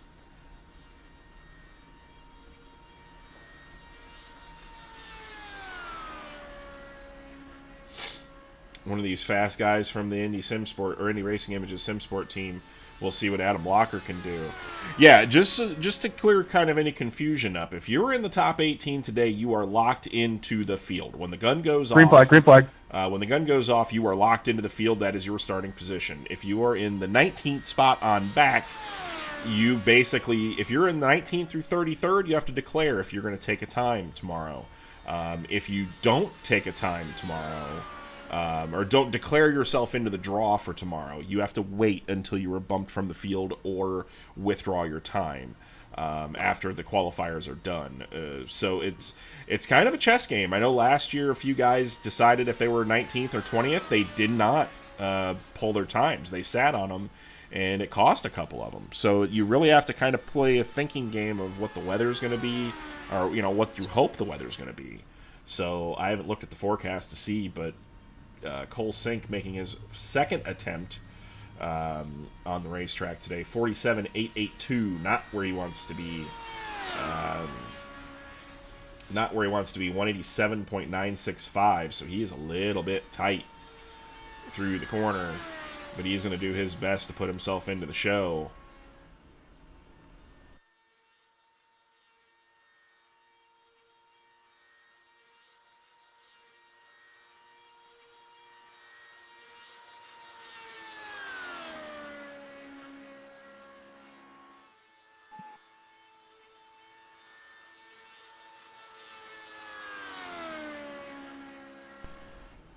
We'll see what Cole can do here. And thank you once again, everybody, for tuning in today, spending your Saturday with us. 47.726. Still going to have to pick it up quite a bit and get himself into the field.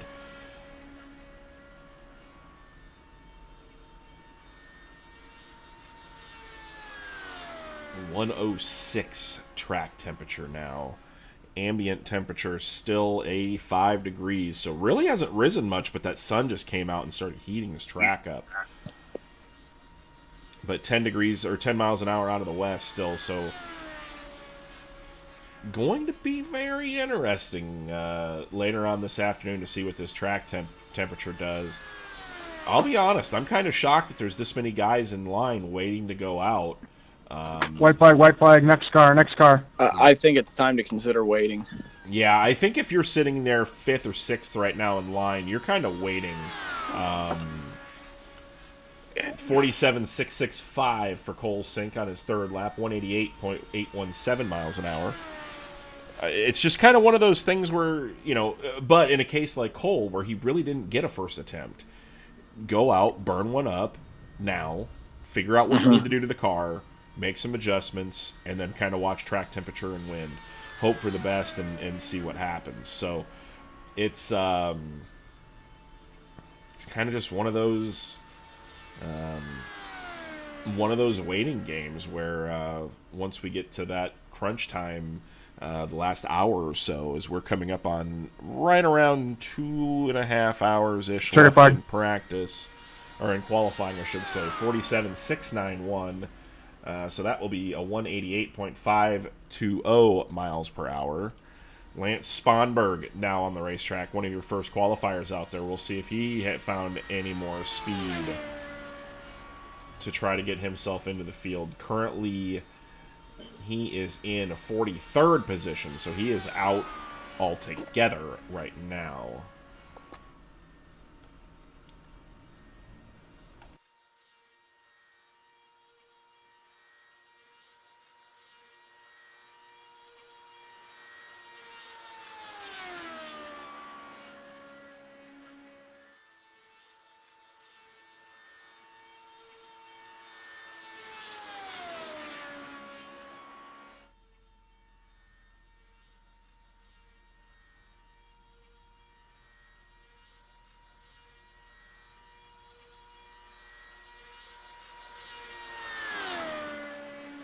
Yeah, not what you want to see, 48.235, so Lance still has some work to do speed-wise trying to find it.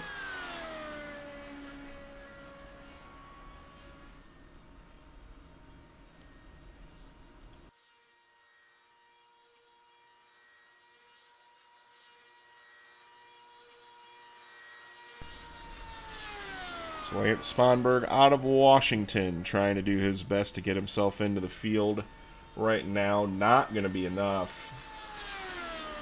Down about 5 or 6 miles an hour off the corner, so he is really struggling to try to find some speed in this thing.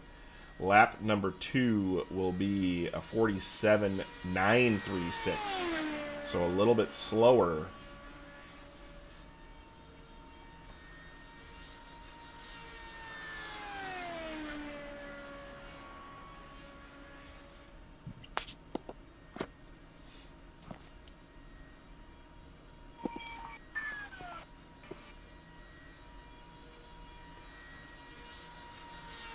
Dives on into turn number 3. Yeah, he's about 5 miles an hour off of where he needs to be. So that thing is planted pretty well. Just needs to keep trimming that thing out and try to find more speed.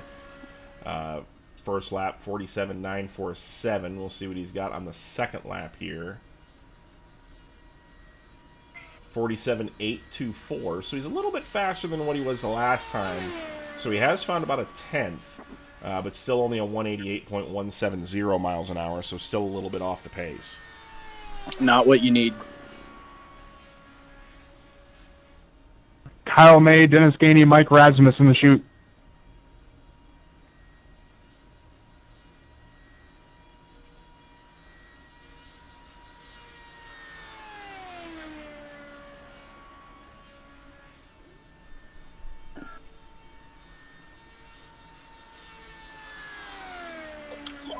Aaron Ralph saying no more attempts for him today. He might just sit on his time and waiting to see if White he gets flag, white flag, next car, white flag. I really think that might be a pretty smart call.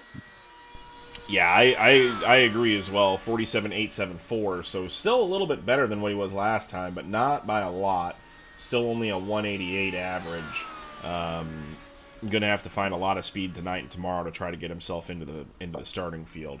But yeah, I don't know. I think right now the way that it looks, if you're sitting, if you're Billy Bowerman, Braden McMahon, Rouse, Breeze, I really don't know if you pull your time today. I think if the track temp starts going way down, you do. I think you wait. But you gotta wait. I mean, the track temp's gonna have to cool off quite Checker a bit. flag, checker I flag. think if we see times down, if we see track temps down 95 to 100 degrees, we might see some more guys, but right now it doesn't really look that way. Kyle May, and actually that was for Lance Sponberg, a 47.799, 188.039 miles an hour. Kyle May still super tight through the corner. So Kyle on the struggle bus, trying to get himself up into the field. Yes, random draw for bump day will be happening right after this session is over. Not right after. Well, not right after, but a few minutes after. We'll have to kind of get some things organized and have guys give the option to declare their times to be disallowed or to basically remove them, so we can get the grid and everything set. So yeah, it will be today after qualifying. It's just a matter of getting a few house and order things. So right now, Kyle May really not happy with that race car. 48.639 on his out lap, or his warm up lap. Not what he's wanting, but we'll see if he can pick it up any bit.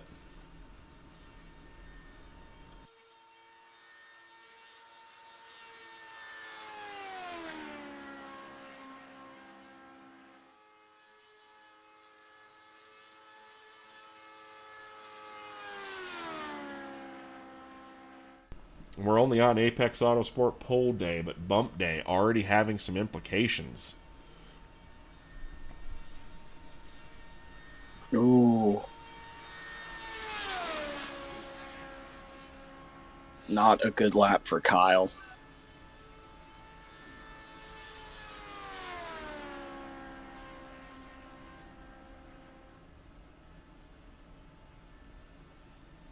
Dennis Gainey, Mike Rasmus, Keith Jeffrey in the chute.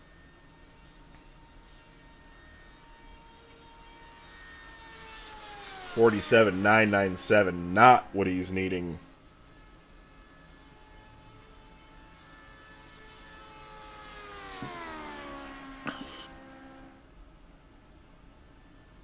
Yeah, that it just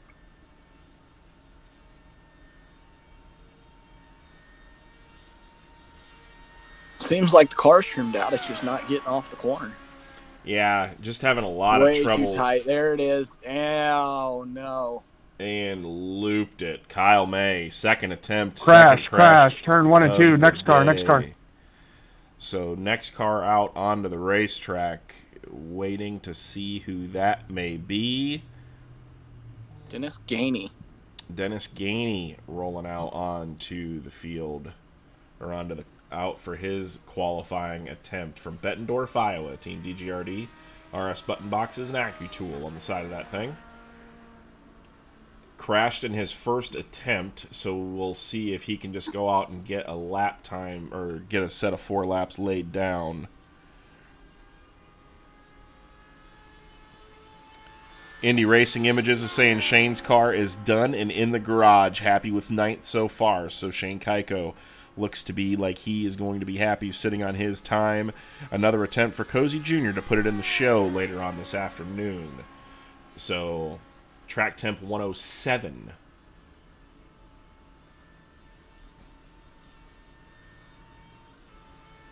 Looks like Kyle May Mike is Rasmus, also Keith done Jeffrey, for Juan Pablo the day. Ruiz in the chute. He's gonna let a woman go ruin his fake 500 pull day attempts. I already don't like her.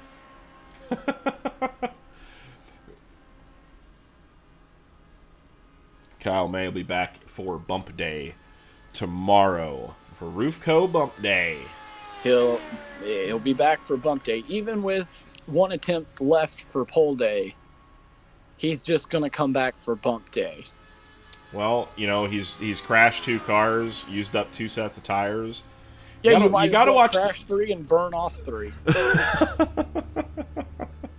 You gotta get the wait. funding down. That date's not that important. You can wait. Don't talk about funding when you're taking a woman out on a date.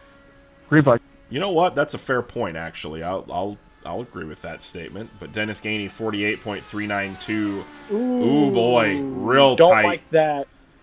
No, had to do a big lift. Still super Burns tight. up too. Yeah, your entry to 2 is already messed up. You don't want to see that at all.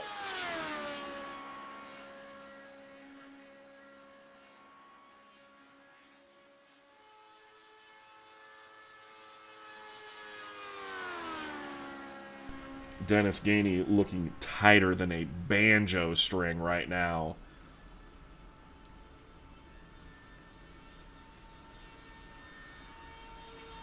Trying to put himself into the fake 500 field, though. 48.089.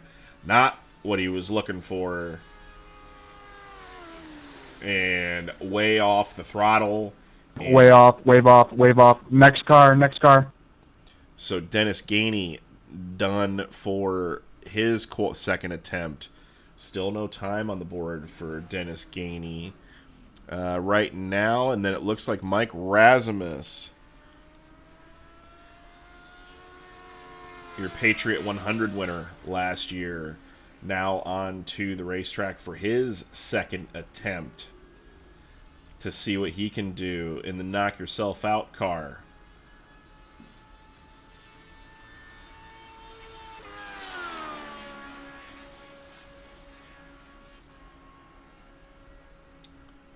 We'll see what he has in store for this 107. I got you, Bobby. 107 track temp racetrack.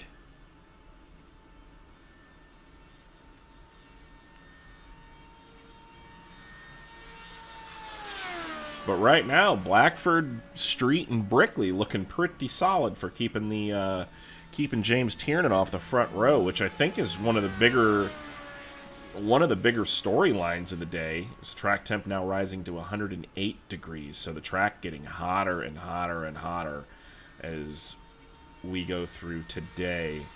But again, you know, this is kind of the game that's played. It does this in real life in Indianapolis, waiting for the clouds, knowing your conditions, if they're right or not, and knowing what your car is capable of doing. If you have a car that you know at 100-degree temps will run, 2s and 3s, yeah, might be worth it to go.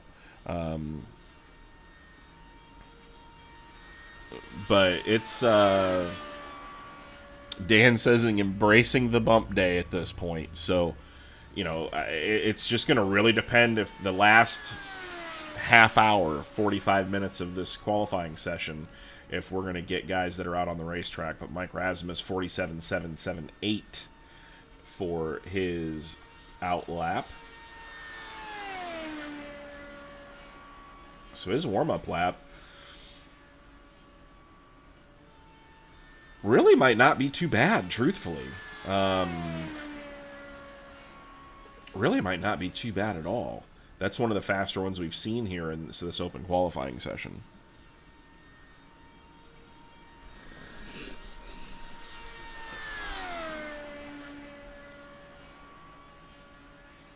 Doyle Lawrence says that his crew is throwing back some cold Sapporos. We're right now crossing their fingers to survive the day, and Billy Brickley might be winning some money.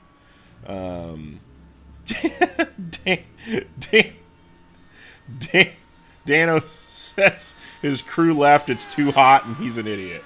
So he's going to be waiting around 47.523. So not a bad time, really, for Mike Rasmus on his second attempt, 189.386 miles an hour.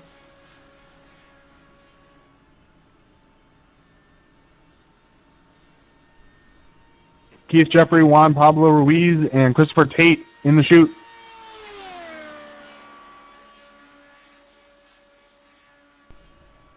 $47,462 for Mike Rasmus. It's 189.629 miles an hour. Not good enough to get him into the field, but on the right direction. So, and again, you've got 3 attempts today. You're not in the field, or you're not locked into the field, so you might as well give it a shot to see what you got. In his case, if you're sitting on the outside looking in, it's not that bad of an idea to try to get some things going.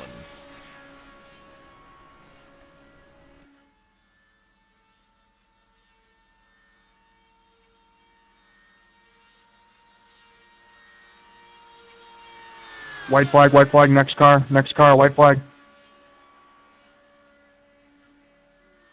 47.423, 189.781 miles per hour.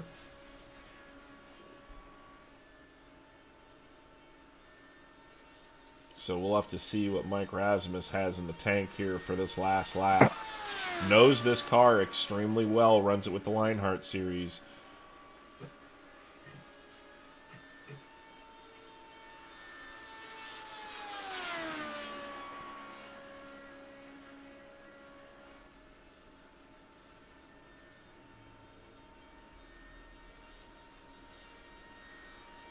Checker flag.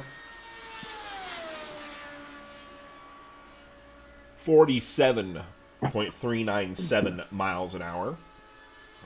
Track temp's just a bear right now, I think. Yeah, track temp is really what's keeping these guys from getting some speed. So Mike Rasmus actually goes from the 29th spot down to 36th. Or 35th. So Mike Rasmus actually crash, turn 1 and 2. Keith Jeffrey backwards, leaving the pits. Next car. Oh, so that's not good. No, so Keith not Jeffrey at all. using up a second attempt. Juan Ruiz, roll. And Juan Ruiz now leaving pit lane.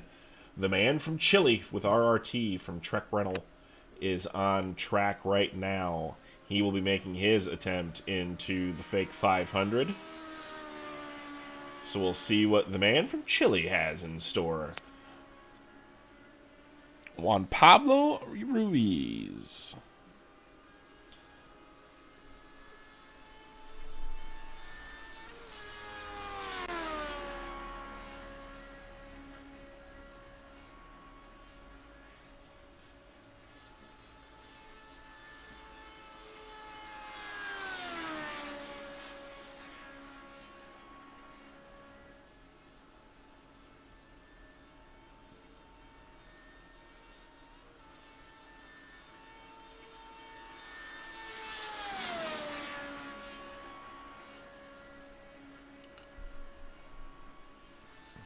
Juan getting the green flag for his warm-up lap.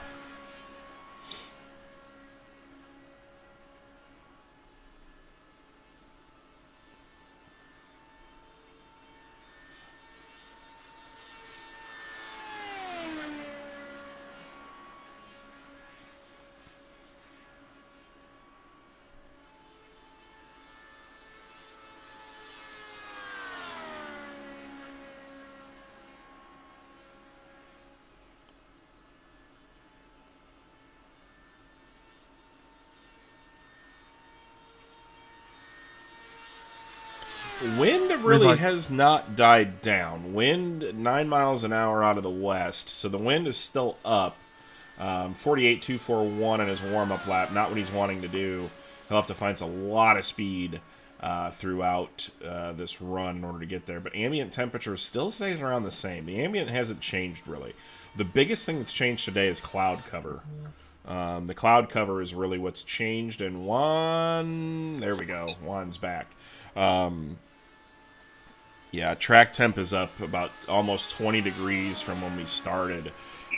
So this track holding a lot of temperature in it now that sun is out beating down on it.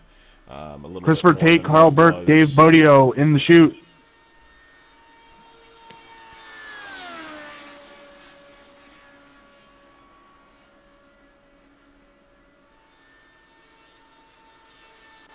So first lap time, it did not show up on there, but the first official lap time, 48.241 miles. I do not have a time registered there.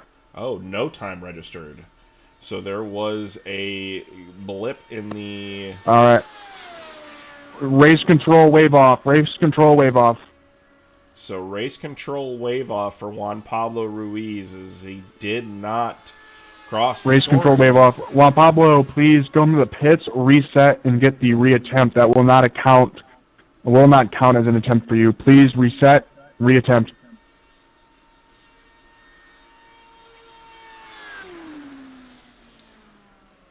Trying to... I do not have a speed for your first lap. So Juan will reset, and he will... Immediately reset and head back out. So Juan getting his relap time. Man, and we hate to see that. Chris. You're one of the fan favorites. One of the fan favorites, and I hate that you had a hardware crash. Wish we could have been able to help out and get that done. It would have been nice to see what you could have laid down today. Blue pop-off valve. Yeah, blew the pop-off valve, and that was all she wrote. So He's running a Buick. Juan Pablo Ruiz back on the racetrack now, going to get his lap time in. Did not... it must have been... That's where the blinking comes from. If you blink at the wrong time, it won't hit the timing loop. So you really have to be kind of watchful and mindful of that.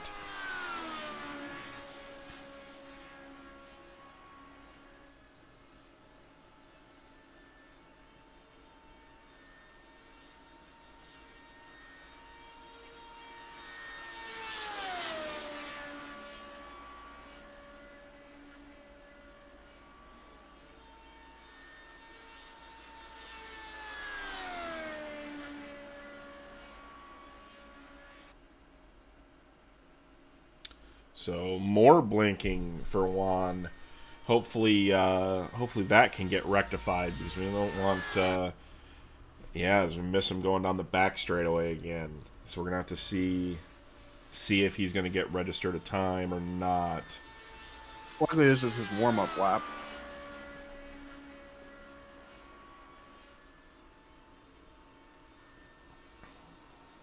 Green flag, green flag.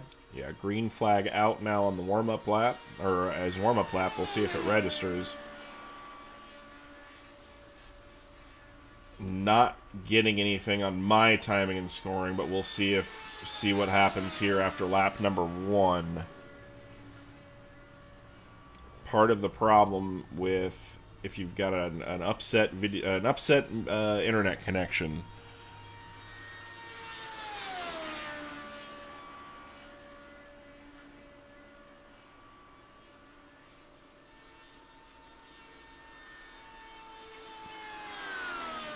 Dano Lindsay reaching out to Chris Peterson to try to get him fixed up for bump day tomorrow, potentially, to see if he can get himself into the show.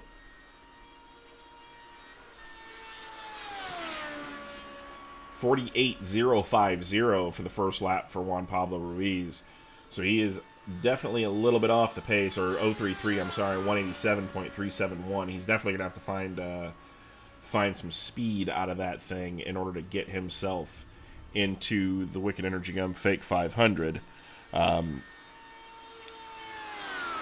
Coming up on right at 2 hours left to go in the session. So it's going to be interesting to see as we lost Juan Pablo. There, he's back.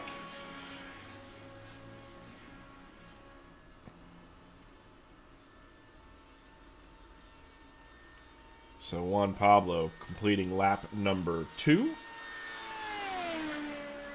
We'll see what shows up on timing and scoring. I got nothing there on that lap. Juan, I'm going to ask you to pull off, try to get the internet situation rectified here. I cannot officially score you. I'm not registering any sort of lap time.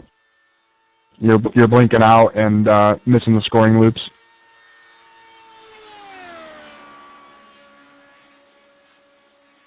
So Juan Ruiz, pop-off valve.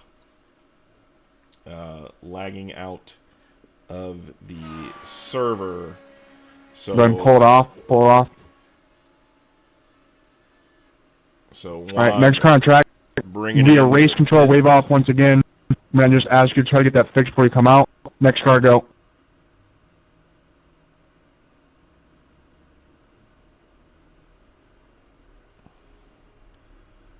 So Christopher Tate, currently sitting in the 35th position, rolls out on the racetrack. Decatur, Texas driver from Grit Esports. Grit Marketing, going to see what he can do with this track temp a little bit warm, on the warm side. So we're going to see what he is capable of doing. We still have, right now, after this, Carl Burke, Dave Bodio, Landon Castle, Hank Silver, and Adam Plunkett. All in the driver order shoot right now, trying to see if they can get themselves into the top 18. Some pretty impressive runs we've seen today. Brian Blackford's, I think, was a pretty hero run later on in the afternoon. I'm interested to see if Landon Castle waits around for the track temp to go down. That's going to be, I think, a big one. And Christopher Tate, super tight and into the fence, and upside down she goes. So Christopher Tate, second attempt, and unfortunately wiping out his time. So Carl Burke now on to the races. What's going on here? Hey, need to reset. I got 2 cars on track. We've got... I'll pull out. All right. I need to review that, make sure there was no... Well, one second. No cars on track. It was Christopher Tate, Carl Burke, Dave Bodio. Let me review.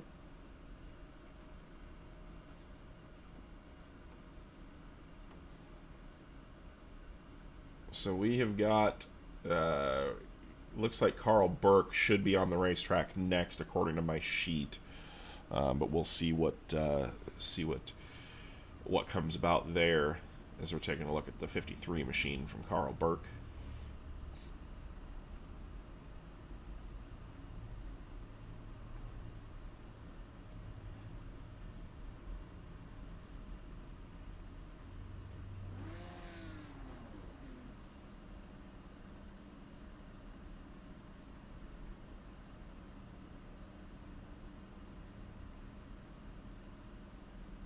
Carl Burke sitting on pit road waiting for his attempt.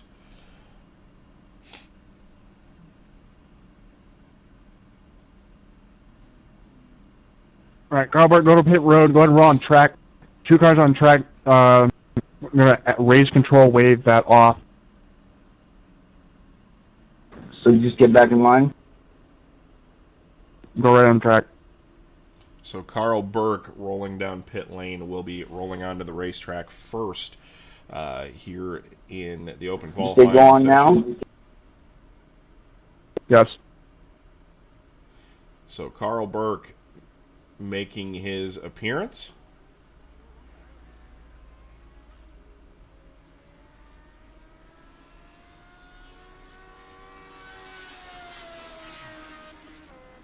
Some gave some.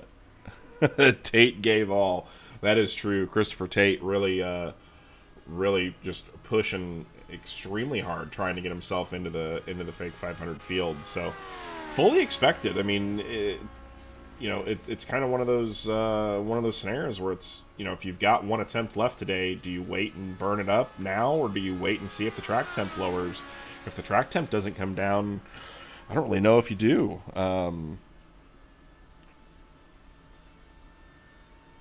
Yeah, track temp, Chris Tate says track temp went up about 15 to 18 degrees. Yeah, it makes a very big difference. These cars are extremely temperature sensitive and wind sensitive. So that track temp going up makes that car handle a lot different, as we see with Carl Burke. Big lift right there through turns 1 and 2 as he goes down the back straightaway. So definitely not the opening lap Carl Burke was wanting to see.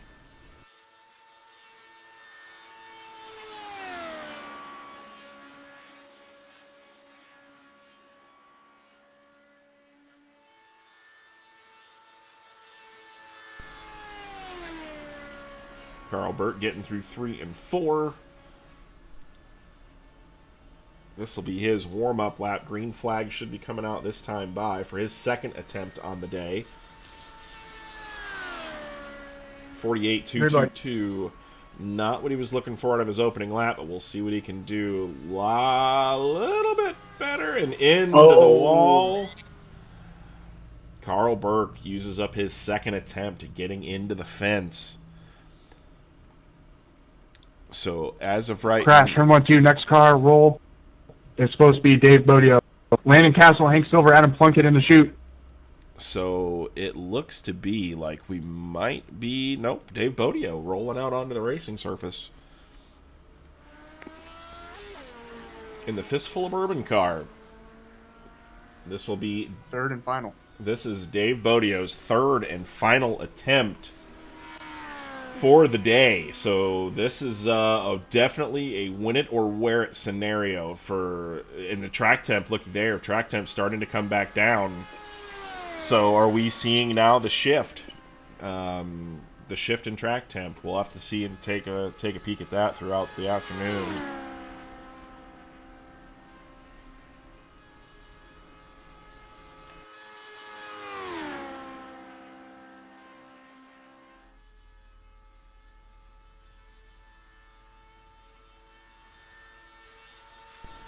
So we could see some action later on this afternoon. You have to wonder here, Landon's next car on the chute, is he going to make that attempt, or is he going to wave it off and save it?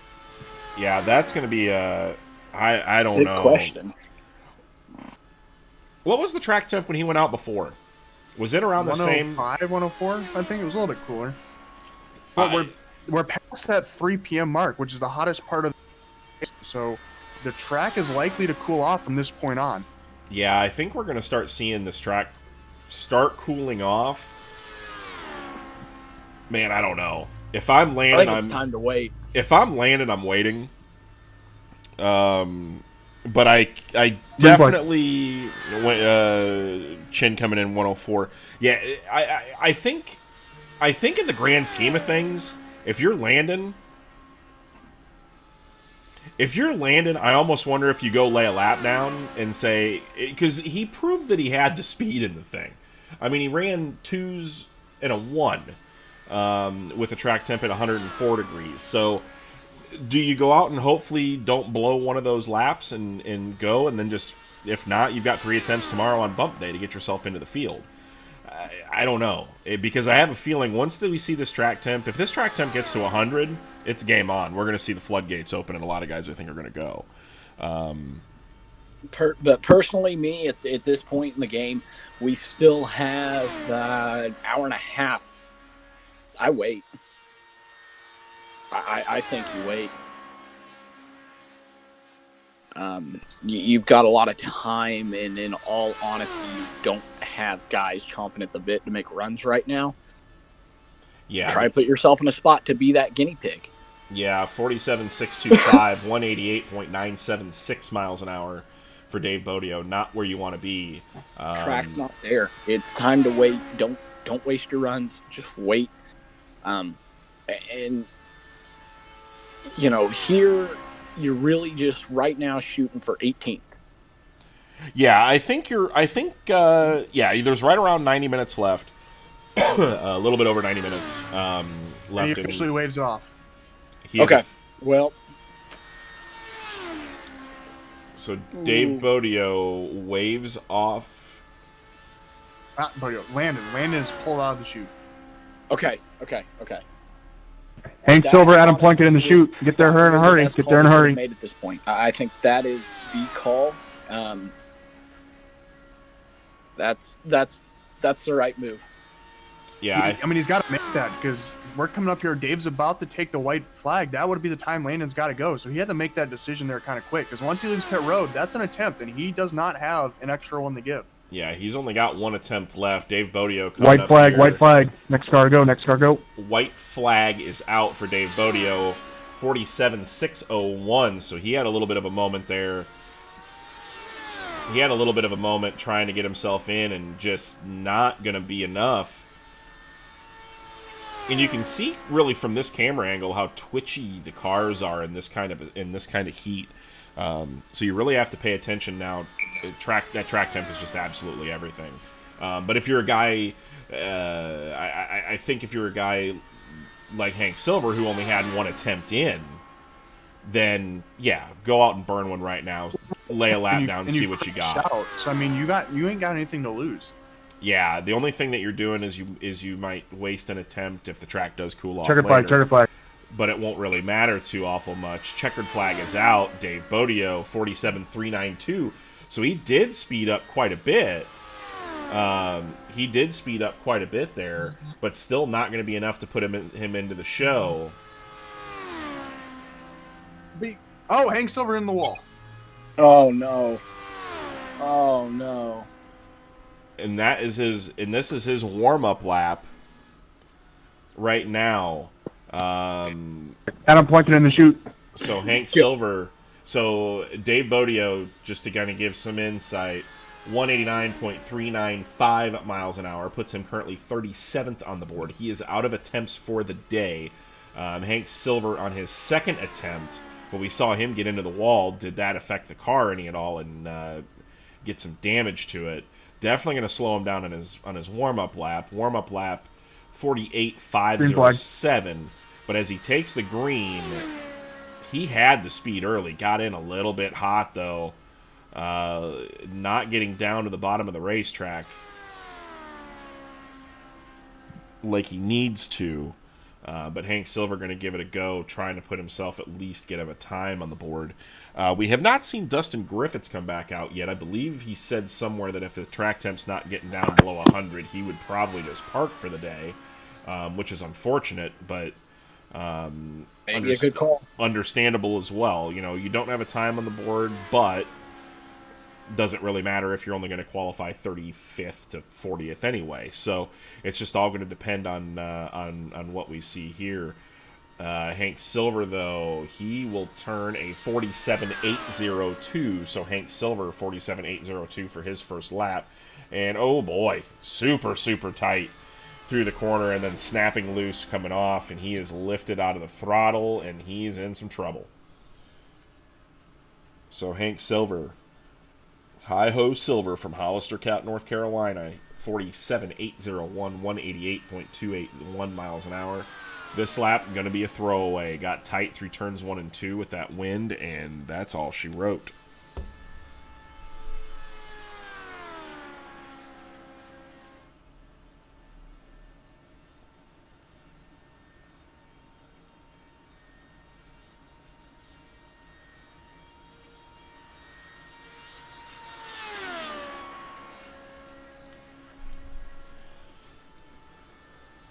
But I mean, use it as an R&D here because you got another attempt left. You can go out when the track cools off, find out what your car needs, and use these 4 laps as an R&D. Don't wave this off.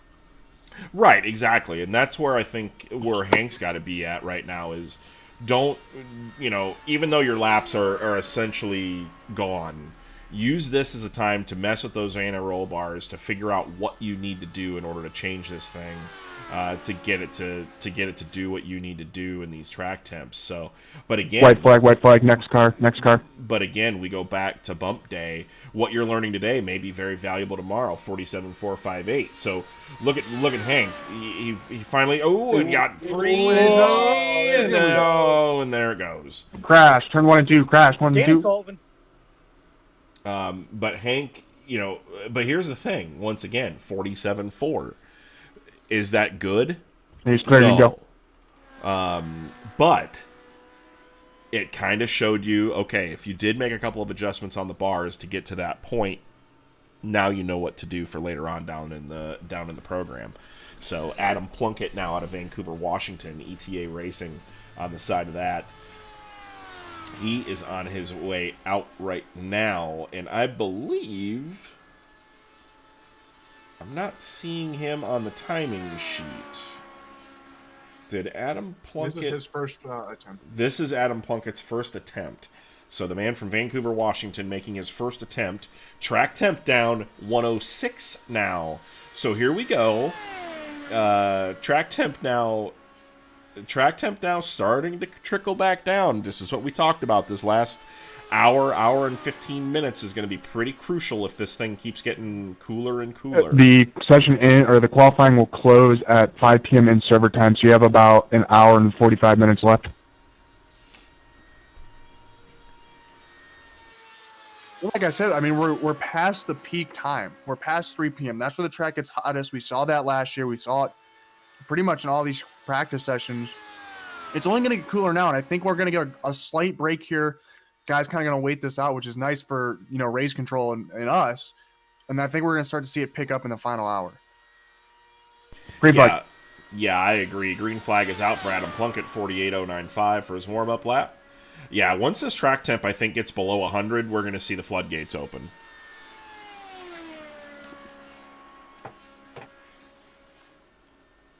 Billy Brickley says it's putting the car away. It's time for some Hooters.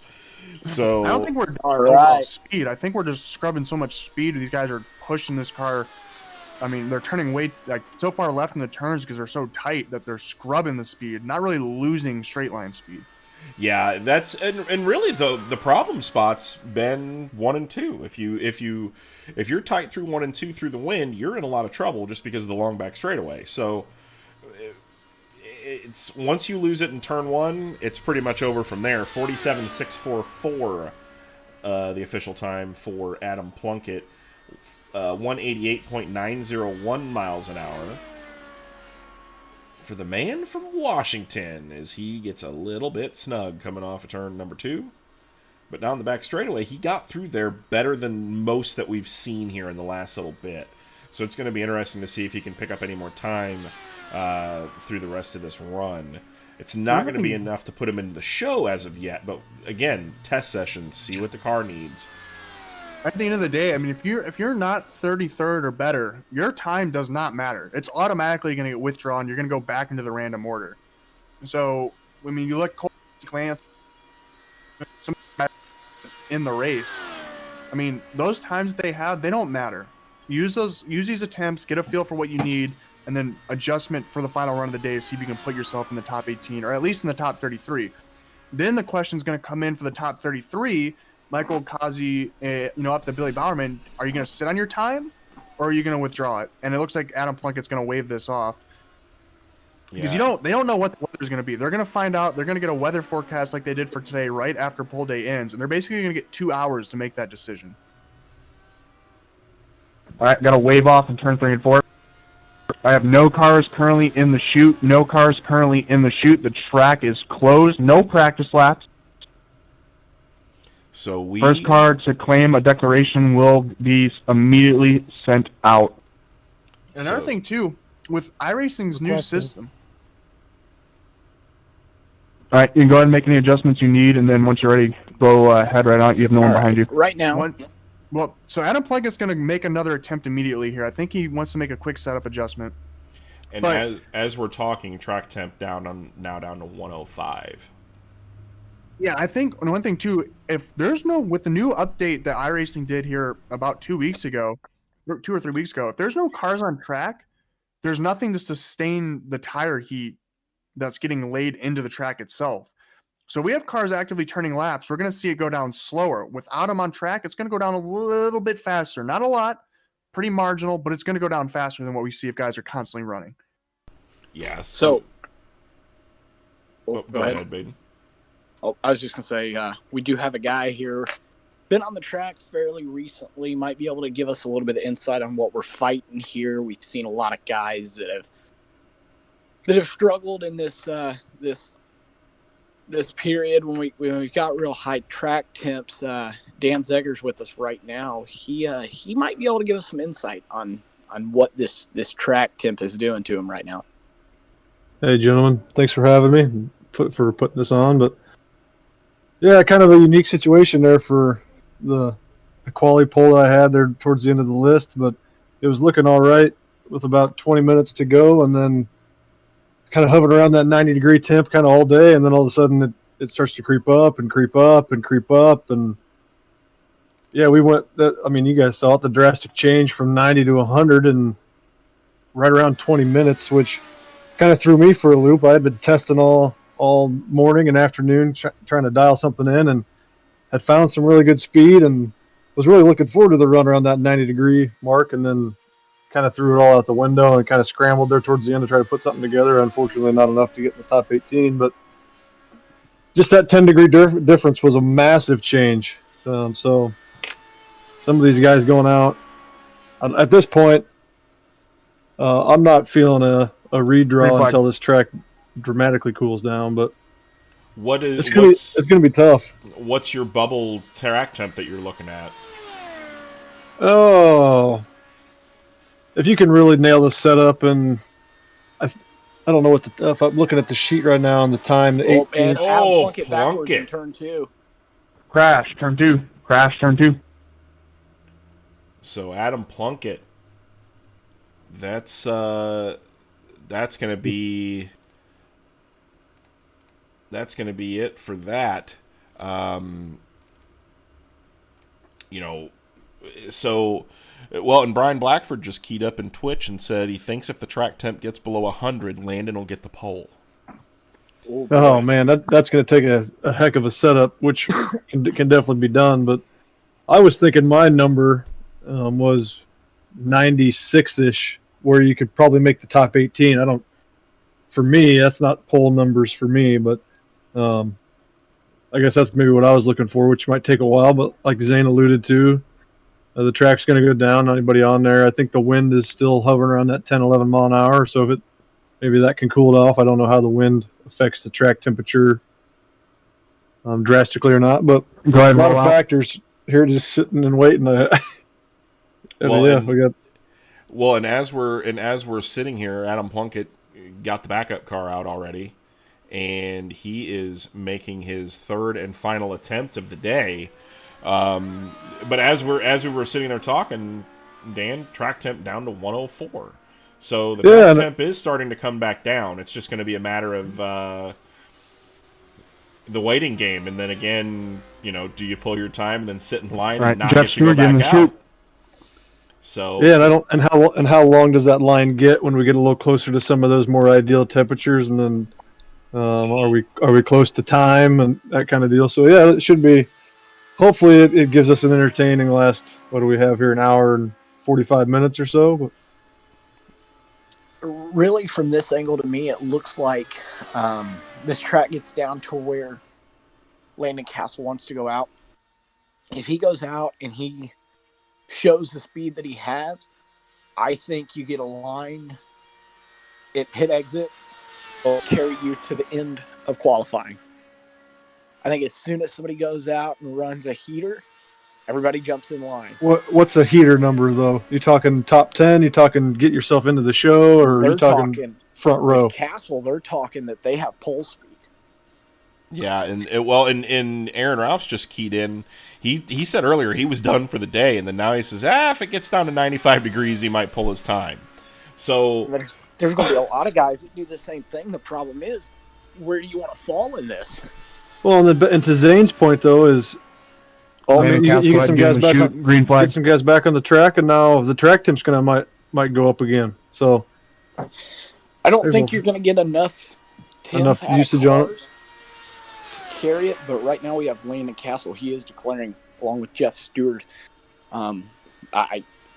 This could be this could be the start.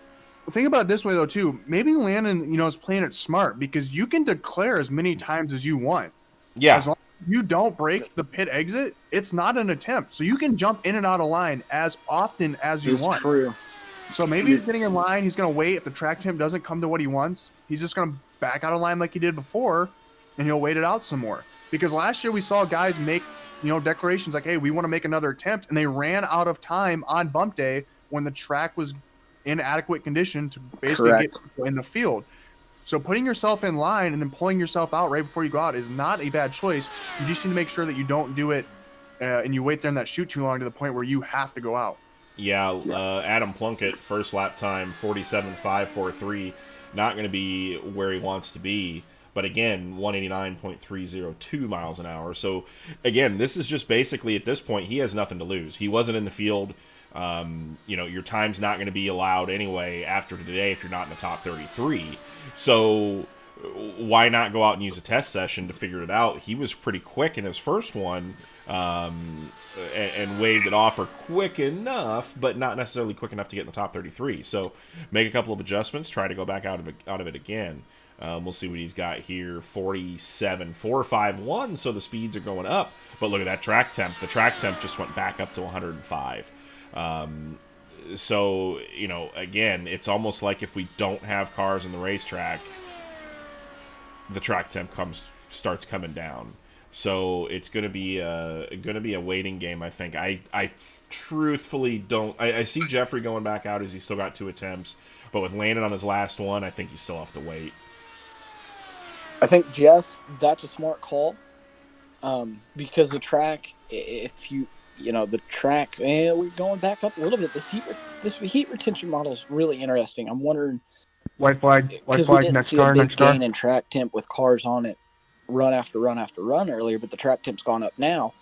But I think with Jeff, this might just be a smart call. You see what you got right now on this track, and you've still got another run. You're in a much, much more comfortable position than a lot of guys. So I think that might be a good call for Jeff here, because with Landon, as long as you're always declaring after somebody else, you're maintaining your position in line. And if that line runs away from you and it gets real long, you just go. And that way you have time. That's correct. 47.399 for Adam Plunkett. His final checkered flag is out on the final attempt. 47.366. Not going to be enough to put him in the show. But pretty solid numbers. 189.716 miles per hour. On the chart. That actually moves him into the 34th position. So 34th for Adam Plunkett. Jeffrey Stewart now on the racing surface from Milford, Ohio. See what Jeffrey can get done here with his 105-degree track temps. And He's again, got pretty good speed here. Well, and we were talking about Landon before. Landon went out when the track temp was about 104 degrees. Track temp was 104 degrees, and he was still running ones at the end of his qualifying session. So, I just he's going to have to figure it out soon if he's going to declare or not, because we're going to find out here, because as soon as he's told to go, it's time to go. Green flag. And as of right now, he is still sitting on pit lane. You just saw a quick glimpse of it. Oh, Jeff, a little bit tight, but snappy loose, but still has pretty good speed through the corners. Yeah, burned off a lot with that bobble off of one, but the car's staying wound up pretty good. He's got a pretty decent speed. I think you make a bar adjustment here and see what you can do on the next lap. Yeah, and a 47.841 is not... Oh, boy. Oh, wow. Good save, though, by Jeff to keep that thing out of the wall. That might be a save of the day, to be honest. And this It's is hard to let it get underneath or from underneath you in the turn, mid-turn, and still save it. what Jeff is finding out right now, as that fuel's burning off and the track's melting those tires. I was facing the same thing at 102-degree track temp, but maybe he has his car trimmed a little different, a little more aggressive to try and get a faster time. And because Landon just said he will try again, so it doesn't look like he's going to pull out a line here. Ooh, boy. Brian Blackford says this is so dramatic. So Landon is putting the trust into the pole-sitting crew chief right now. Brian Blackford, to see what he can do. I'm sure they're talking in Discord about Discord or TeamSpeak about what to do with this thing. But Jeffrey Stewart finishes up his second lap. His first one 47.745, 188.5. This one 47.819. So a little bit slower for Jeff, trying to get himself that corner. Ooh, looked a little bit better, but still loose coming off of the corner. Most exciting run of the day, I think. Absolutely. Cars stepping out every single corner. Jeffrey's on the hammer. he's wheeling it. How many cars are we looking at for bump day at this point? Landon's internet is bad, is from what Brian Blackford is saying. So wondering if we are going to get a wave. White flag, next car, white flag. So Landon, we're going to see, and Landon Castle, it does not look like he's going. And Jeffrey doesn't hit anything. But spinner for Jeffrey Stewart. Oh. So attempt number 2. And is Landon rolling? It does not look like it. I don't see Landon anywhere. Isn't Adam Plunkett? He's trying to. Adam, you are out of attempts for today. You used all 3. So waiting on some confirmation, and actually Landon is internet. It looks like it's lagging him out. So Landon, are you pulling out then? Okay. So Landon is not. He hasn't left pit road, so he technically hasn't used his attempt. And because he didn't leave on time, he is. There's no one behind him here, so really, he's not forced to go until someone else declares. Yeah, so he's. We're gonna sit here and just kind of look at the weather and figure out what's going on. 104-degree track temp now. Wind still out of the west. I think Landon's probably got some internet issues that he's figuring out. His ping was, I guess, over 1,500. So he's probably going to do a reset here and try to come back. But as we're sitting here, track temp still continuing to fall, 103 degrees of track temp. So going to be roll it back out of the trailer, baby. Get it in pit lane. So we're let's take a quick rundown in here, and let's look. I think we'll send it to commercial break if we're okay with that here. Just get our sponsors a quick shout out. But yeah, Blackford went out late. He went quick. He did that with a track temp sub 100. I'd say mid 90s is probably what about was. I don't remember exactly. But we saw Landon go out with plus 100 and set down a 47.174 in his last lap, which that is on pace for 6. Clint Stone is 6. His last lap was a 47.174. So we know the speeds are possible, but the issue, I think, is that you have to have the car on such the ragged edge that we're seeing guys maybe going out there and not completing the laps. We still have 4 guys that have wrecked or spun on their first lap, 1 that wrecked on his second, and then 2 on their third, and then 2 more on their fourth. So, we have a total of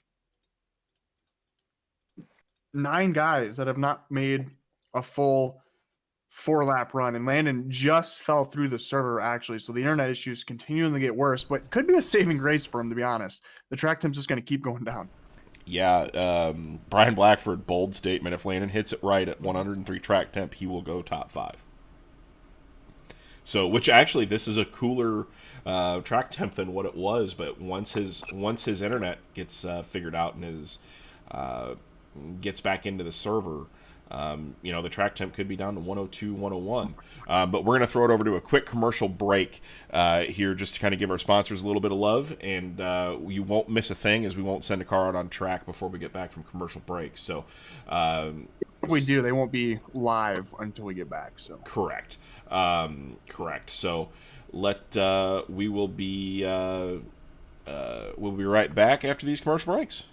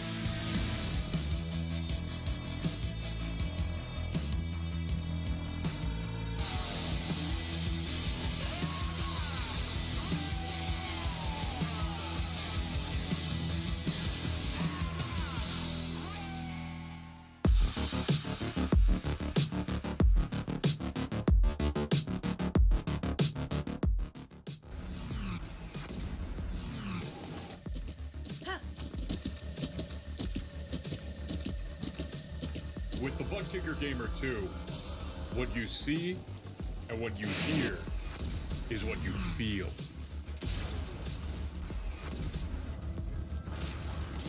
Butt Kicker. The future is feeling.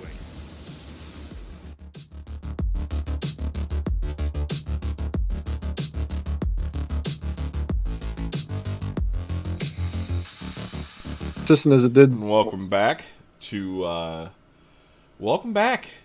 thank you to the sponsors, Brent Mark Sim Team, Wicked Energy Gum, for being the title sponsor of the Fake 500, as well as Butt Kicker getting some Gamer 2 systems out to some of the competitors in the Fake 500. So as we come back from commercial break, track temp down to 102. So will we see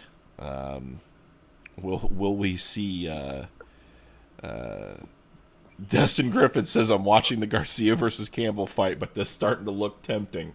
102-degree track temp, so it's going to be very interesting to see how this all plays out. Within Apex Autosport Poll Day.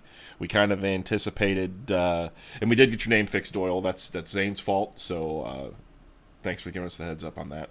But yeah, things are starting to get interesting. I was kind of anticipating, if that track temp didn't come up as quick as it did, that we would still see a lot of on-track activity. But right now, we're just kind of in a holding pattern as we sit and wait to see what happens. Doyle Lawrence sitting 16th currently, 190.285. Kyle Dager and Rylan Gray. Rylan Gray's been on the bubble for quite a while now. But I've got a feeling that if this track temp keeps falling and we get down to a 199, if we get below triple digits, I got a feeling we're going to see some Go ahead, head out. things. And it looks like we have a qualifier heading out onto the racing surface, trying to see who that may be. Dustin Griffiths. It looks to be Dustin Griffiths, who is rolling out. Dustin, we didn't get to see him on his first attempt. He actually spun coming out of the pit lane. So this is his second attempt. No time on the board so far. So we're going to see what Dustin Griffiths can put down. And the Catch Fence Apparel number 9. While Dustin's taking his out and warm-up lap here, let's just run down the top 18 real quick. Let's start from the bottom. Number 18, Rylan Gray. Rookie. Oh, and Dustin hit a cone. Oh, no. Did it damage the front wing? Nose looks good. Yeah, nose. We saw that last year by his brother, who hit it on his final attempt, damaged the front wing, and then spun out because of it in turn 2. So Dustin, very lucky there. But going back to the discussion, Rylan Gray at 18, a rookie. Fake 500 rookie. He's currently locked in. 17th, Kyle Dagger. Made the race last year. Didn't have the luck he wanted. He's in. Number 16, Doyle Lawrence. I talked to Doyle earlier this week. He thought about maybe just not pulling out of this event. He wasn't sure if he had the speed. He grinded, worked all week. He's currently locked in. We look a little bit further. 15th, last year, the 2020 Fake 500 champion, Kevin Click. He said his biggest goal this year was just to make the race. Oh, Dustin through the wall. He'll wave it off. Dustin Griffiths gets the wall in turns 1 and 2. Kyle May, go ahead and go out. Oh, Kyle May. All right. Oh, boy. The girl must have bailed on him. No, he's got the Yachtman chocolate cologne on. But he's still making his qualifying run. Jamie got him Yachtman chocolate cologne for Christmas, both him and Nate. 60% of the time, it works all the time. Fantastic. So, Kyle May, third and final attempt. He has not seen the checkered flag yet. He's had a little bit of trouble down in turns 1 and 2. Track temp down to 101 degrees. So this is going to get interesting to see how this plays out. That track temp keeps coming down. It gets below 100. We might see some action. Dan Zagers may have to go run through the tunnel to get back to Gasoline Alley. I was gonna say I need to get back to the trailer, but we got an hour and 15 minutes, I think, approximately left. So I think on that note, I'm gonna go do that, and appreciate you guys for pulling me in here and having me and have a little chat. But we'll see what it does, and hopefully we can maybe make something out of it today yet. So. Well, good luck the rest of the day. Best of luck to Dan Zagers as he is going to head out of the booth and head back to Gasoline Alley and see if he can get that thing tuned up. Anyway, going back to that discussion here, Adam Blocker, 14th, another rookie in the field. He was, I think, my personal choice for rookie to keep an eye on. He led most of the rookie orientation race. He's currently locked in. Go to 13th, you have Jeremy Zarfos. Number 12, Tyson Landis. He started on the outside of the front row last year, so he's looking good to make his second start ever here in the Fake 500. Green flag. Then you have John Harper, 11th, going from the pole of the Patriot 100 to locked into the Fake 500, so a big improvement for him. Skylar Brown, 10th. He's going to get locked. Looks like he's going to lock himself in another Fake. Shane Keiko, 9th. He's going from, I believe, the Patriot 100 last year to making the Fake 500 this year. TJ Majors making his second appearance. Justin Carey in 7th. Rookie Clint Stone in 6th. He'll start on the outside of the third row as things currently stand. Last year's second place center, James Tiernan, is 5th. And then 4th, you have what we expected to be our pole qualifier early, Joshua Chin. 3rd and 2nd, you have the Sofa King Fast SimSport drivers of Billy Brickley and Tyler Street. And then at the top, you have Mr. Drama himself last year, 2.0 gate Brian Blackford, trying to redeem himself for last year's run. So he's currently at the top, and he is 5 thousandths of a mile per hour faster than Tyler Street. Remember last year, the difference between pole and second was 1/1000 of a mile per hour. So close for the pole here at Indy. Kyle May just not with the speed you need.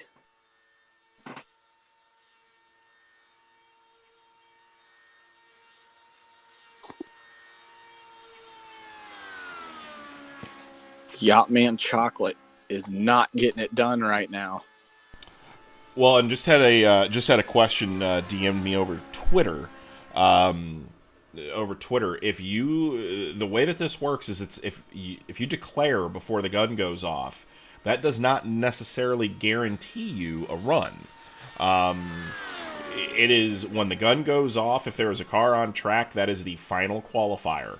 You must take the green before the gun goes off, even if you have declared. So you really have to pay attention to the timing, and Zane will be keeping everybody abreast on how much time we have left once we get closer. It's just at the 6 o'clock hour, so we've got about, an hour and 13 minutes? Hour and 15 minutes? Hour and 13 minutes. Yeah, so once we get close enough to that deal, the next half hour, I've got a feeling if this track temp keeps going down, it's going to start getting busy. So you're going to want to pay attention to when it's your time to go out. But Kyle May, not what he wants to see. 47.7, 47.5 on his second lap, 47.5 on his third. So Kyle May, not where he thought he was going to be. But still going to have 3 attempts tomorrow. This is his third and final attempt on the day. An hour and right around 10 minutes left there, Tyson. So you're going to have to chew on the fingernails for a little bit, just over an hour, as far as timing goes within the Fake 500 qualifying run. Kyle May. Checker flag.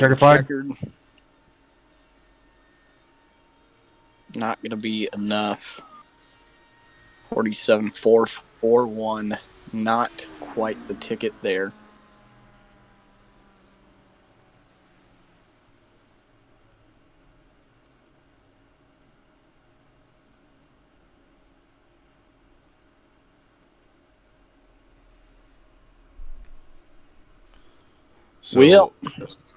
So not what Kyle May was wanting there on the board.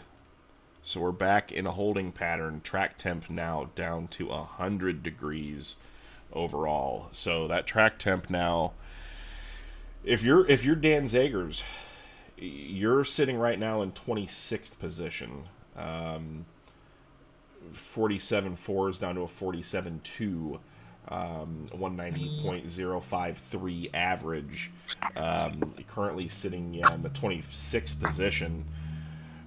I don't remember what the track temp was when he went out the first time, but you got to think that it's probably getting down to crunch time to where he's going to pull that time. Yeah, and Aaron brings up a very good point. If there's an hour left at max, we're going to have 15 qualifiers, and every minute that goes by that we don't have a car on track, that means it's getting less and less. Just by the way that the qualifying system works, it's about 4 minutes a lap, or 4 minutes per qualifying attempt, a little bit more, 4 minutes and 30 seconds-ish. So you really have to pay attention to watch that line, watch that track temp. I've got a feeling that we're going to see Landon Castle here fairly soon, with that track temperature down right at around 100. So it's gonna start getting we're in a little bit of a lull right now, but it's gonna start picking up here pretty quick, and especially guys like Ryland Gray. I know a couple guys are sitting around waiting for the next half hour or so to try to figure out when it's their time to go. As we've got another car getting ready to hit the racetrack, it looks to be Mr. Stephen Hill. Ooh, mud flap rolling down the front straightaway. 100 degrees here. Yeah, 100 degrees even right now. So Stephen Hill going to give it a shot. He is currently right now in the 36th position. Used up one attempt, so it doesn't really, no harm, no foul. He was getting his time thrown away anyway.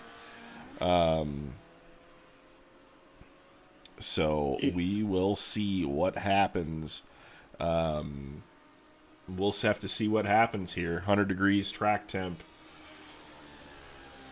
So at this place, is he still mud flap, or is he, during Fake 5, is he gurney flap? I think it's still mud flap. Still mud flap? I think it has to be. Now, if he was driving a Dan Gurney car, yes. Yeah. Then it's a gurney Obviously flap. gurney flap.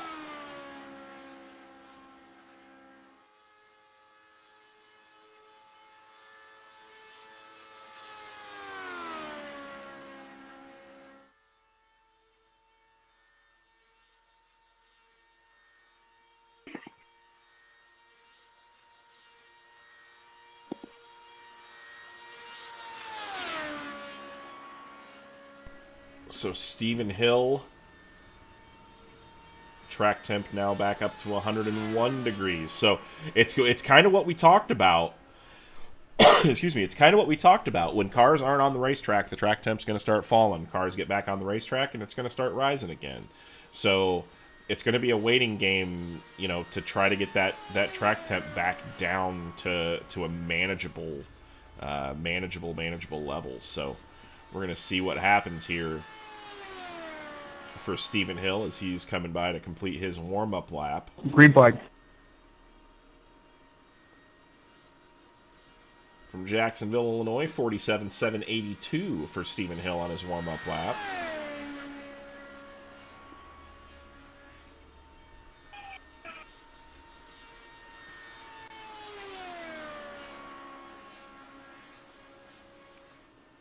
So Stephen Hill, ooh, boy, still has one attempt left today. We'll have to see what lap number 1 looks like. He said he was getting ready to go back out, but he wasn't really sure on his speed.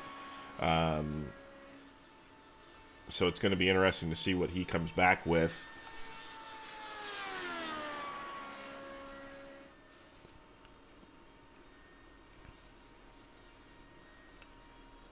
And after lap number 1, 47.465, so not really too bad. Actually, that's a pretty respectable time. At this point, that's enough to put him in the back half of the 33 car field. So even though this might not be a run to get him into the top 18, this could potentially be a good enough run to get him inside of that top 33 and make his decision a little bit more curious. We're just in the final hour, Marshall. Final hour of qualifying for the Wicked Energy Gum Fake 500 as Stephen Hill gets that thing a little bit sideways coming off the corner. He's on it. Yeah, he's on it. 47.393. So not bad. Not bad at all. 189.905 miles an hour. This is actually going to move him up into the field if he can keep running this pace and getting quicker and quicker each lap. So, you know, again, the main thing to look at today, is top 18, but you also want to try to get yourself up closer into the top 33 because, again, you never know what tomorrow's weather might be. Weather report will be getting released, or the forecast at least, the approximates will be out tomorrow or out tonight. For these guys that are going to have to participate in White flag. But white flag for Stephen Hill. Kyle DeHart says Colin Chapman had the mullet back in the wind tunnel and make sure it wasn't affecting the arrow on the 79. So 47.328. So speeds are definitely picking up here as track temp once again drops down to 100 degrees. So this is starting to get pretty spectacular, if you ask me. This is a pace to put him in the top 33. So if this was bump day, this is drama right here. Yeah, this is the way that but again, it without knowing what the bump day weather is going to be like tomorrow, this may be a run that puts him into the fake 500. So you really have to be on your toes. Stephen Hill completes a really good run, we're going to say. Really smooth, looks. Yeah, 47.285. It's coming to him. 190.006 miles an hour. That will put him into the fake 500 field in the 27th position. So, attaboy Mudflap, getting himself into the field. Making it happen. And are we seeing Michael Klein make an appearance? It looks like it. So Michael Klein he's rolling to the starting line. So Michael Klein from Ellesmere, Kentucky. Michael Klein Racing, Low Teams Motorsports, K1 Race Gear, and Z-Max sitting on the grid. Are you making a declaration, Michael? I need it in chat just so I can have it in writing.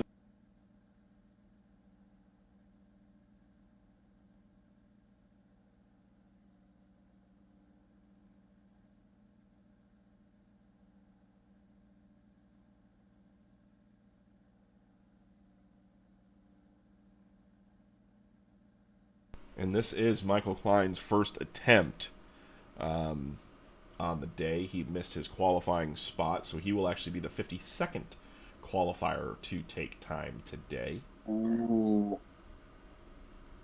We've got...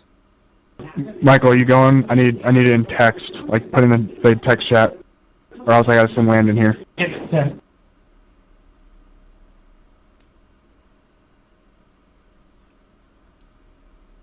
So, Michael Klein getting his... 10-second timer. Getting his attempt lined out is just to keep things, and it looks like Michael Klein will be... I'm gonna have to send out Landon here. Landon, go. Oh boy. Chris Springer, Michael Sheridan, Dano Lindsay in the chute. Oh boy. Look at this. Track temp, 99 degrees. Landon Castle. Are we seeing a run for the pole? Oh boy. If you're Rylan Gray right now, you've got to be kind of sitting there a little bit worried. So Landon Castle. Oh, business is booming on pit road. 5. Oh, here we go. We're going. Yeah, Landon Castle, Chris Springer, Michael Sheridan, Dano Lindsay, and Michael Klein now all in line. Ryan Broderick in line. Michael Cozy Jr. in line. And remember, we've only probably got 12 to 15 cars that can make it. And right now, there's 8 in the chute. So, Landon Castle, this is going to be a very big run. His third and final attempt of the day.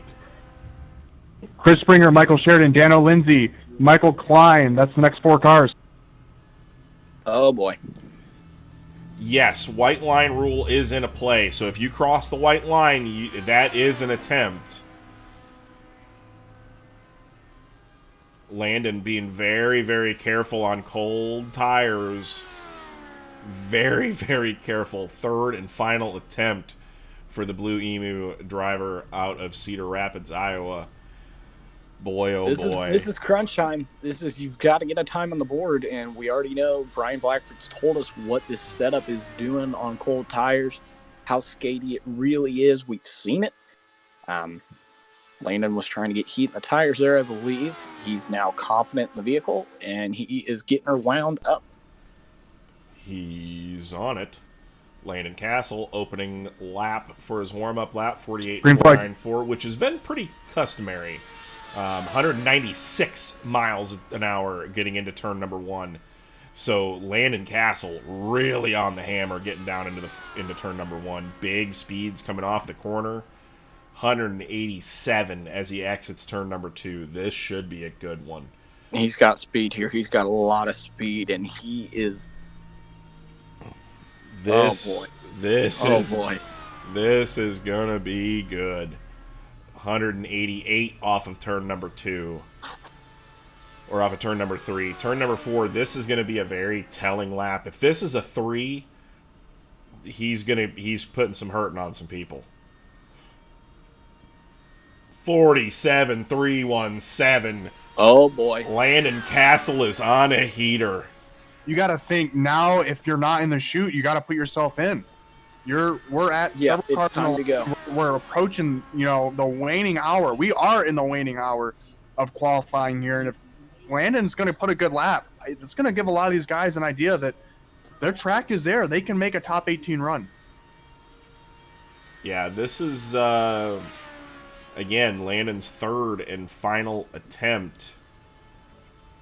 So he doesn't have any more chances today. This is all it comes down to. So Landon Castle, 47.317, lap number 1. Oh my. 47.229. Oh my. Oh boy, Landon Castle, 190.560. That is well enough to get him into the show. This theoretically could be... It's not going to be a pole run, but this is going to be definitely in the top 18 if he can keep this up. You got to jump in this server and get ready to go out, because you're likely going to get bumped here if nothing catastrophic happens. Yeah. I mean, right now, though, you look at Blackford's setup, the amount of gain he had on lap 3. Let's see what this car's got. Negative. He's going to have to declare himself. 98 degrees. White flag, next car. White flag, next car. Track cooling off, 47.233 for Landon Castle. He's in the show, but not a pole run here. Yeah, not a pole run. Oh, no. Oh, boy. Oh, no. Big lift. Big lift. Car got boy. tight. Here's the drama now. Can he get through 3 and 4 very clean? Because he's lost a lot of time. Oh, no. That is not what you want. He was very much to the good. But how much did he lose on this lap? If this is still a 4 or a 5, he's probably in good shape. Anything before that or after that, he's in some trouble. So Landon Castle doing what he needs to do to get himself into the fake 500 qualifying field. And oh boy, here we go. 47.6. No. What is that going to do? 190.066. It's not enough. Oh boy. Oh my. Landon Castle. 26 fastest. So Landon Castle moves to the 26th starting spot. Oh boy. 190. That 0.4 of a second. If just to kind of give you guys some insight here, that would have been, if he would have kept on pace, that probably would have kept him right around the 15th to 16th mark.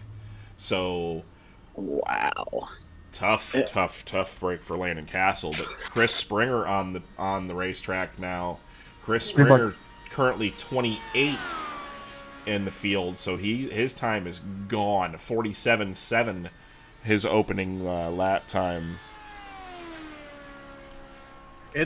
You're past the point of no return here too. I think we're booked with enough cars in the chute that if you get in the chute now, you might not go. You're gonna need guys to spin and crash.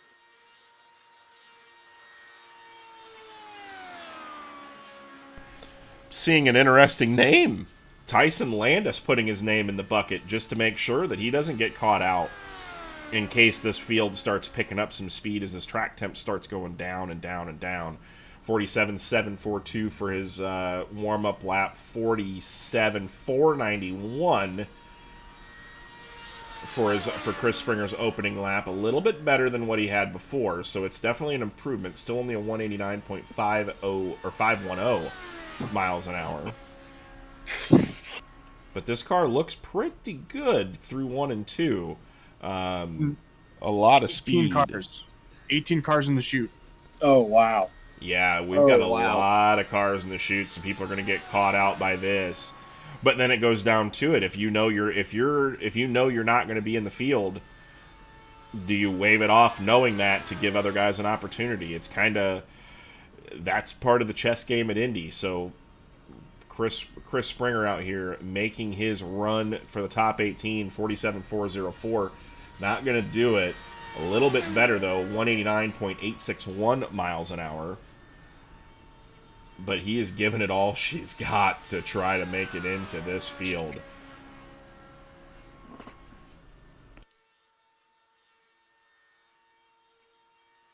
Michael Sheridan, Daniel Lindsay, Michael Klein in the chute.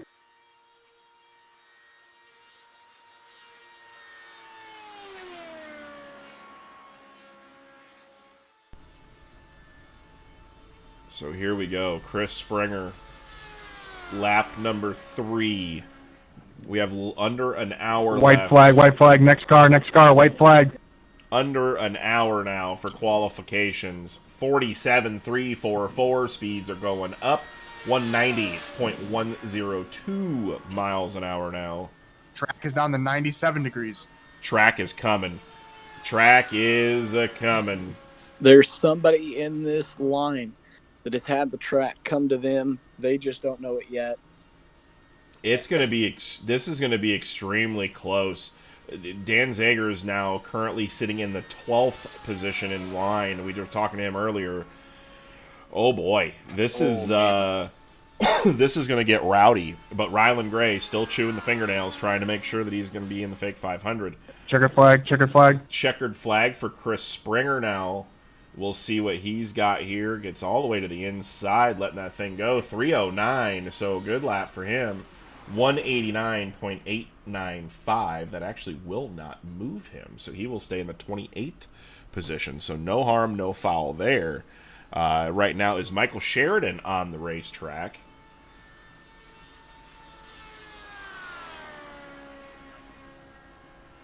Oh boy.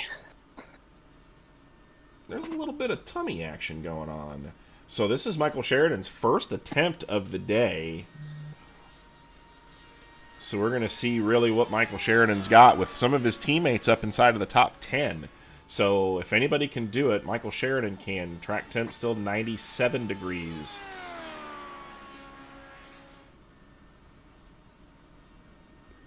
This is what we came for. Green flag.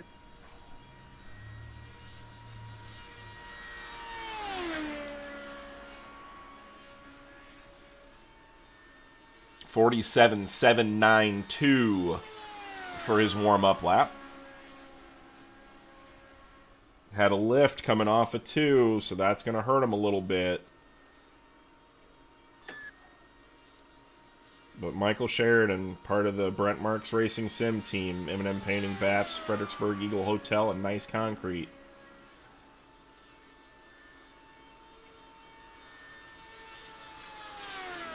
Good-looking 15 car as he makes his run. Lap number 1. 47.583. Not a terrible time, but still not quite enough. Yeah, so this is, he's going to have to pick it up pretty big, which he got through 1 and 2 a lot better this time around. So it's going to be interesting to see if he can keep picking up the pace. And line keeps getting longer and longer and longer. Yeah, if you declare right now, you're not.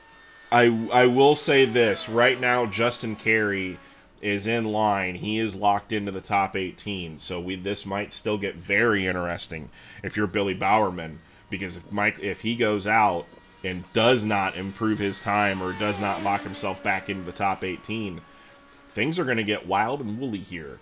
As we get going. Michael Sheridan 47.366 190.009, and that's pretty much going to be it for Michael Sheridan, I believe. As he I think if you're Sheridan right now, you park the car. Well, I think it gets to a point where I think you got to see what lap time this is. Yeah, because you might not know that there's not any time left in the session to where you're going to be able to go back out again. You're not going to get to go back out, but this isn't going to be good enough. Yeah, if this is a 40, white flag, next car, go, white flag. 47.9, yeah, definitely big lift. So he's definitely going to be out on the outside looking in. So Michael Sheridan 187.785. But again, you're coming to the white flag at that point. You're not saving anybody any time. They've already sent the next car out, so it really doesn't make too much of a difference. You might as well finish up the run, put yourself on the board, and go from there. So, but Michael Sheridan, his first attempt, not what he was wanting. The second lap looked really, really good. Just had a little bit of trouble there through 1 and 2. So, but track temp still at 97 degrees. So Michael Sheridan will cross the line for his 4-lap average of 47.277.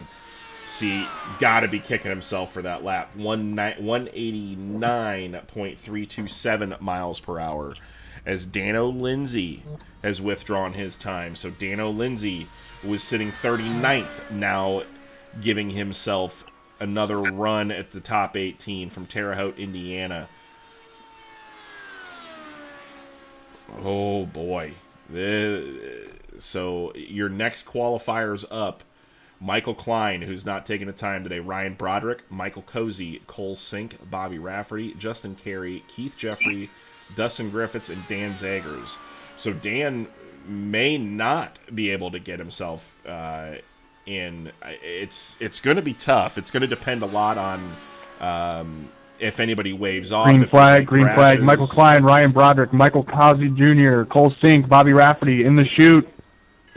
So this is going to be interesting. 47.838 for his warm-up lap for Dano Lindsay.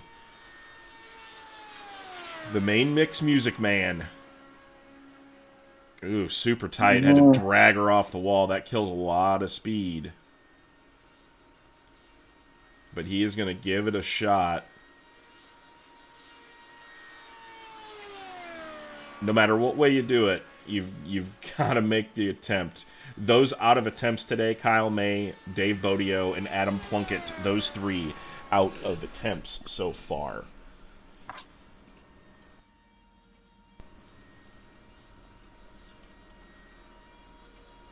.47.612 first lap for Dano Lindsay. That's not going to do it. One thing different this year than last year is everyone that doesn't qualify for the fake is going to make the Patriot 100. Last year, you had to make the fake or make the Patriot. You could get bumped out and not race at all. So will that change the mindset a little bit? And some of these guys are kind of on the slower end, don't got the speed. Will they, pull off, wave off their runs and give another person a chance? Or are they going to go out there and do the 4-4? Well, we'll have to see. I mean, this is going to get interesting here in the final 45 minutes. Dan Zegers is looking for an official time, according to the clock, when qualifying will end. Am I correct in saying 7:13 p.m.? It's going to be around there. It'll be 5 p.m. exactly in the sim. Okay. Oh, Dano Lindsay in the wall. Crash. Crash. Next car go. So next car onto the racing surface, that will be Michael Klein.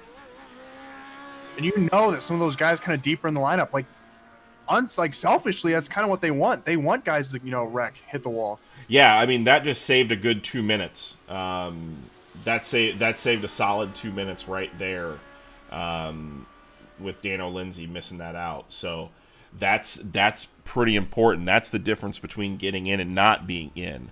So, but Michael Klein making his first attempt. The Low Teams Motorsports K1 Race Gear Z-Max machine.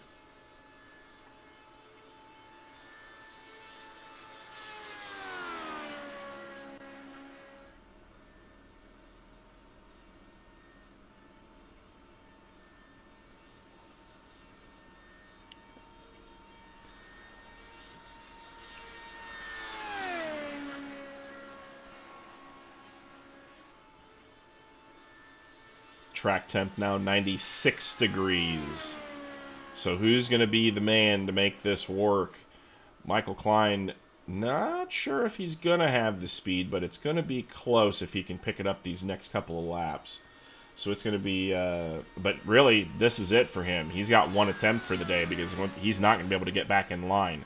So he's got to make this one count.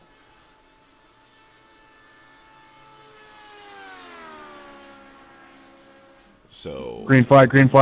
Green flag is out for Michael Klein from Ellesmere, Kentucky. 48.263 on his warm-up lap, so definitely not the speed that he's looking for. Down a couple of miles an hour through turns 1 and 2. The car looks pretty stuck, like it's going to need to get some trimming out, but everything is all out on the table now for him. He does not have another choice, or another chance today.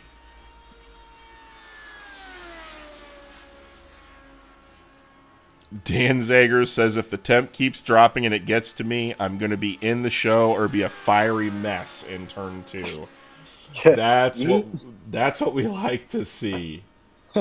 Yeet. And it's going to be close whether or not he gets there as well. Michael Klein, 47.973, not going to do it. So definitely not going to be the speed that he's wanting to get. Next up on the list will be Ryan Broderick, Michael Cozy, Cole Sink, Bobby Rafferty, Justin Carey, Keith Jeffrey, Dustin Griffiths, and Dan Zagers, Braden McMahon in the 10th spot right now. So the track is extremely busy right now. extremely busy. 187.605. That is definitely not going to be enough to put him into the show. And again, this goes down to everybody's got to get a chance. Everybody needs a chance to qualify. Everybody deserves that chance. So if you're on the racetrack, it's your racetrack to decide whether or not you're going to pull in or not. 47.970. So about the same speed. So Michael Klein needing to find about 3 to 4 miles an hour in the next 2 laps, which I'm not sure he's going to be able to do.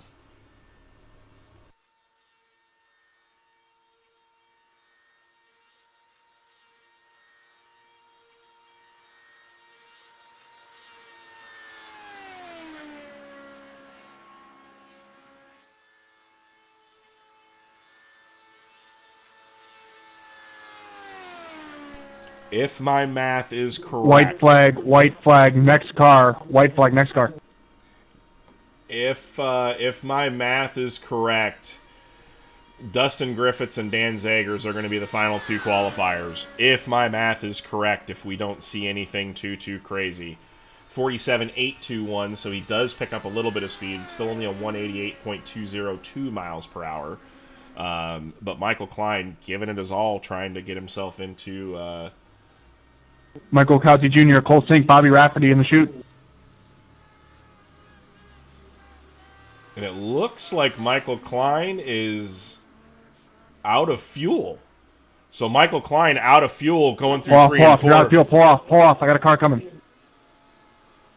So Michael Klein out of fuel, will not finish his run. Mark Broderick now on to Ryan Broderick, excuse me, the brother to Mark. He is out on the racetrack now.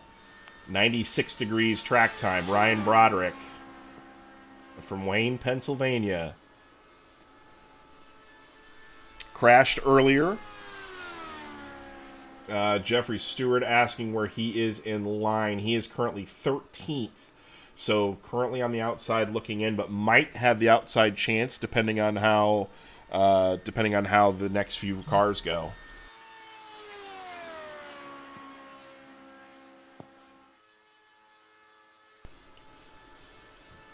So Ryan Broderick was quick last year. His brother's pretty quick this year too. So it's going to be an interesting... here's his out lap. We're going to see what he's got in this thing. 47.936. Green flag. Green flag is out for him as we are coming up now on about 35 minutes left in the session. 35 to 36 minutes. So I don't have an exact sim time of what it is right now. So it's going to be very, very interesting to see who gets out last.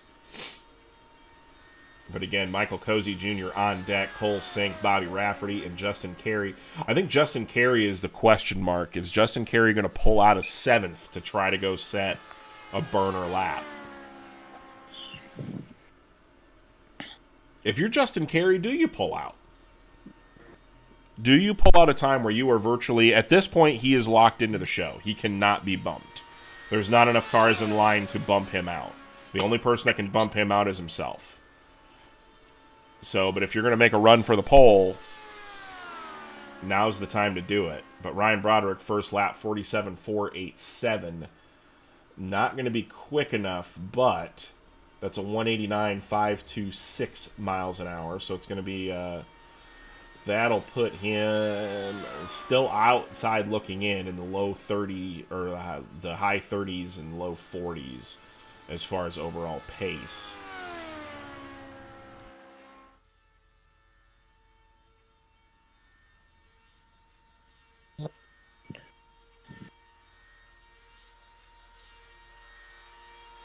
He's got decent pace, but just not enough. Yeah, I think laps 3 and 4, he's got the pace. It's just that first lap's not going to be enough. 189.966 miles an hour for his second lap.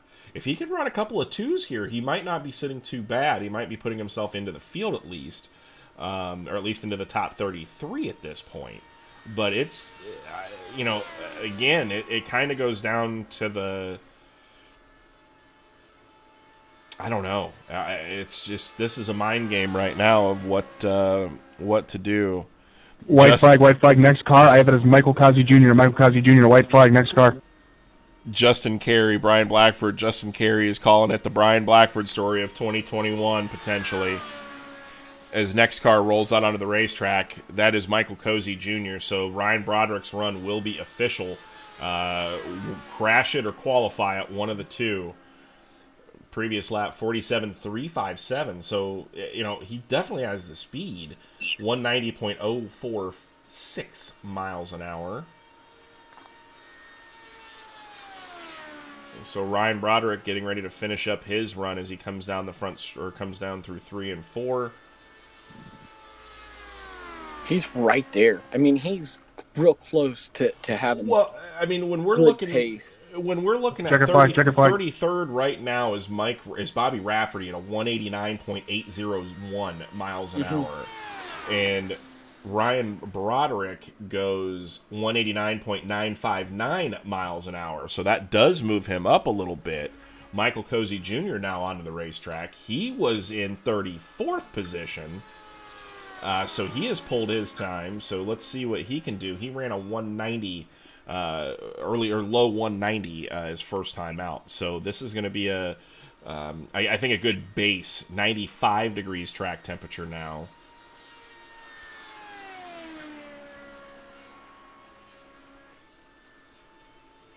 Cole Sink on deck. Bobby Rafferty in line as well. Justin Carey, Keith Jeffrey, Dustin Griffiths, and Dan Zayers. Green flag.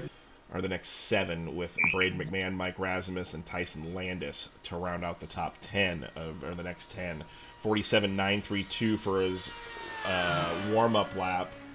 And again, Cozy here, absolutely nothing to lose, and always in the fence. Nothing to lose. He was sitting 34th, so he's not going to be missing out on anything. He's going to keep gassing this thing up, though, to see what he's got, I think.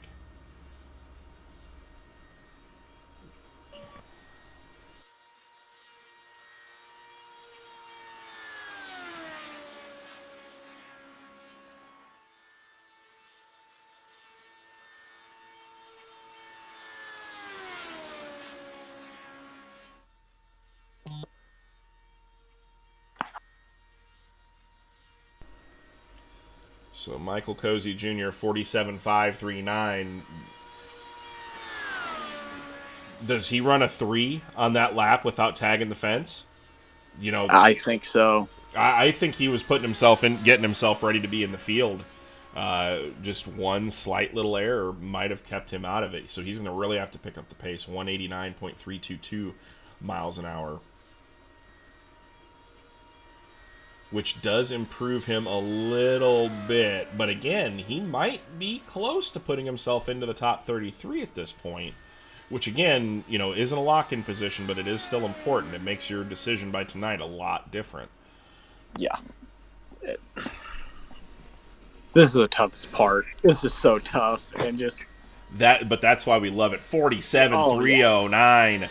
So Michael Cozy Jr. really having the speed in that thing. But he was can't. Right there.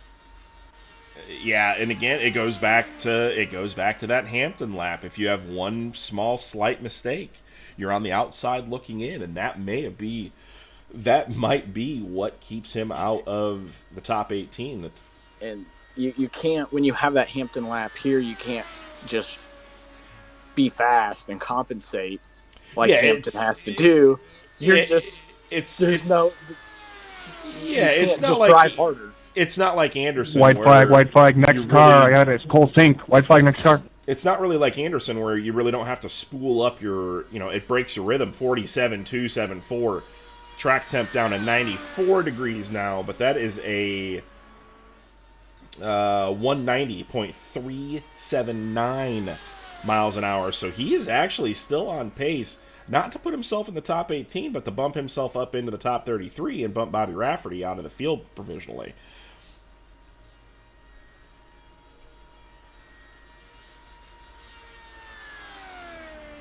Christopher Tate says if he makes it out, he'll be in the 20s as well, but he declared a little bit too late, possibly. So again, who played the mind games correct? Who got in? Who got out? Checkered flag. Checkered flag. Checkered flag for Michael Cozy Jr. This one's going to be a very interesting one here. 47.252. Wow.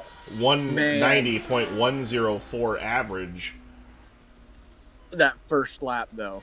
That first lap sank him. Oh. Absolutely sank him. That moves him into the 24th position.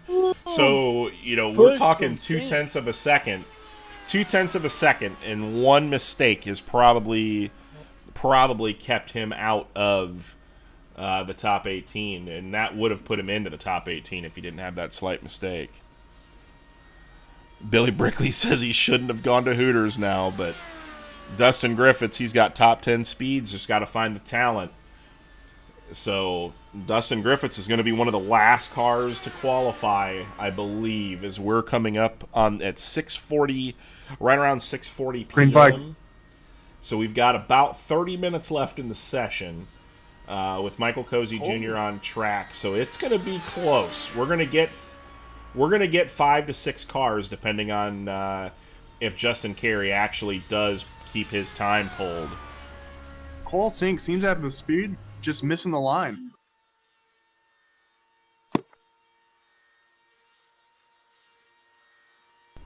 Yeah, 47.74 on his warm-up lap, so we'll see what he's got here. Man, this is gonna be an exciting last 30 minutes of this qualifying session. Bobby Rafferty, Justin Carey, Keith Jeffrey in the chute. 47.524. That's not gonna do it.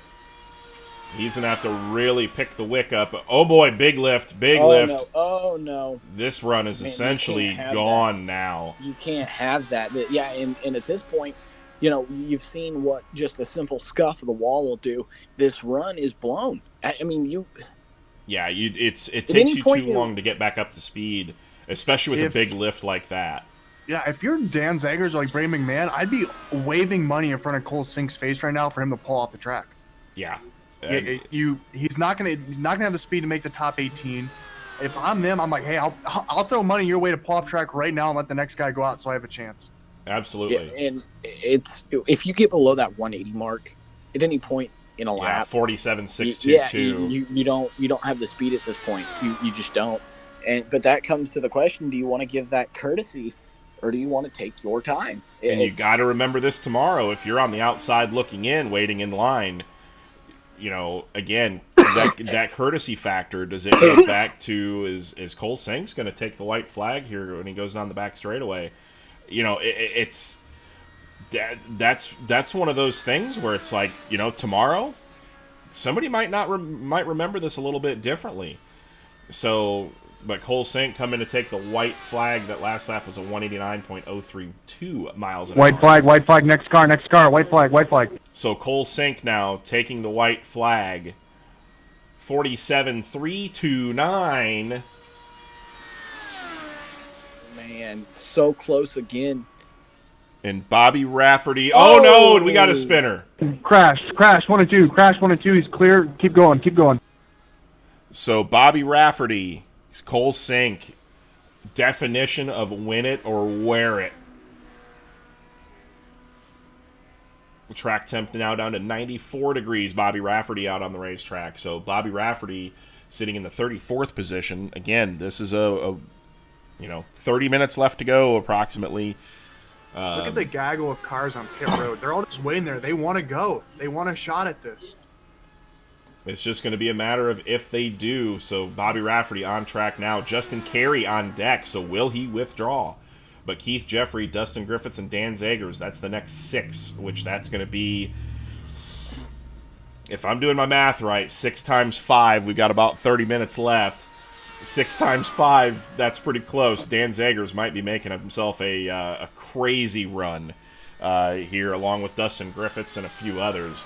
So, again, Keith Jeffrey, this is also going to be, Bobby Rafferty's going to be a pretty indicative lap of what Keith Jeffrey's going to have as well.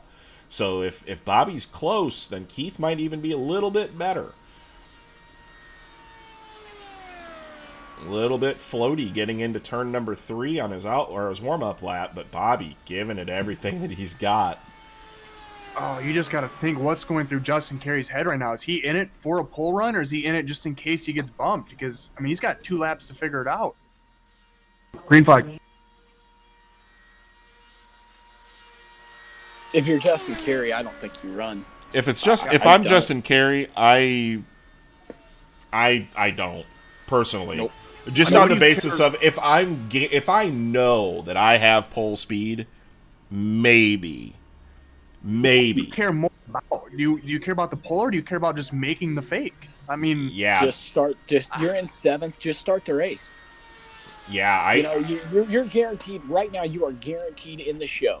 Part of me, Justin race. I mean, does it really pay to start on the pole? I mean, it's got the money. I can see why you'd want it, but if you want to win the fake, do you risk just giving that up to go for the pole?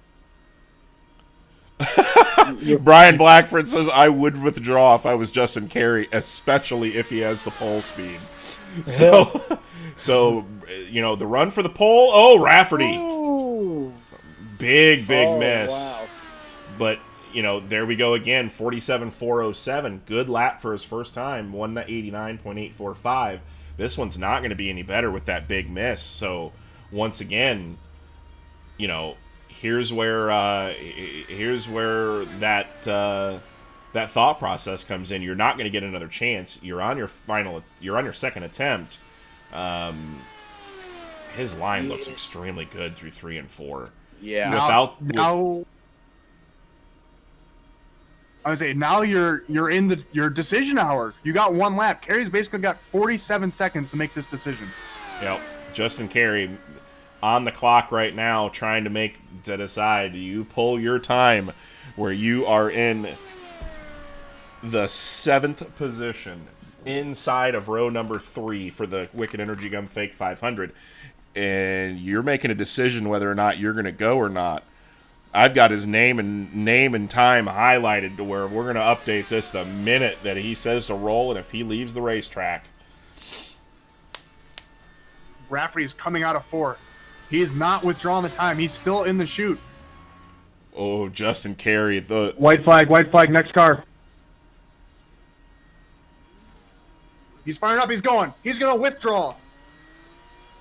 And with that, Justin Carey currently out of the Fake 500. Billy Bowerman now your bubble car. Oh boy, we got to run for the pole.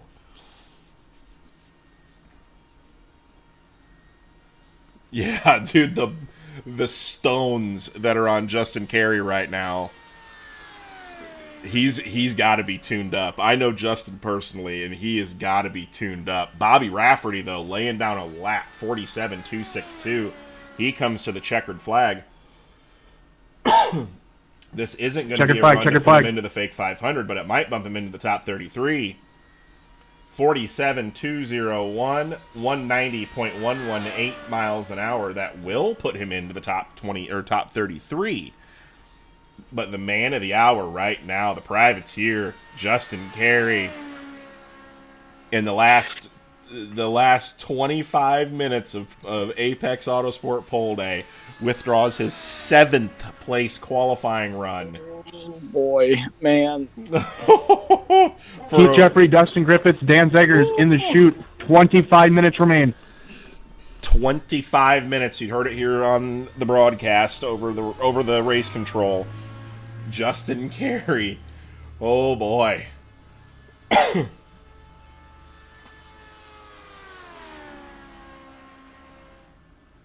Second attempt of the day, his final attempt of the day. He's not going to get another chance. Green flag is out.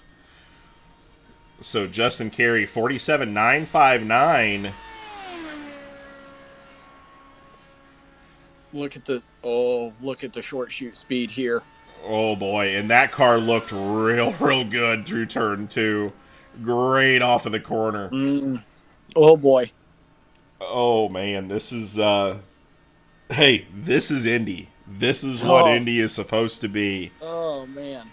This is you got a bunch of people watching you on broadcast, This is the biggest 4 laps of his sim racing life. I can guarantee that. But he lives for these Indy moments, man. This is what Justin Carey is all about. He is in for, oh boy, 47.408.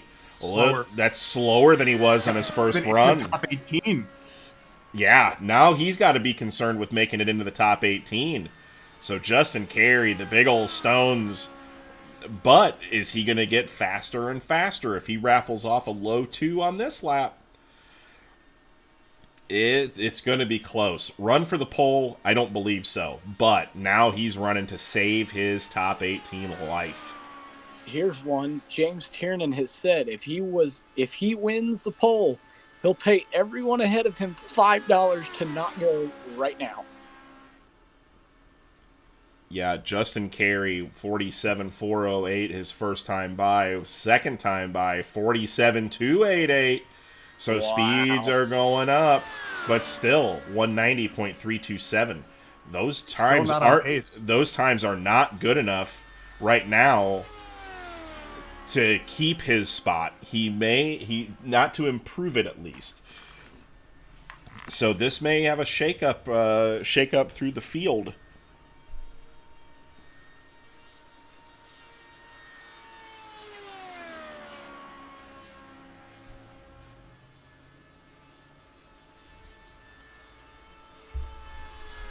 A little under 25 minutes is left, Shane. Keiko, White flag, next car, white flag, Keith Jeffrey, go. Over the YouTube chat, Keith Jeffrey now rolling onto the racing surface. 47.294. This isn't going to do it. So Justin Carey. That's bad call. Yeah, Justin Carey, though. He's fighting for his life just to make the fake. But you know what, though? That's Indy. I love it. I love it. Full send. Now the question here, Billy Bowerman's 19th, Braden McMahon's 20th. Braden's in the chute. If something were to... oh, man, this is going to get close. Yeah, it's gonna depend on the next few guys to try to get themselves in, but Justin Carey comes around turn number 4 for his hero qualifying lap. Did not pan out. Checkered flag. But Justin Carey, checkered flag is out, 47.215. So that is not going to be good enough. 190.273. That moves him down. Oh boy. Oh, that was close. Oh no. So Justin Carey. You don't want that. Justin Carey moved himself from the inside of the third row back into the 17th starting spot. And he's not safe. That's the most concerning part about this. He was safe at 7th. It was going to be impossible to get bumped. There wasn't enough time. Now he's 17th. Dustin Griffiths and Brady McMahon are both in the chute. They're both some of the next cars out. He could still get bumped. Keith 17th. Well, and we saw just a little bit ago, Bobby Rafferty got into the fence. But Bobby Rafferty had the speed to put himself into the top 18. This is his teammate. Does Keith Jeffrey have the ability to get going? This is where the magic happens. This is the time to bake the bread. Keith Jeffrey's on the racetrack right now. Dustin Griffiths and Dan Zegers are in the chute. Braden McMahon, Mike Razimus, Tyson Landis. Mike Razimus, we cannot sleep on. If it gets to Mike Razimus,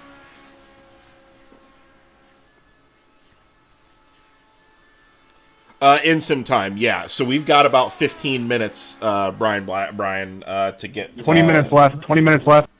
This is coming to complete your first lap. So 20 minutes left. Yep, so 20 minutes left. It will be running a little bit late since we got a late start. Oh, no!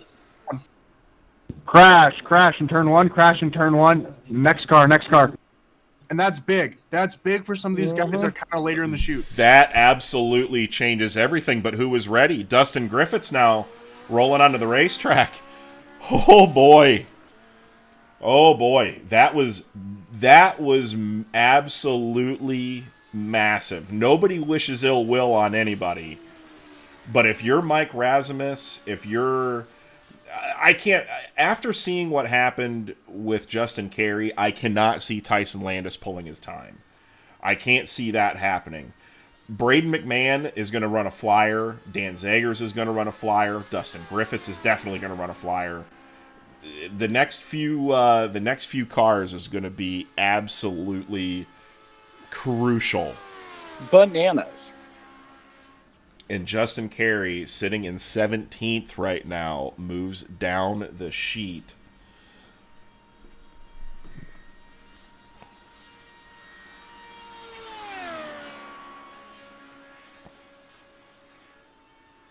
Oh no, Dustin in the wall. He's parking the car. He's parking the car. Next car. Oh, this is... Who's next after this? Oh, it's Dan Zagers, Braden McMahon, Mike Rasmus, Tyson Landis. Oh, boy. Oh, Two big changes to everything. Braden McMahon, Mike Rasmus, Tyson Landis, Jeff Stewart are in the chute.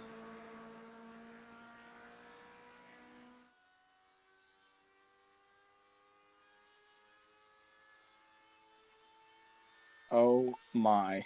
Braden McMahon has not rolled out yet. Dan Zagers on track. Okay, I got confused. There's too much going on.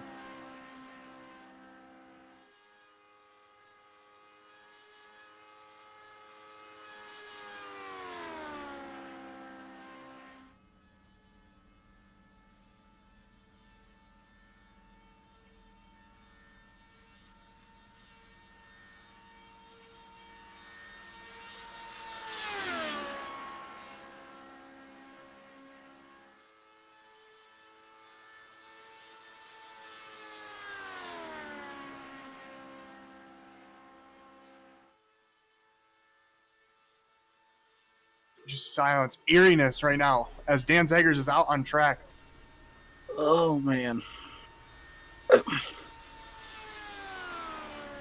Wow.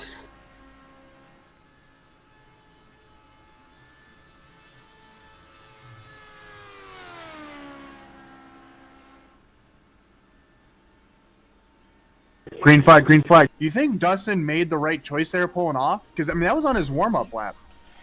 I don't know. It's hard to say. Frustration might have set in, and it's hard to tell. Dan Zagers 47.729 on his warm-up lap. It's kind of tricky to see. I don't know. Frustration sets in, and if you've tagged the fence once, it just gets progressively worse. So it's hard to say, but this is going to definitely be a wild one. Definitely going to be a wild one. Can Dan Zagers make himself? He was in 29th position. This is going to be... Brady McMahon, Mike Rasmus, Tyson Landis in the chute.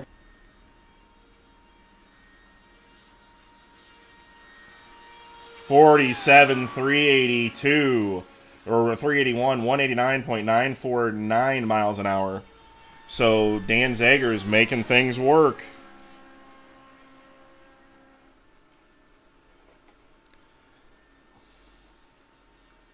Oh, man. I got the rumblies and my tumbly over this, man. This is just bonkers. Bananas. Bananas.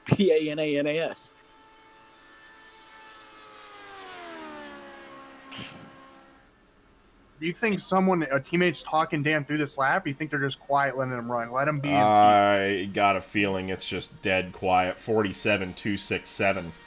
Speed is going up 190.408 miles an hour. Ooh, a little bit sketchy through turn number 1.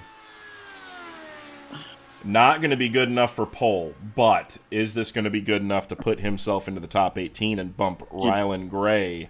Get yourself a lock.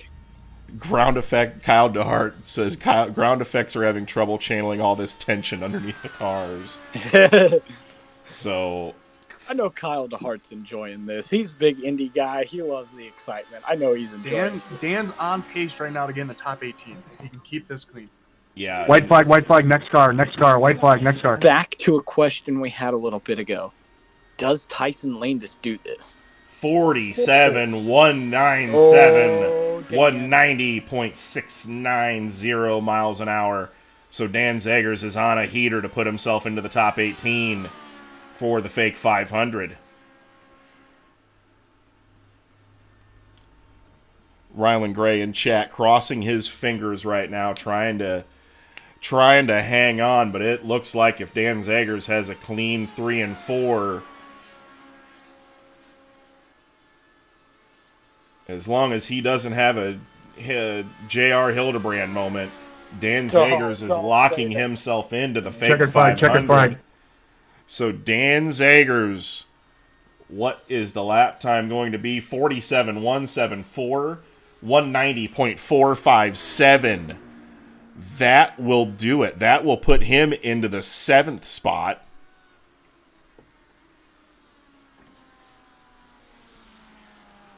As Braden McMahon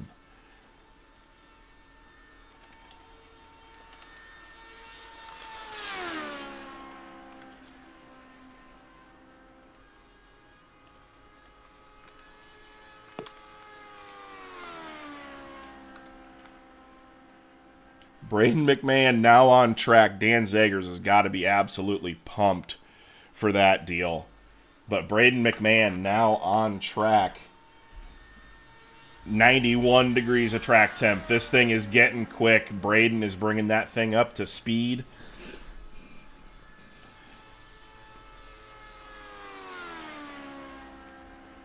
What does Braden McMahon have in the tank? Currently sitting in the 21st position. He has withdrawn his time completely.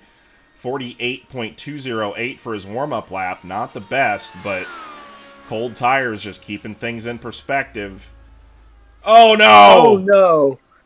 Crash, turn 1 and 2, crash 1 and 2, next car. Oh, no, Braden McMahon. Dude, well, I wasn't going to use fuel. This is insane. Okay. Braden just said he wasn't going to make it on fuel either. Oh, wow. Oh, wow. Now. Boy, oh boy. Tyson Landis technically is not in line. He's in the car, but he's sitting at the bottom there. Does Tyson Landis go? If you're Tyson Landis, there's no way in hell. There is no way. Absolutely no way. This, I truthfully think Mike Razimus has speed for pole. I really, really feel like Mike Razimus has speed for pole or to get himself into the top 19 or top 18. And look who is now sitting on the bubble. Justin Carey, who was locked into the show. Tyson Landis, Jeff Stewart, Chase Rodman, tons to the good. And now sitting on the outside looking in.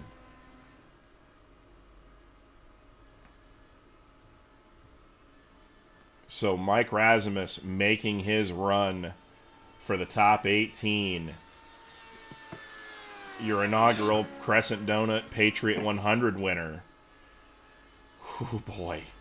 Oh, man. Oh. About 10 minutes left, I believe.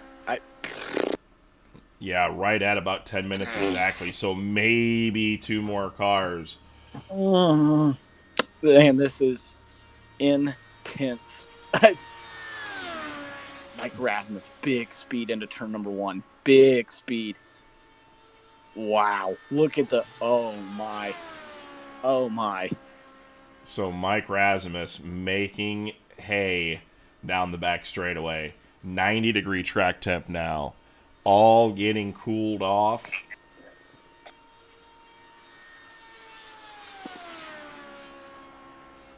Oh, boy. 49.106 opening warm-up lap, so definitely cold tires keeping things in perspective. Seeing a few guys crash early, making sure tires get up to temp. But Mike Rasmus, first lap 47.351. We might see something here. We might be seeing something look at the pretty speed big. through the center of turn 1. Did you see the speed through the center of turn 1? 192 to 2. Oh my. Oh James boy. Tiernan ready to start throwing money for people to pull out of line. And are we seeing a wind direction change? Northwest winds now, not directly out of the west. So things are definitely going to be changing a little bit. But that track temp is coming down quite a bit as Mike Rasmus makes his run. We're going to see what he gets. Ooh, boy. Really getting wide coming off of turn number 4. Edge. Ragged Edge 47-237. So he is working his way into the top 18. Is he going to be able to do it?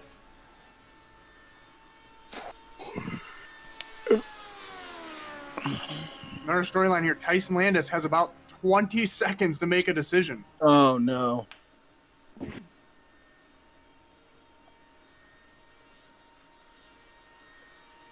Tyson Landis sitting on pit lane trying to decide what to do. He is currently completely locked into the show in 12th. But Mike Rasmus out here. Wow. Heart is beating. White flag lap. White flag, next car. Tyson Landis, roll out. Next car. Oh my. 47, 167, 190.811. Landis is gone. Landis withdrew? Landis has withdrawn his time. He is about to enter the racing surface. Mike Rasmus on a flyer down the backstretch of his final lap.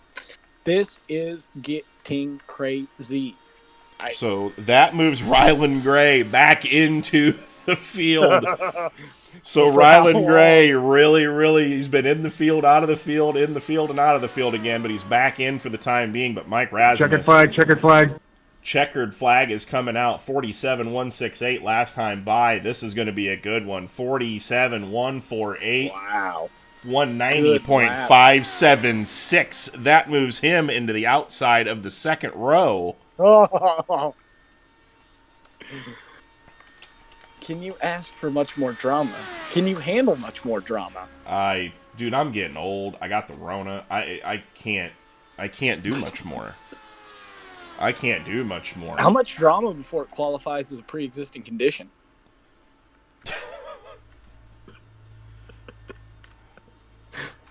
Mike Rasmus, unbelievable speed as he goes to the 6th spot outside of the row number 2 provisionally.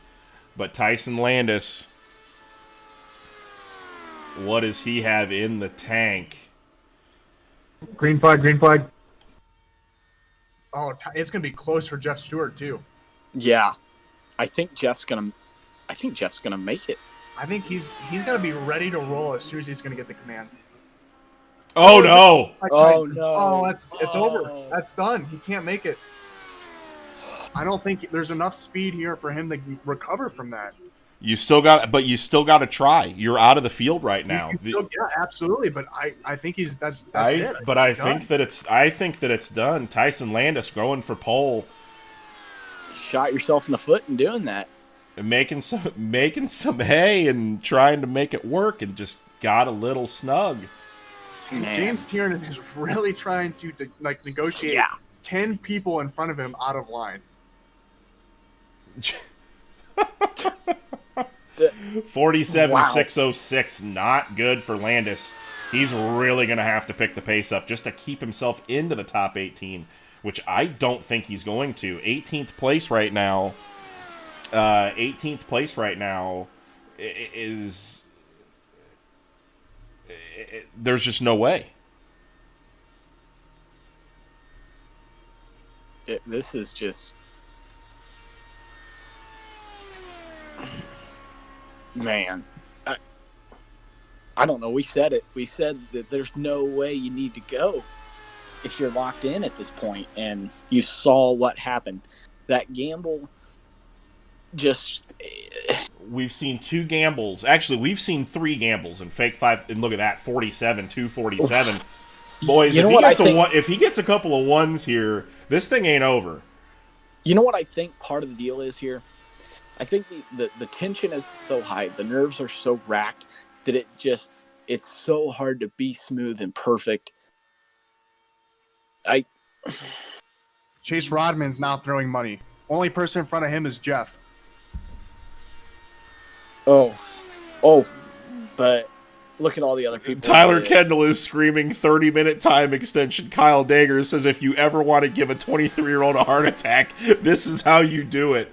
White flag, next car, white flag. Jeff Stewart, white flag. By withdrawing Tyson Landis out of the field, 217. By withdrawing, if he does not make it back in, Justin Carey is back into the field. So, oh boy. And Zane, you're going to have to keep an eye on the clock as well for the countdown for the sound of the gun to go out. Jeff is going to be the last car unless he pulls off immediately. I don't know if there's only about 2.5 minutes left. Oh boy. So here we go.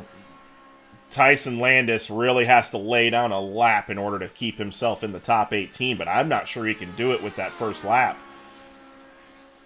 I think this is another checkered flag. Landon Castle situation. 47.185. Wow.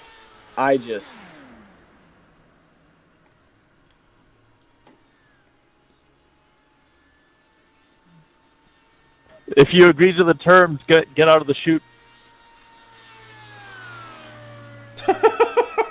And you just heard a little bit. You just heard a little bit from your current 5th place starter, James Tiernan, saying, "Get out of the line if you're not doing it." But Jeffrey Stewart. James is so indie. He has seen 2 people now locked in, go out, qualify, get bumped, and he still wants to go out there and try to make a pole run. Only in Indy would this ever happen. It's green flag. Unless something catastrophic here, this will be the last run of the day. Last run of the day right here. 1 minute left. This is not bright. Oh my God, 47.910 for the first lap for Jeffrey Stewart. But boy, oh boy, did he get through turns 1 and 2 pretty damn sporty. I think there's some speed here. Car looks a little too tight. He's going to have to stiffen up the rear bar or soften up the front. This is the coolest we've seen the track since qualifying began. 89 degrees.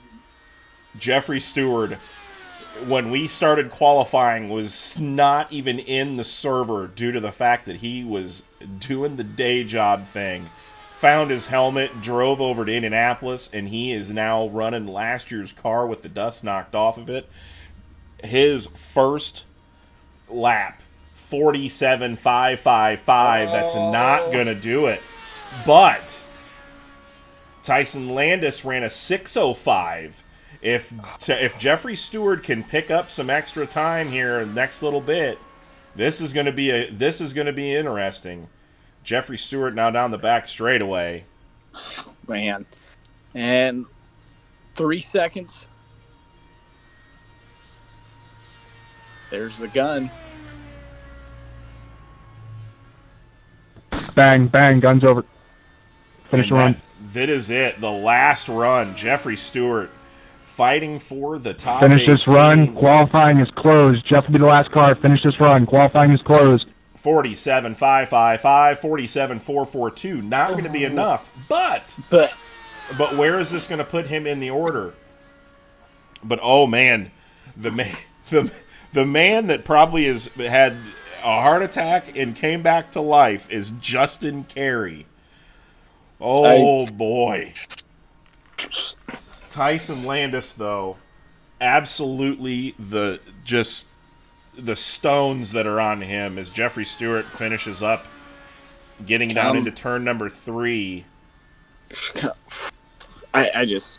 Oh boy. Craziness. Absolute craziness. White flag, white flag. I absolutely love this. 4:14 for Jeffrey Stewart. White flag lap. Not good enough. Bad. Not good enough, but not terrible. This might be good enough to get him into the top 33. Lots of potential here. Lots of potential. But Jeffrey Stewart now going down the back straightaway before the final corners of qualification.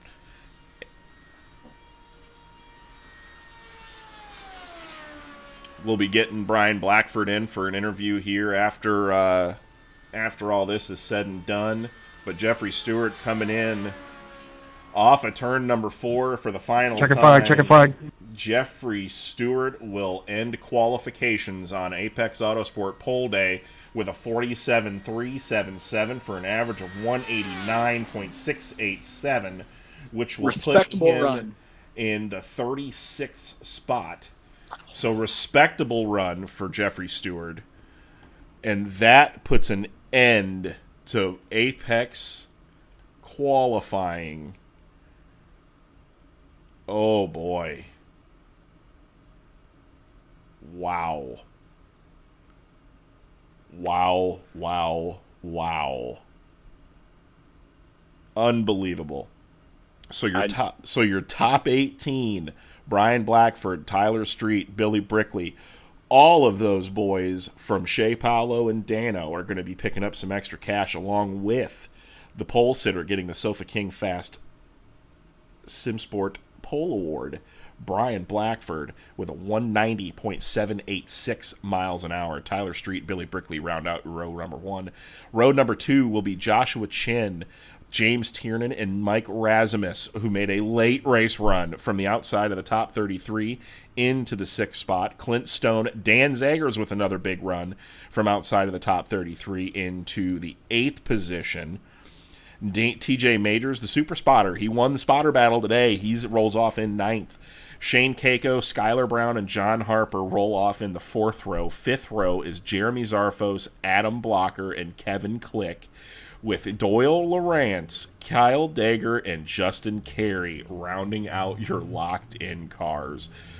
Rylan Gray misses locking in by 0.02 of a mile an hour. All right, here is the weather forecast for tomorrow as well. 75 to 85 degrees, somewhere in that range. Humidity between 53 and 63%. Winds anywhere between 4 and 14, and a 75% chance of clouds. Unreal. Absolutely unreal. What a day. We're going to go ahead and just get Brian Blackford in here now. Brian Blackford, the pole sitter for the 2nd annual Wicked Energy Gum Fake 500. No last-minute heroics this year. Tell us about your run. Oh, man, Billy, thank you. I don't know if the results are official, but yeah, that was as good as I could have, I think, run the car.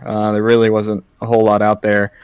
It's such a delicate balance because the tires aren't up to temp on lap 1, but I think that they're kind of overheated by lap 4, your last lap. So I can't. Obviously, a lot going on in the cockpit. You gotta mess with the jacker a little bit. But yeah, man, what a lap! I mean, I was up really late last night trying to find something, and right before I was about to call it quits, I found a little something with the ride heights, and that made the difference, all the difference in the world. If not for that little find there at about 3:30 a.m., I probably would have qualified around 15th. So I'm pretty excited.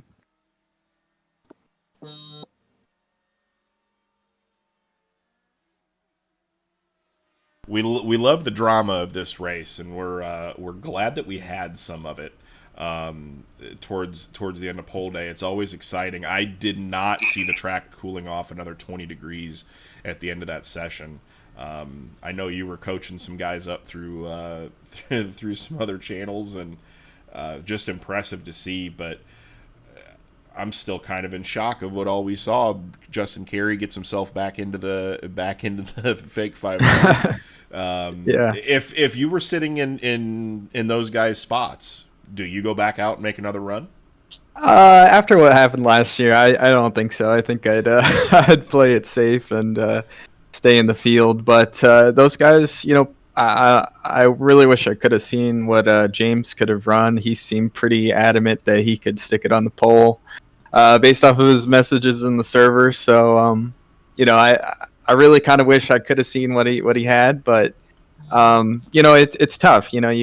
It's hard to replicate the conditions that are exactly in the server. I tried, and it's just it's kind of impossible sometimes because it's in between like overcast and mostly cloudy, so you can't ever get the track temp exactly the same, and the wind is just it fluctuates by 2, 3, 4 miles per hour sometimes, and but that's the beauty of this event. I love it. It's just dynamic and as realistic as you can possibly make it, and I'm thankful Landon put in some time testing and gave some feedback on the gearing, and he picked us up a little bit of pace. So I'm looking to see him get his internet fixed for his next run tomorrow and lock in.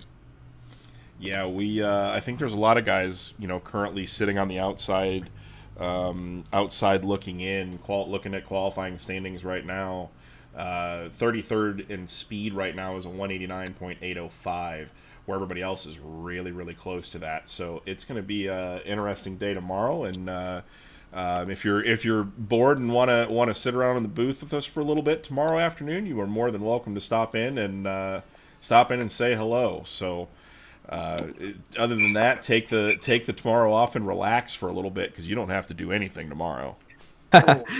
Yeah, well, I'll definitely stop by. I'd love to, if you guys have any questions or need any insight, as far as just what the cars look like. I'm surprised, man. I really did not expect to get the pole whatsoever. I was just so thankful that the wins, like, they were not in my favor, but they weren't in anybody's favor, to be honest. So, but I feel like with optimal conditions, there's even a little bit more pace out there. So maybe, who knows what we'll see tomorrow. Yeah, track record, a 4-lap average of 191.838. We really, when we first opened up the server, me and Baden were both convinced we were going to see that fall big time. But not today. Maybe tomorrow we'll see some Ari Leindyke type runs of top speed. But we'll let you get out of here for the night. But thank you very much, and congrats on winning the Sofa King Sim Sport Pole Award. All right, awesome, guys. I'll be on tomorrow for sure, and have a great night. You too, Brian. That is your provisional pole sitter, Brian Blackford. Wow. Zane, final thoughts before we get out of here for the night. I don't know what more you could want from a qualifying day at Indy. I mean, other than maybe a late run for the pole, which we had, and it actually turned out to be something else. I mean, we saw Justin Carey go out there. He was not on pace to stay in the top 18. Pulled out a solid last lap, kept himself in, and then got bumped when Mike Rasmus went, 6th quick. Dan Zegers went 10th quick, and then Tyson Landis wanted to go for the pole. He was locked in the field comfortably, doesn't make it. Justin Carey goes from on the outside looking in on having to maybe run a bump day run to back in an 18th and now locked in. Rylan Gray sat 18th for 3 or 4 hours there and gets bumped in the last 30 minutes. I mean, this is what Indy's about. I don't know what else anyone could want. And if anything, tomorrow, if track conditions are similar to this, they planned out the same way, we could see a lot of bumping happening for 33rd. And I think that's going to even be more dramatic because there's a little bit more on the line when it's make it or break it time, and you got to make it to make the fake 500. Today, if you didn't get top 18, you're still in the race. You have a choice tomorrow. Tomorrow, that's it. You have 3 attempts, and once the clock expires, that's done, or use your 3 attempts. You ain't got no more. So, I mean, we saw guys bump up and down. We have a plethora of guys that didn't complete 4-lap runs because of accidents or, wave offs. So it's going to be interesting to see what happens tomorrow. We're going to have, it looks like here on my chart, we're going to have 20 people automatically in ordered qualifying. And then we're going to have, that little group of 15. Who's going to stand on their time? Who's not? They have a weather forecast to kind of help them predict. They have 2 hours to think about it. I mean, this is what Indy's about. This is what makes the fake 500 what it is. And I mean, like our promo says, this is a story. I mean, there's redemption here. There's, chance for triumph. There's heartbreak. I mean, it's all going to come to a climax tomorrow for qualifying. And then you got 2 more practice days before you go racing. So super excited on what we're going to see. Of course, I think the main storyline going in tomorrow is going to be Landon Castle. And does he I mean, I think he's got the speed to make it, but can he put down 4 laps together and get there? And then I think the Jim Beaver Esports cars, they're fast. They just need to, I think, come out tomorrow swinging, keep the noses clean, and they'll make it. I mean, there's just so many there's way more storylines going into Bump Day this year than there was last year. Yeah, absolutely. This is tomorrow's shaping up to be a pretty big day, and I'm looking forward to it. It just wow. Yeah, that's it. Wow. Just wow. So for that note, we're for if you guys, we got quite a few people still in here. If you guys have not seen the intro video, we'll be playing it again tomorrow as well. But I'm going to play it on the outro because it is very, very crucial as to what this is. This is a story, and it's a story that's going to be written and I think thoroughly enjoyed for a very long time. So for myself, for Baden, and for Zane and Race Control, you guys have a great night. Enjoy watching the Tulsa Shootout features, and we will see you back here tomorrow, 12:45, once again for Roofco Bump Day. Would you believe me if I told you an old story? One where the beginning is more than 100 years old. One that's featured every big name to exist in auto racing.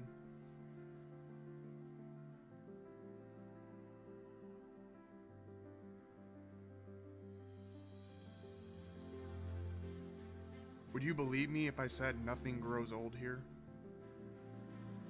Where thousands and thousands come to be awed and inspired by speed. One where dreams are born, then just as quickly destroyed.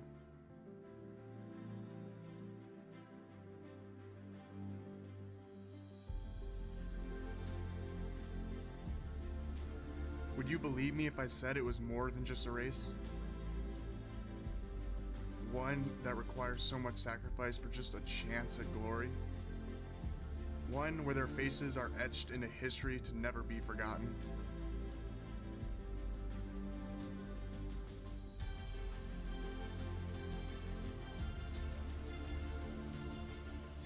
Would you believe me if I said this version of the story was different?